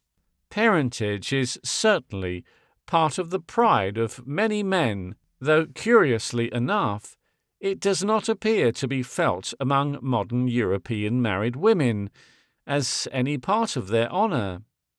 Many men will probably achieve percentage, therefore, who will not succeed in inducing, or who may possibly even be very loath to, permit their wives to undertake more than a first beginnings of motherhood. From the moment of its birth. Unless it is kept as a pet, the child of such marriages will be nourished, taught, and trained almost as though it were an orphan. It will have a succession of bottles and foster mothers for body and mind from the very beginning, side by side with the increasing number of childless homes. Therefore, there may develop a system of kindergarten boarding schools. Indeed, to a certain extent, such schools already exist, and it is one of the unprecedented contrasts of this and any former time how common such a separation of parents and children becomes. Except in the case of the illegitimate and orphans, and the children of impossible many public house children, e.g., or wretched homes, boarding schools until quite recently were used only for quite big boys and girls. But now, at every seaside town, for example, one sees a multitude of proprietary schools, which are really not simply educational institutions, but supplementary homes. In many cases, these are conducted and very largely staffed by unmarried girls and women, who are indeed, in effect, assistant mothers. This class of capable schoolmistresses is one of the most interesting social developments of the period. For the most part, they are women who, from emotional fastidiousness, intellectual egotism, or an honest lack of passion, have refused the common lot of marriage. Women often of exceptional character and restraint, and it is well that, at any rate, their intelligence and character should not pass fruitlessly out of being. Assuredly, for this type of future has much in store. There are, however, still other possibilities to be considered in this matter. In these anticipations, it is impossible to ignore the forces making for a considerable relaxation of the institution of permanent monogamous marriage in the coming years, and of a much greater variety of establishments than is suggested by these possibilities within the pale. I guess without attempting to refer to statistics that our present society must show a quite unprecedented increasing number of male and female celibates, not religious celibates, but people, for the most part, whose standard of personal comfort has such a relation to their earning power that they shirk or cannot enter the matrimonial grouping. The institution of permanent monogamous marriage, except for the ideal Roman Catholic community, where it is based on the sanction of an authority which, in real Roman Catholic countries, a large proportion of the men decline to obey, is sustained at present entirely by the inertia of custom and by a number of sentimental and practical considerations that may very possibly undergo modification in the face of the altered relationship of husband and wife that the present development of childless menages is bringing about. The practical and sustaining reason for the monogamy is the stability it gives to the family. The value of a stable family lies in the orderly upbringing, in an atmosphere of affection that it secures, in most cases, for its more or less numerous children. The monogamous family has indisputably been the civilizing unit of the pre-mechanical civilized state. it must be remembered that both for husband and wife, in most cases, monogamic life marriage involves an element of sacrifice. It is an institution of late appearance in the history of mankind, and it does not completely fit the psychology or physiology of any but very exceptional characters in either sex. For the man, it commonly involves considerable restraint. He must ride his imagination on the curb or exceed the code in an extremely dishonouring, furtive, and unsatisfactory manner while publicly professing an impossible virtue. For the women, it commonly implies many uncongenial submissions. There are probably few married couples who have escaped distasteful phases of bitterness and tears within the constraints of their, in most cases, practically insoluble bond. But, on the other hand, and as a reward, that in the soberer, mainly agricultural civilization of the past, and among the middling class of people, at any rate has sufficed, there comes the great development of associations and tenderness that arises out of intimate cooperation in an established home, and particularly out of the linking love and interest of children's lives. But how does this fit into the childless, disunited, and probably shifting menage of our second picture? It must be borne in mind that it has been the middling and lower mass of people, the tenants and agriculturists, the shopkeepers, and so forth, men needing, before all things, the absolutely loyal help of wives, that has sustained permanent monogamic marriage whenever it has been sustained. Public monogamy has existed on its merits, that is, on the merits of the wife. Merely ostensible reasons have never sufficed. No sort of religious conviction, without a real practical utility, has ever availed to keep classes of men unhampered by circumstances to its restrictions. In all times, and holding all sorts of beliefs, the specimen humanity of courts and nobilities is to be found developing the most complex qualifications of the code. In some quiet corner of Elysium, the bishops of the early Georges, the ecclesiastical dignitaries of the contemporary French and Spanish courts, the patriarchs of vanished Byzantium, will find a common topic with the spiritual advisers of the kingdoms of the East in this difficult theme, the theme of the concessions, permissible and expedient to earnest believers encumbered with leisure and a superfluity of power. It is not necessary to discuss religious development, therefore, before deciding this issue. We are dealing now with things deeper and forces infinitely more powerful than the mere convictions of men.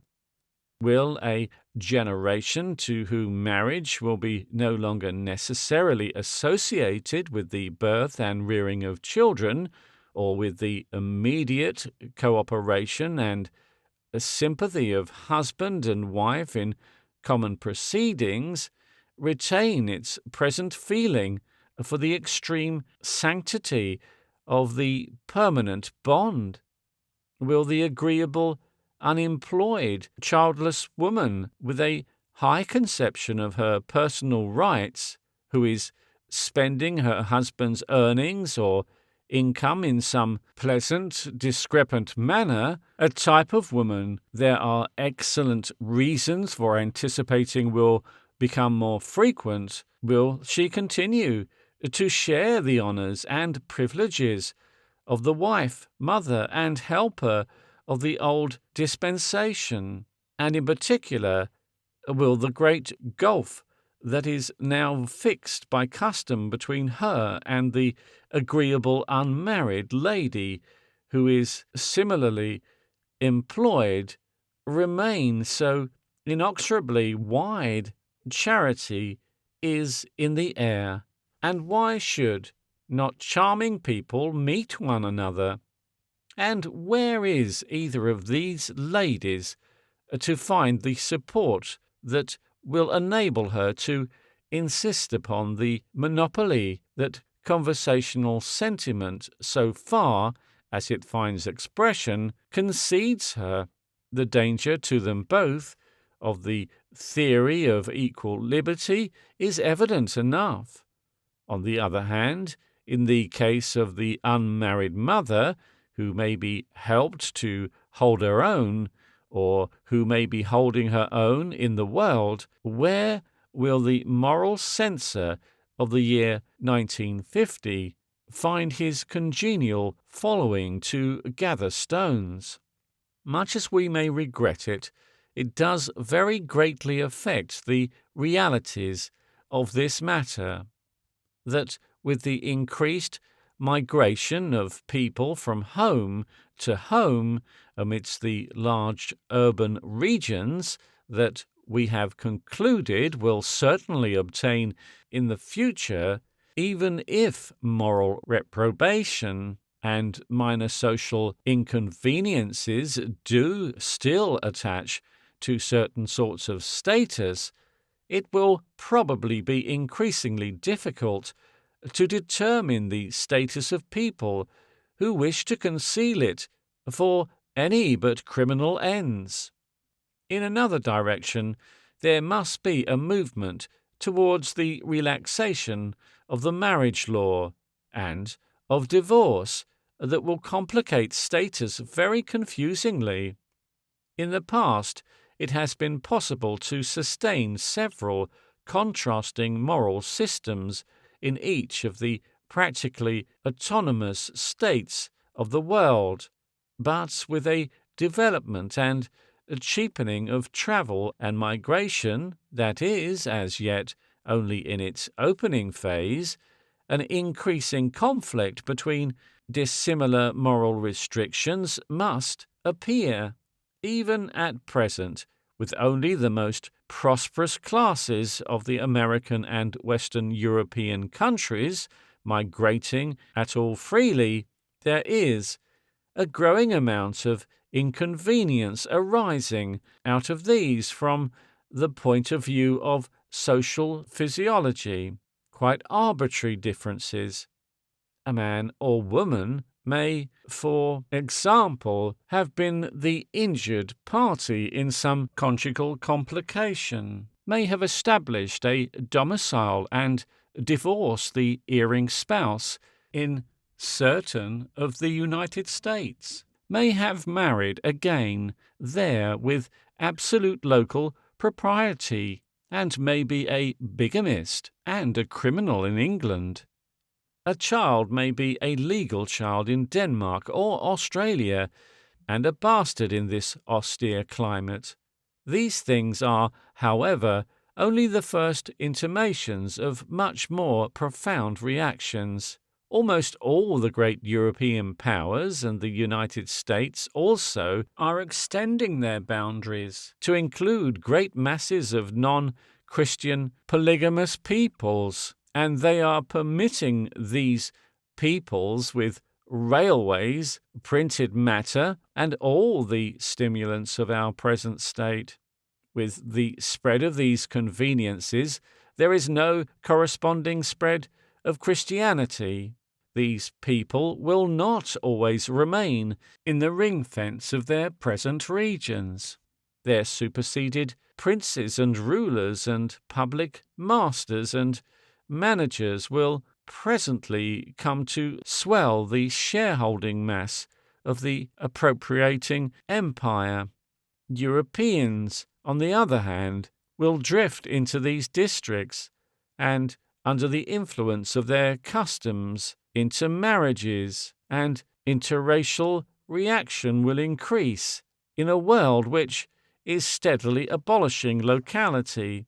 The compromise of local concessions, of localized recognition of the custom of the country cannot permanently avail. Statesmen will have to face the alternative of either widening the permissible variations of the marriage contract or of acute racial and religious stresses, of a vast variety of possible legal portrayals and the appearance of a body of self-respecting people outside the law and public respect, a body that will confer a touch of credit upon, because it will share the stigma of the deliberately dissolute and criminal. And whether the moral law shrivels relatively by mere exclusiveness, as in religious matters, the Church of England, for example, has shriveled to the proportions of a mere sectarian practice, or whether it broadens itself to sustain justice in a variety of sexual contracts. The net result, so far as our present purpose goes, will be the same. All these forces making for moral relaxation in the coming time will probably be greatly enhanced by the line of development certain sections of the irresponsible wealthy will almost certainly follow. Let me repeat that the shareholding rich man of the new time is in a position of freedom almost unparalleled in the history of men. He has sold his permission to control and experiment with the material wealth of the community for freedom from care, labor, responsibility, custom, local usage, and local attachment. He may come back again into public affairs if he likes. That is his private concern. Within the limits of the law and his capacity and courage, he may do as the imagination of his heart directs.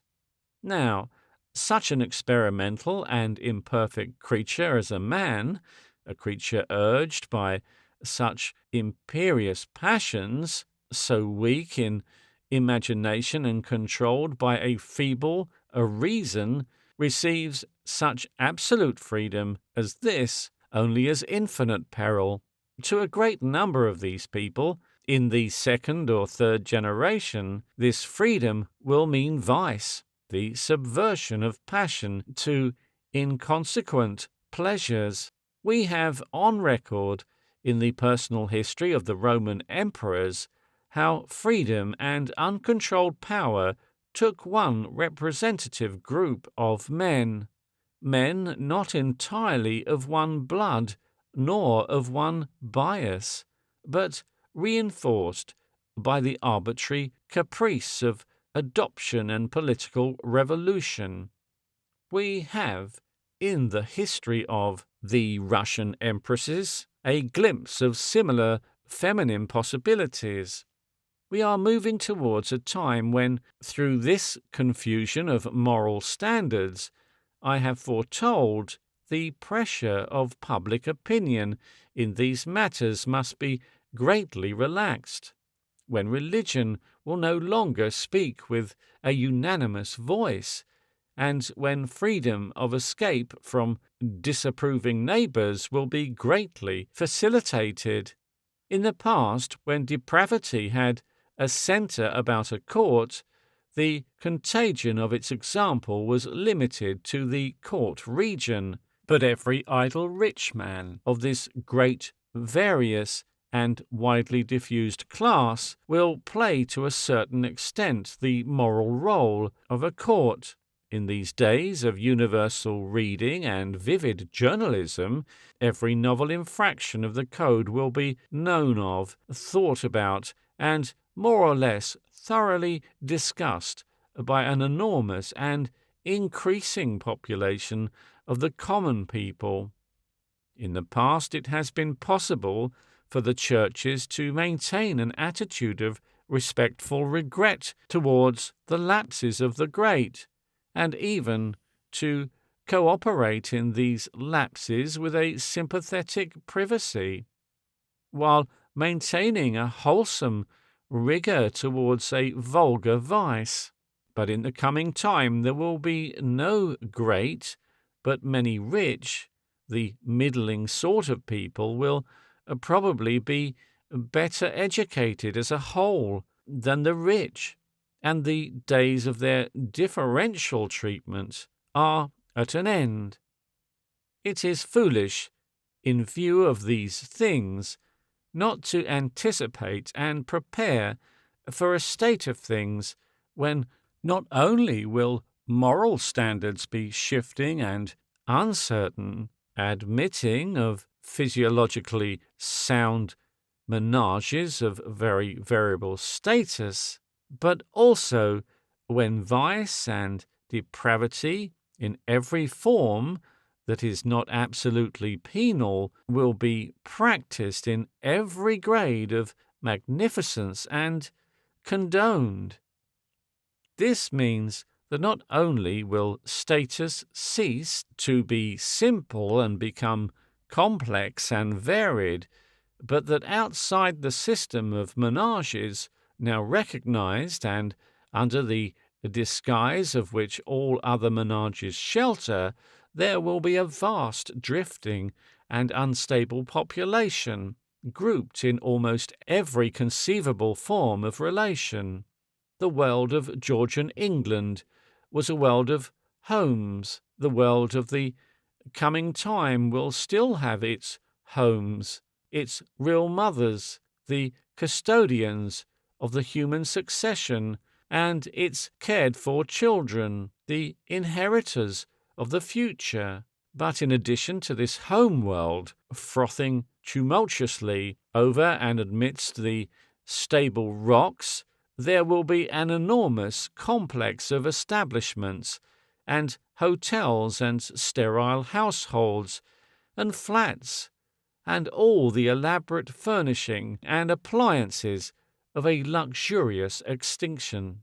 And since in the present social chaos there does not yet exist any considerable body of citizens comparable to the agricultural and commercial middle class of England during the period of the limited monarchy, that will be practically unanimous in upholding in any body of rules of moral restraint, since there will probably not appear for some generations any body propounding with wide-reaching authority a new, definitely different code to replace the one that is now likely to be increasingly disregarded, it follows that the present code, with a few interlined qualifications and grudging legal concessions, will remain normally operative in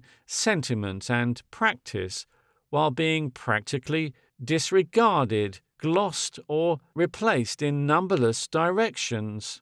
It must be pointed out that, in effect, what is here forecast for questions of menage and moral restraints has already happened to a very large extent in religious matters. There was a time when it was held, and I think rightly, that a man's religious beliefs, and particularly his method of expressing them, was a part not of his individual but of his social life. But the great upheavals of the Reformation resulted finally in a compromise, a sort of truce that has put religious belief very largely out of the intercourse and discussion. It is conceded that within the bounds of the general peace and security, a man may believe and express his belief in matters of religion as he pleases, not because it is better so, but because for the present epoch there is no way nor hope of attaining unanimous truth. There is a decided tendency that will, I believe, prevail towards the same compromise in the question of private morals. There is a convention to avoid all discussion of creeds in general social intercourse, and a similar convention to avoid the point of status in religion to marriage. One may very reasonably anticipate will be similarly recognized. But this impending dissolution of a common standard of morals does not mean universal depravity until some great reconstruction obtains, any more than the obsolescence of the conventicle act means universal irreligion. It means that for one morality there will be many moralities. Each human being will, in the face of circumstances, work out his or her particular early training as his or her character determines.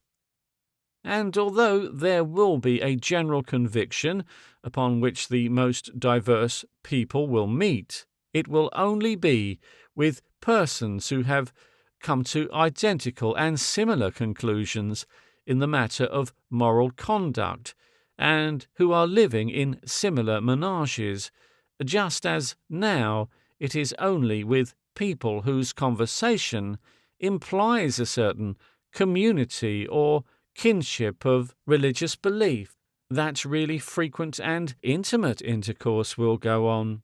In other words, there will be a process of moral segregation. Footnote.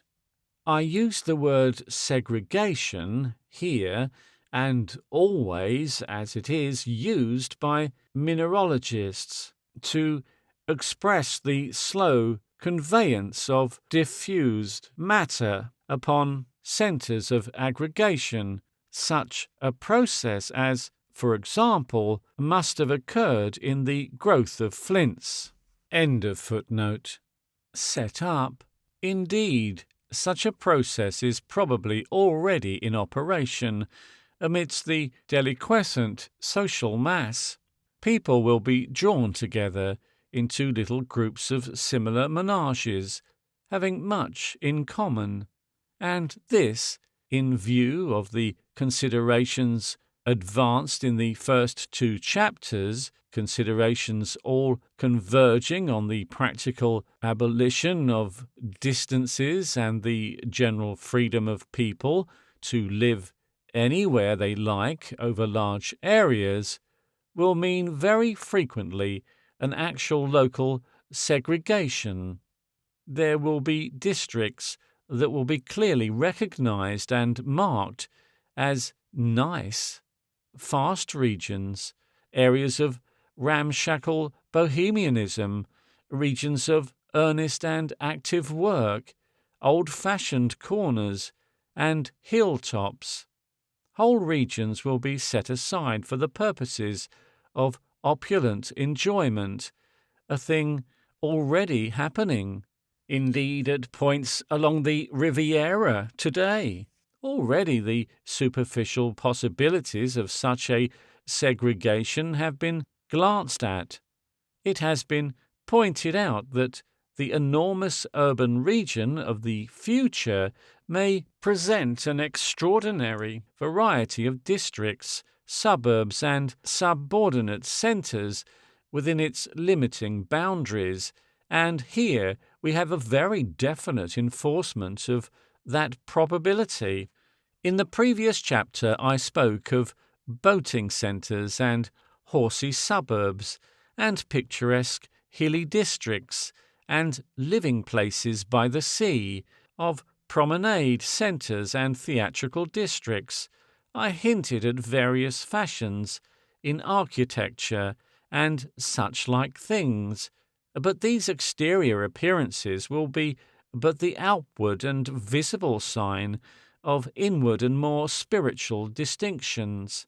The people who live in the good hunting country and about think rightly about that glittering grandstand will no longer be even pretending to live under the same code as those picturesque musical people who have concentrated on the canoe-dotted river where the promenaders gather and the bands are playing and the pretty little theatres compete. The pleasure seeker will be seeking such pleasure as he pleases, no longer debased by furtiveness and innuendo, going his primrose path to a congenial, picturesque, happy, and highly desirable extinction. Just over the hills, perhaps, a handful of opulent shareholders will be pleasantly preserving the old traditions of a landed aristocracy, with servants, tenants, vicar, and other dependents all complete, and what from the point of view of social physiology will really be an arrested contingent of the abyss, but all nicely washed and done good to, will pursue home industries in model cottages in a quite old English and exemplary manner. Here the windmills will spin, and the waterfalls will be trapped to gather force, and the quiet-eyed master of the machinery will have his office and perhaps his private home. Here about the great college and its big laboratories there will be men and women reasoning and studying, and here, where the homes thicken among the ripe gardens, one will hear the laughter of playing children, the singing of children in their schools, and see their little figures going to and fro amidst the trees and flowers. And these segregations, based primarily on a difference in moral ideas and pursuits and ideals, will probably round off and complete themselves at last as distinct and separate cultures.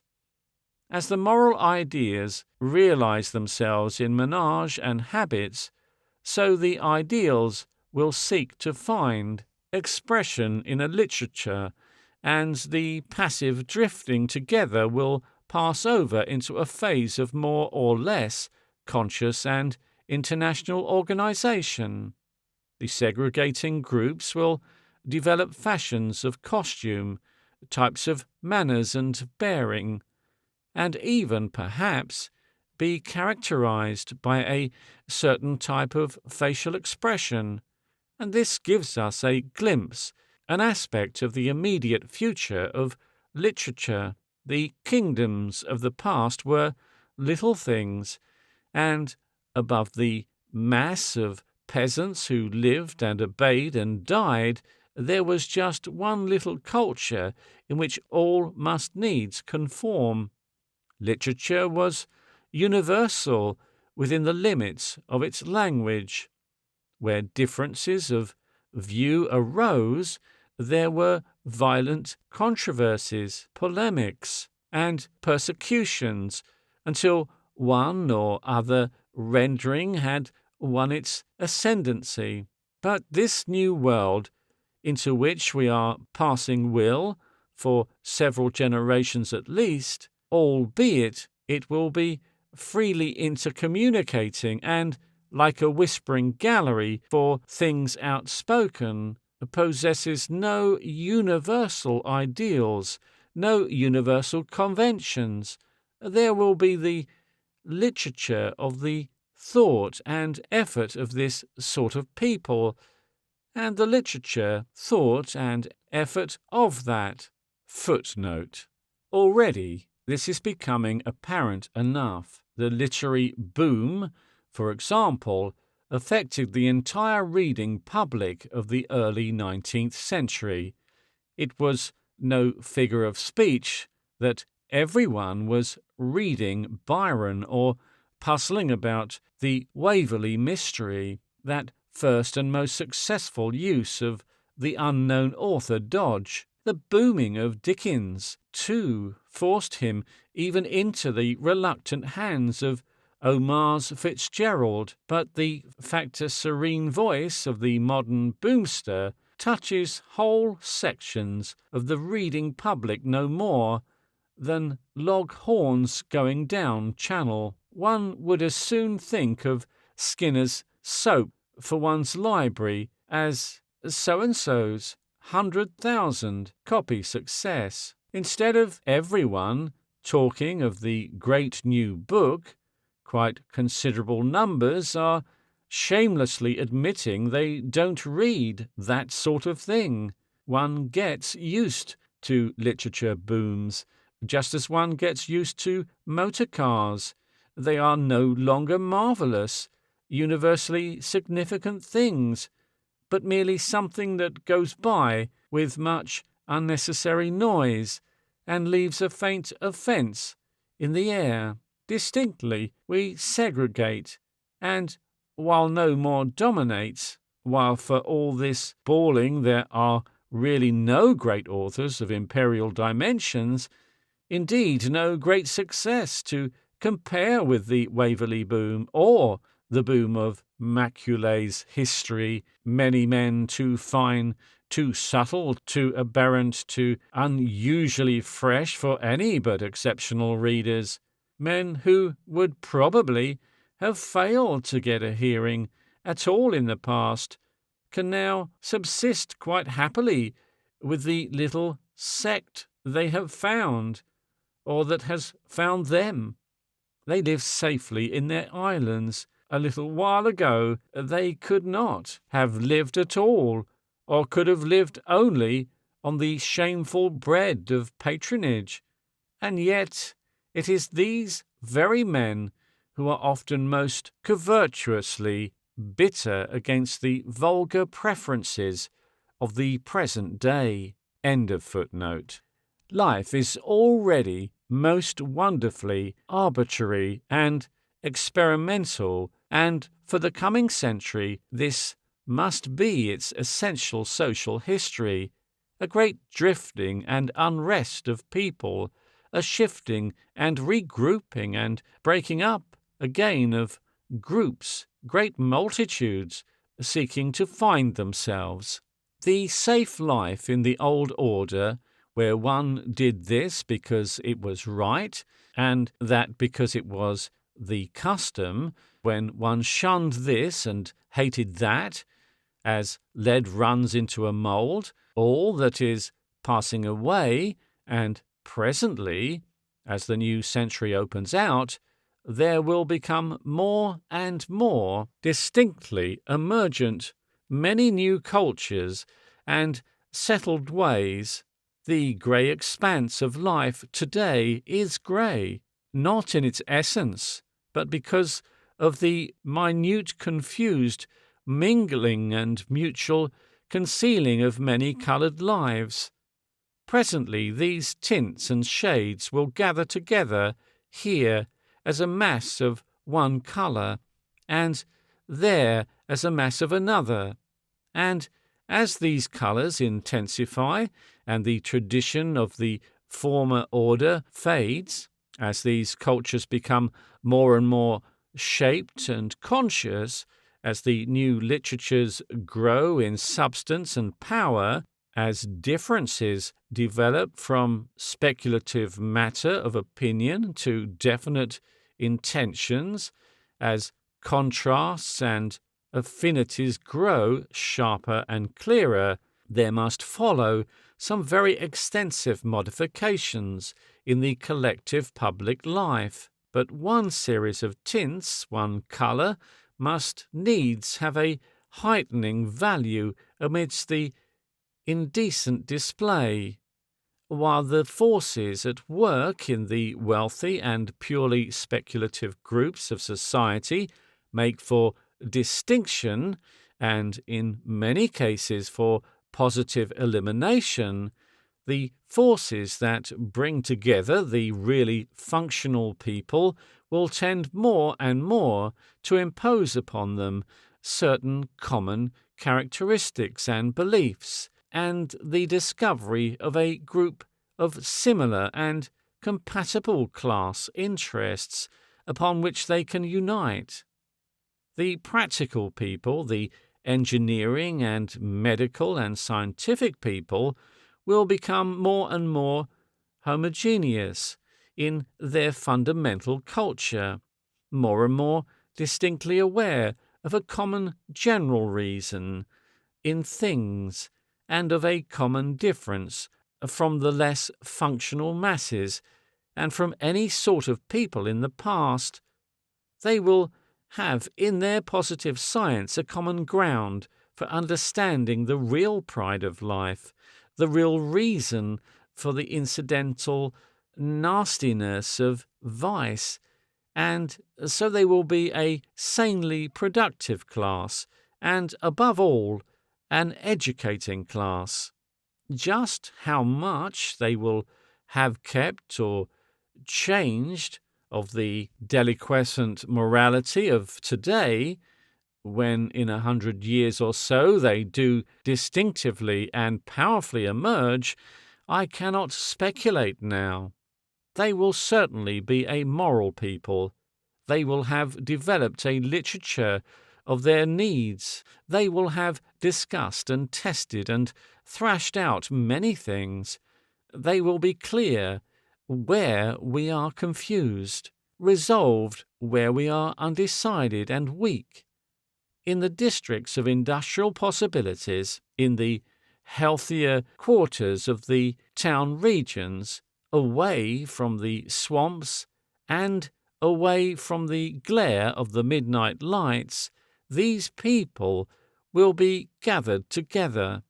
They will be linked in professions through the agency of great sober papers in England, the Lancet, the British Medical Journal, and the already great periodicals of the engineering trades foreshadow something, but only a very little, of what these papers may be. The best of the wealthy will gravitate to their attracting centres, unless some great catastrophe in nature break down all that man has built. These great kindred groups of capable men and educated, adequate women must be under the operation of the forces we have considered so far, the element finally emergent amidst the vast confusions of the coming time.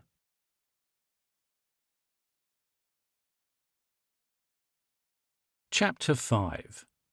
The Life History of Democracy. In the preceding 4 chapters, there has been developed, in a clumsy, laborious way, a smudgy, imperfect picture of the generalized civilized state of the coming century.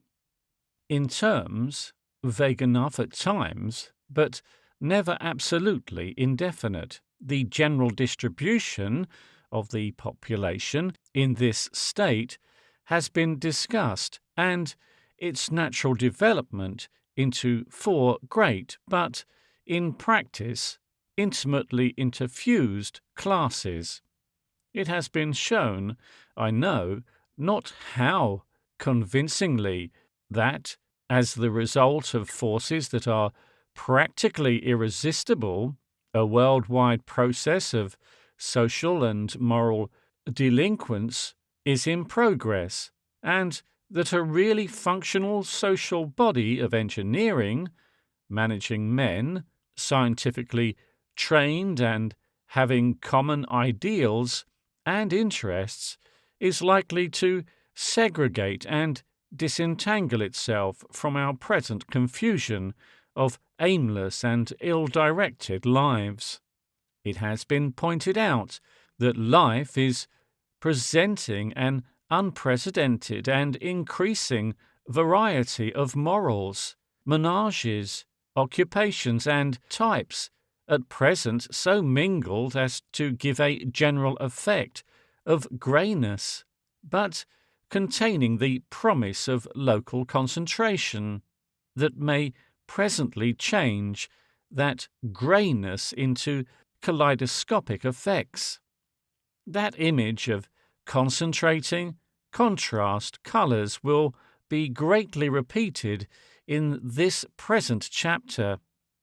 In the course of these inquiries, we have permitted ourselves to take a few concrete glimpses of households, costumes, conveyances, and conveniences of the coming time, but only as incidental realizations of points in this general thesis.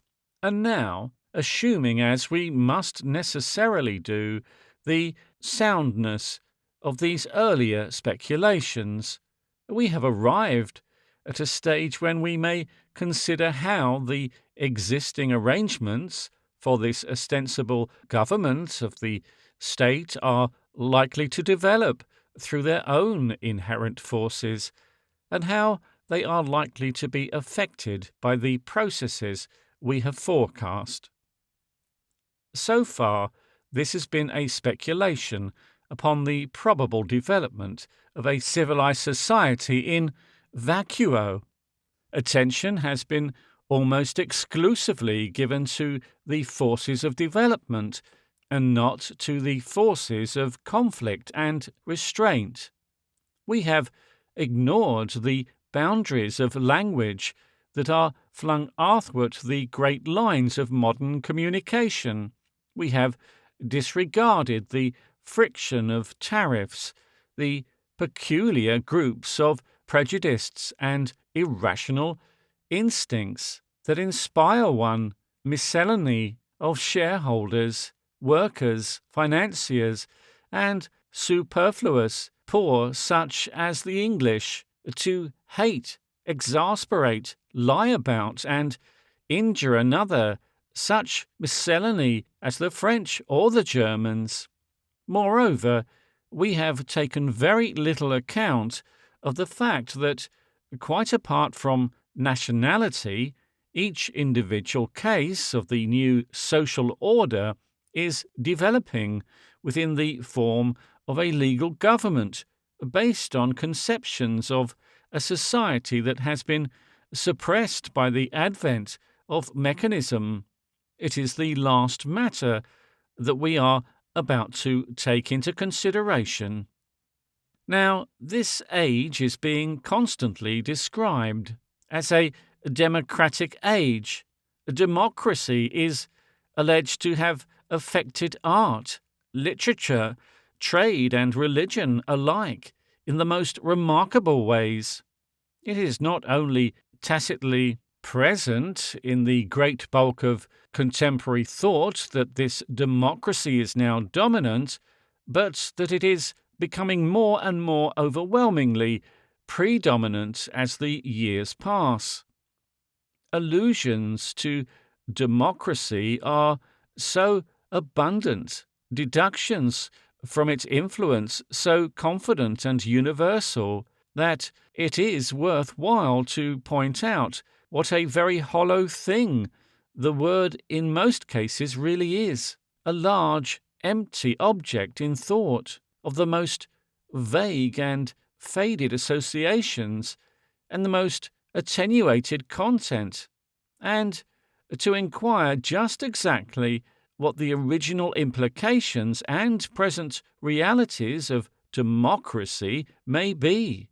The inquiry will leave us with a very different conception of the nature and future of this sort of political arrangement from that generally assumed. We have already seen in the discussion of the growth of great cities that an analytical process may absolutely invert the expectation based on the gross results up to date, and I believe it will be equally possible to show cause for believing that the development of democracy also is after all, not the opening phase of a worldwide movement going on unbendingly in its present direction, but the impulse of forces that will finally sweep round into a quite different path. Flying off at a tangent is probably one of the greatest dangers, and certainly the one most constantly present in this enterprise of prophecy. One may, I suppose, take the rights of man as they are embodied in the French Declaration, as the ostentations of democracy. Our present democratic state may be regarded as a practical realization of these claims. As far as the individual goes, the realization takes the form of an untrammeled liberty in matters that have heretofore been considered a part of social procedure, in the lifting of positive religions and moral compulsions, in the recognition of absolute property, and in the abolition of special privileges and social restrictions. Politically, modern democracy takes the form of denying that any specific person or persons shall act as a matter of intrinsic right or capacity on behalf of the community as a whole. Its root idea is representation.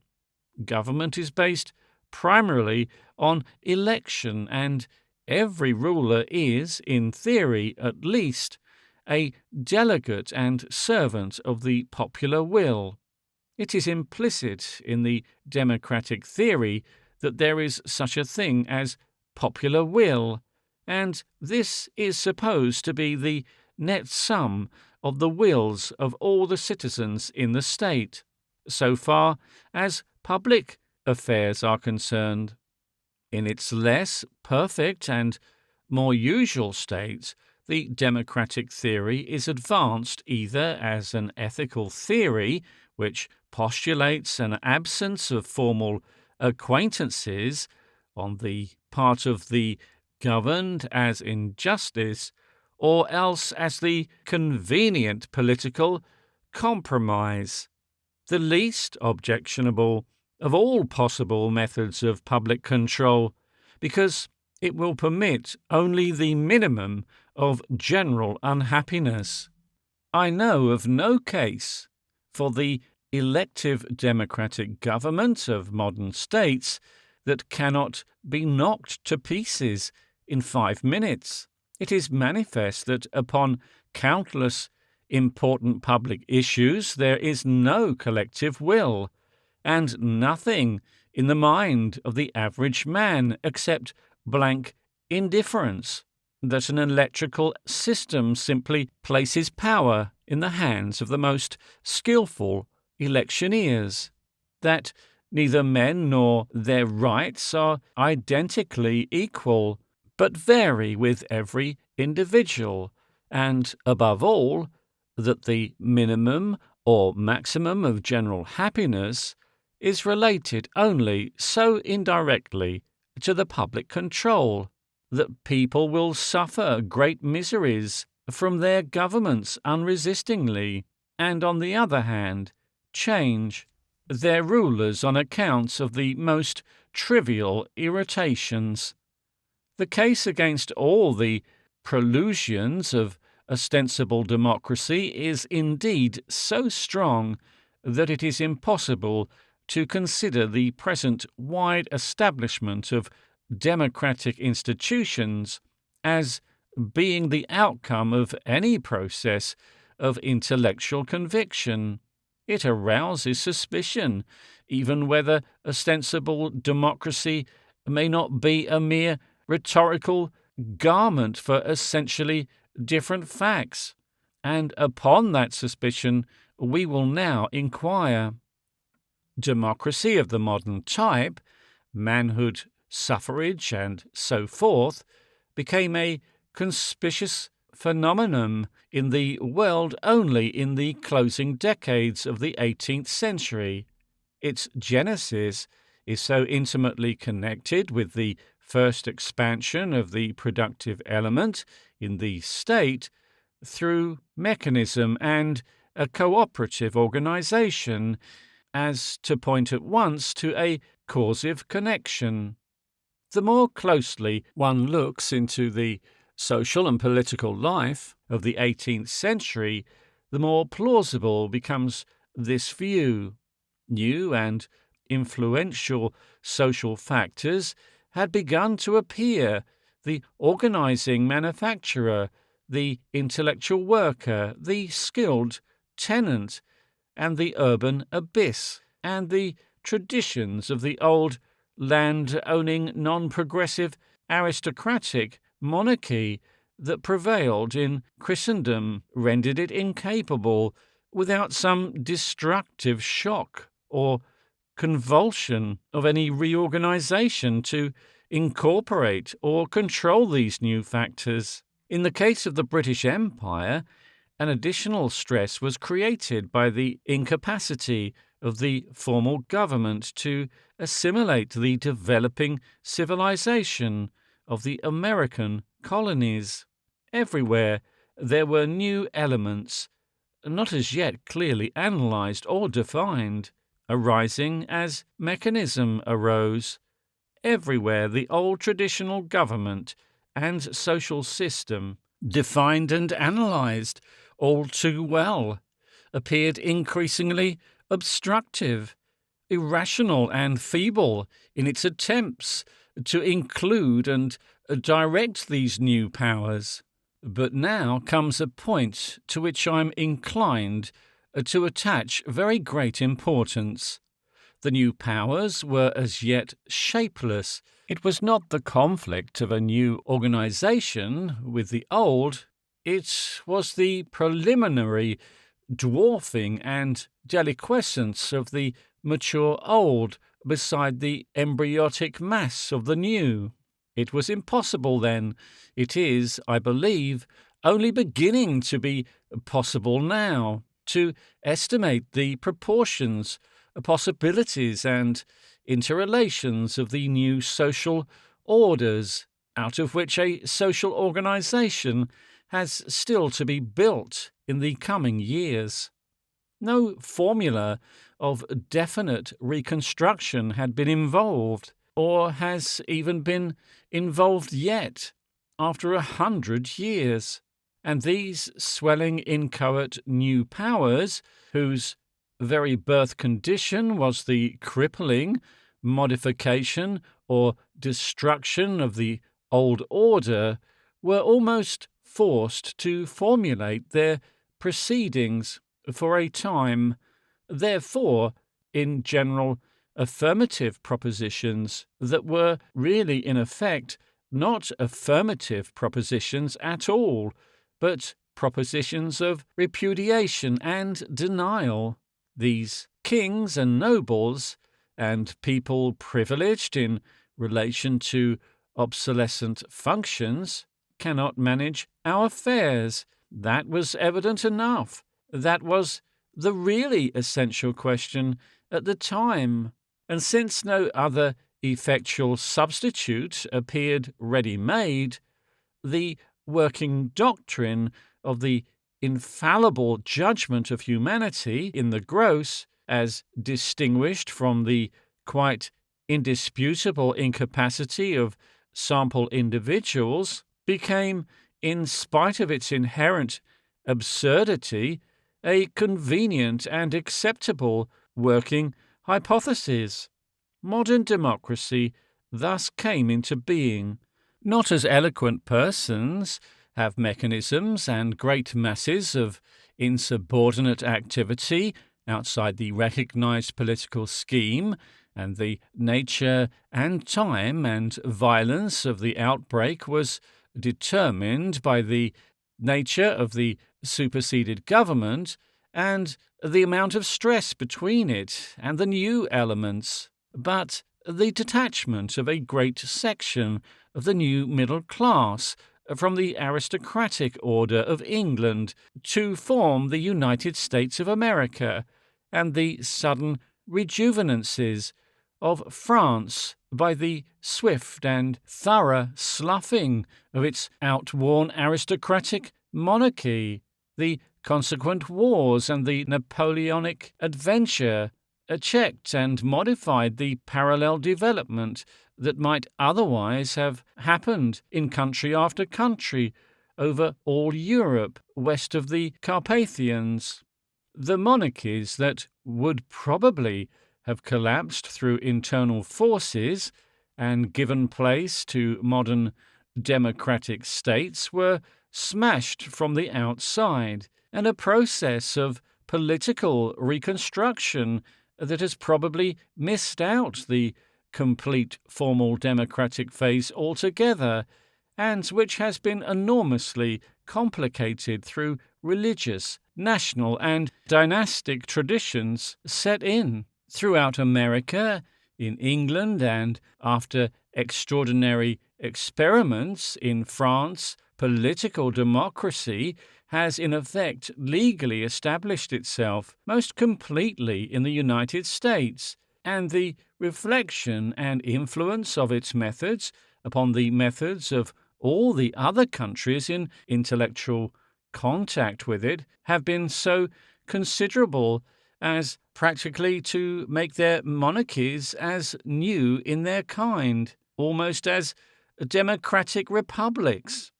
In Germany, Austria, and Italy, for example, there is a press nearly as audible as in the more frankly democratic countries, and measurably akin in influence. There are constitutionally established legislative assemblies, and there is the same unofficial development of powerful financial and industrial powers which the ostensible government must make terms.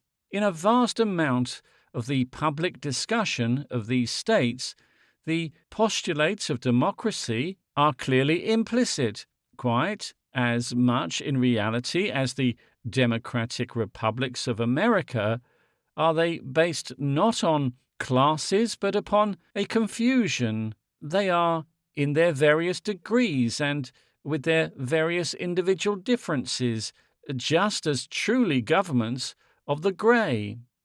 It has been argued that the grey is illusory and must sooner or later pass, and that the colour that will emerge to predominance will take its shape as a scientifically trained middle class of an unprecedented sort, not arising out of the older middle classes, but replacing them.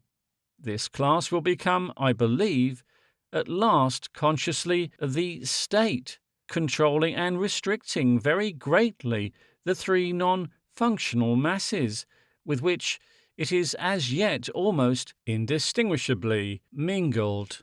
The general nature of its formation within the existing confusion and its emergence may, I think, with a certain degree of confidence, be already forecast, albeit at present its beginnings are singularly unpromising and faint. At present, the class of specially trained and capable people, doctors, engineers, scientific men of all sorts, is quite disproportionately absent from political life. It does not exist as a factor in that life. It is growing up outside that life, and has still to develop much more to display a collective intention to come specifically in, but the forces are in active operation to drag it into the centre of the stage for all that. The modern democracy of democratic quasi-monarchy conducts its affairs as though there was no such thing as special knowledge or practical education. The utmost recognition it affords to the man who has taken the pains to know and specifically to do is occasionally to consult him upon specific points and override his counsels in its ampler wisdom, or to entrust to him some otherwise impossible duty under circumstances of extreme limitation. The man of special equipment is treated always as if he were some sort of curious performing animal. The gunnery specialist, for example, may move and let off guns, but he may not say where they are to be let off. Someone a little ignorant of range and trajectory does that. The engineer may move the ship and fire the battery, but only with some man who does not perfectly understand shouting instructions down a tube at him. If the cycle is to be adapted to military requirements, the thing is entrusted to Lieutenant Colonel Balfour. If horses are to be bought for the British Army in India, no specialist goes but Lord Edward Cecil. These people of the governing class do not understand there is such a thing as special knowledge or an inexorable fact in the world. They have been educated at schools conducted by amateur schoolmasters, whose real aim in life, if such people can be described as having a real aim in life, is the episcopal bench, and they have learnt little or nothing but the extraordinary power of appearances in these democratic times. To look right and to be of good report is to succeed. What else is there? The primarily functional men are ignored in the ostensible political scheme. It operates as though they did not exist, as though nothing, in fact, existed but the irresponsible wealthy and the manipulators of irresponsible wealth, on the one hand, and a great politically indifferent community on the other, having regard only to the present condition of political life.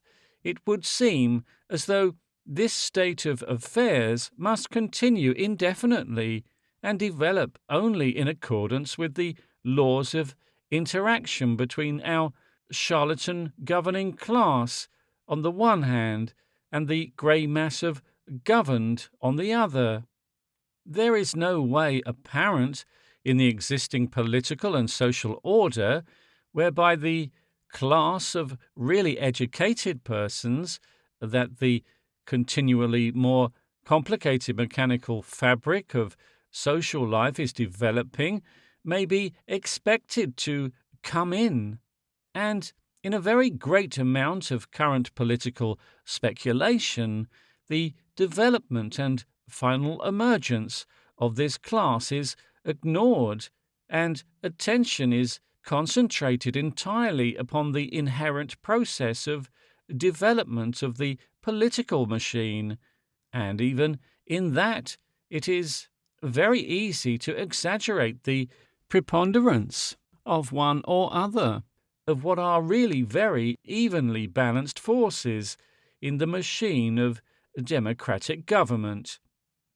There are two chief sets of parts in the machine that have a certain antagonistic relation, that play against each other, and one's conception of coming developments is necessarily determined by the relative value one gives to these opposing elements. One may compare these two groups to the power and the work, respectively, at the two ends of the lever. Footnote: the fulcrum, which is generally treated as being absolutely immovable, being the general belief in the theory of democracy. End of footnote. On the one hand, there is that which pays for the machine, which distributes salaries and rewards, subsidizes newspapers, and so forth. The central influence. Footnote: In the United States, a vast, rapidly developing country with relatively much kinetic wealth, this central influence is the financial support of the boss, consisting, for the most part, of active-minded, capable business organizers. In England, the land where irresponsible realized wealth is at a maximum, a public, spirited section of the irresponsible, inspired by the tradition of an aristocratic functional past, qualifies the financial influence with an amateurish, indolent, and publicly unprofitable integrity. In Germany, an aggressively functional court occupies the place and plays the part of the permanently dominant party machine. End of footnote. On the other hand, there is the collectively grey voting mass, with certain prejudices and traditions, and certain laws and limitations of thought upon which the newspapers work, and which, within the confines of its inherent laws, they direct. If one dwell chiefly on the possibilities of the former element, one may conjure up a practical end to democracy in the vision of a state run entirely by a group of highly forcible and intellectual persons. Usually the dream takes the shape of financiers and their associates, their perfected mechanism of party control, working the elections boldly and capably, and their public policy being directed towards financial ends. One of the common prophecies of the future of the United States is such a domination by a group of trust organizers and political bosses. But a man, or a group of men, so strong and intelligent as would be needed to hold an entire party machine within the confines of his or their collective mind and will, could at the most be but a very transitory and incidental phenomenon in the history of the world. Either such an exploitation of the central control will have to be covert and subtle beyond any precedent in human disingenuousness, or else its domination will have to be very amply modified indeed by the requirements of the second factor, and its proceedings made very largely the resultant of the second factor's forces. Moreover, very subtle men do not aim at things of this sort, or aiming, fail because subtlety of intelligence involves subtlety of character, a certain fastidiousness and a certain weakness. Now that the garrulous period when a flow of language and a certain effectiveness of manner was a necessary condition to political preeminence is passing away, political control falls more and more entirely into the hands of a barristerish, intriguing sort of person with a tough-wearing, leathery, practical mind. The sort of people who will work the machine are people with faith, as the popular preachers say, meaning, in fact, people who do not analyze, people who will take the machine as it is, unquestionably shape their ambitions to it, and, saving their vanity, work it as it wants to go. The man who will be boss will be the man who wants to be boss, who finds in being boss a complete and final satisfaction, and not the man who complicates things by wanting to be boss in order to be or do something else. The machines are governed today, and there is every reason to believe that they will continue to be governed by masterful-looking resultants, masters of nothing but compromise, and that little fancy of an inner conspiracy of control within the machine and behind ostensible politics is really on all fours with the wonderful Rodin of the Juif Errant, and as probable as anything else in the romances of Eugene Sue. If, on the other hand, we direct attention to the antagonist element in the machine, to public opinion, to the alleged collective mind of the grey mass, and consider how it brought to believe in itself and its possession of certain opinions by the concrete evidence of daily newspapers and eloquent persons saying as much, we may also very readily conjure up a contrasted vision of extraordinary demagogues or newspapers, syndicators working the political machine from that direction. So far as the demagogue goes, the increase of population, the multiplication of amusements and interests, the differentiation of social habits, the diffusion of great towns, all militate against that sufficient gathering of masses of voters in meeting houses which gave him the power in the recent past. It is improbable that ever again will any flushed, undignified man with a vast voice, a muscular face in incessant operation, collar crumpled, hair disordered, and arms in wild activity, talking copiously out of the windows of railway carriages, talking on railway platforms, talking from hotel balconies, talking on tubs, barrels, scaffoldings, pulpits, tireless and undammable, rise to be the most powerful thing in a democratic state in the world. Continually, the individual vocal demagogue dwindles, and the element of bands and buttons, the organization of press and procession, to share of the machine grows. Mr. Hansworth of the London Daily Mail has glanced at certain possibilities of power that may vest in the owners of a great system of worldwide simultaneous newspapers, but he does not analyze the nature of the influence exercised by newspapers during the successive phases of the 19th century, nor the probable modifications of that influence in the years to come.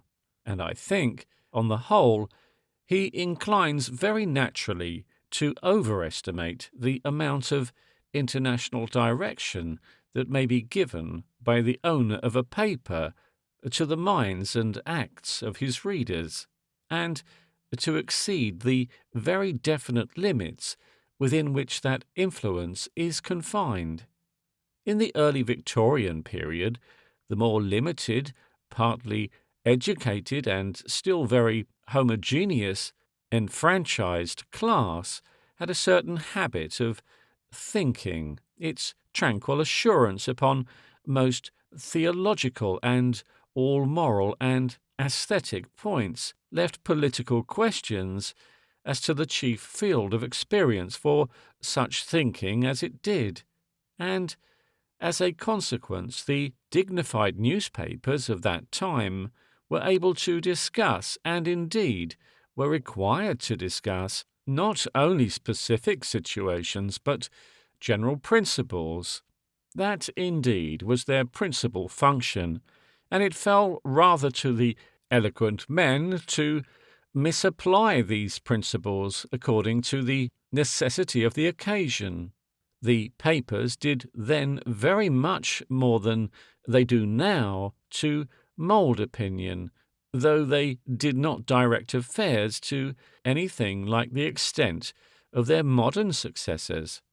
They made roads upon which events presently travelled in the unexpected fashions. But the often cheaper and always more vivid newspapers that have come with the new democracy do nothing to mould opinion. Indeed, there is no longer, upon most public questions, and as I have tried to make clear in my previous paper, there is not likely to be any longer a collective opinion to be moulded. Protectionists, for example, are a mere band. Free traders are a mere band. On all these details we are in chaos. And these modern newspapers simply endeavour to sustain a large circulation, and so merit advertisements by being as miscellaneously and vividly interesting as possible, by firing where the crowd seems thickest, by seeking perpetual and, without any attempt at consistency, the greatest excitement of the greatest number.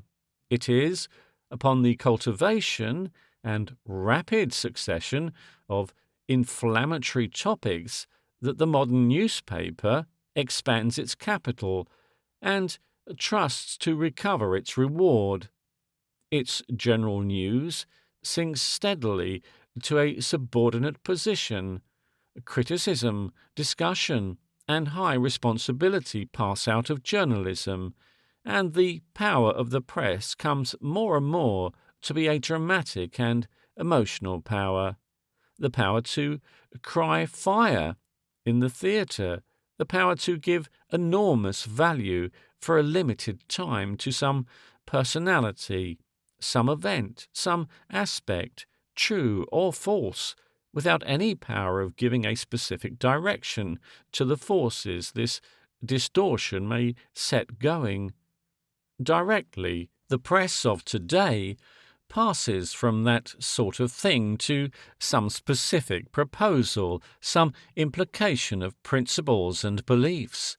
Directly it chooses and selects, then it passes from the miscellaneous to the sectarian, and out of touch with the grey indefiniteness of the general mind.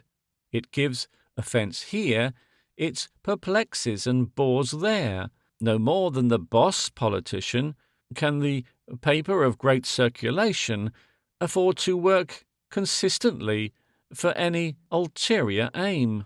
This is the limit of the power of the modern newspaper of large circulation, the newspaper that appeals to the grey element, to the average domestic man, the newspaper of the deliquescence, and if our previous conclusion that human society has ceased to be homogeneous and will presently display new masses, segregating from a great confusion, holds good, that will be the limit of its power in the future.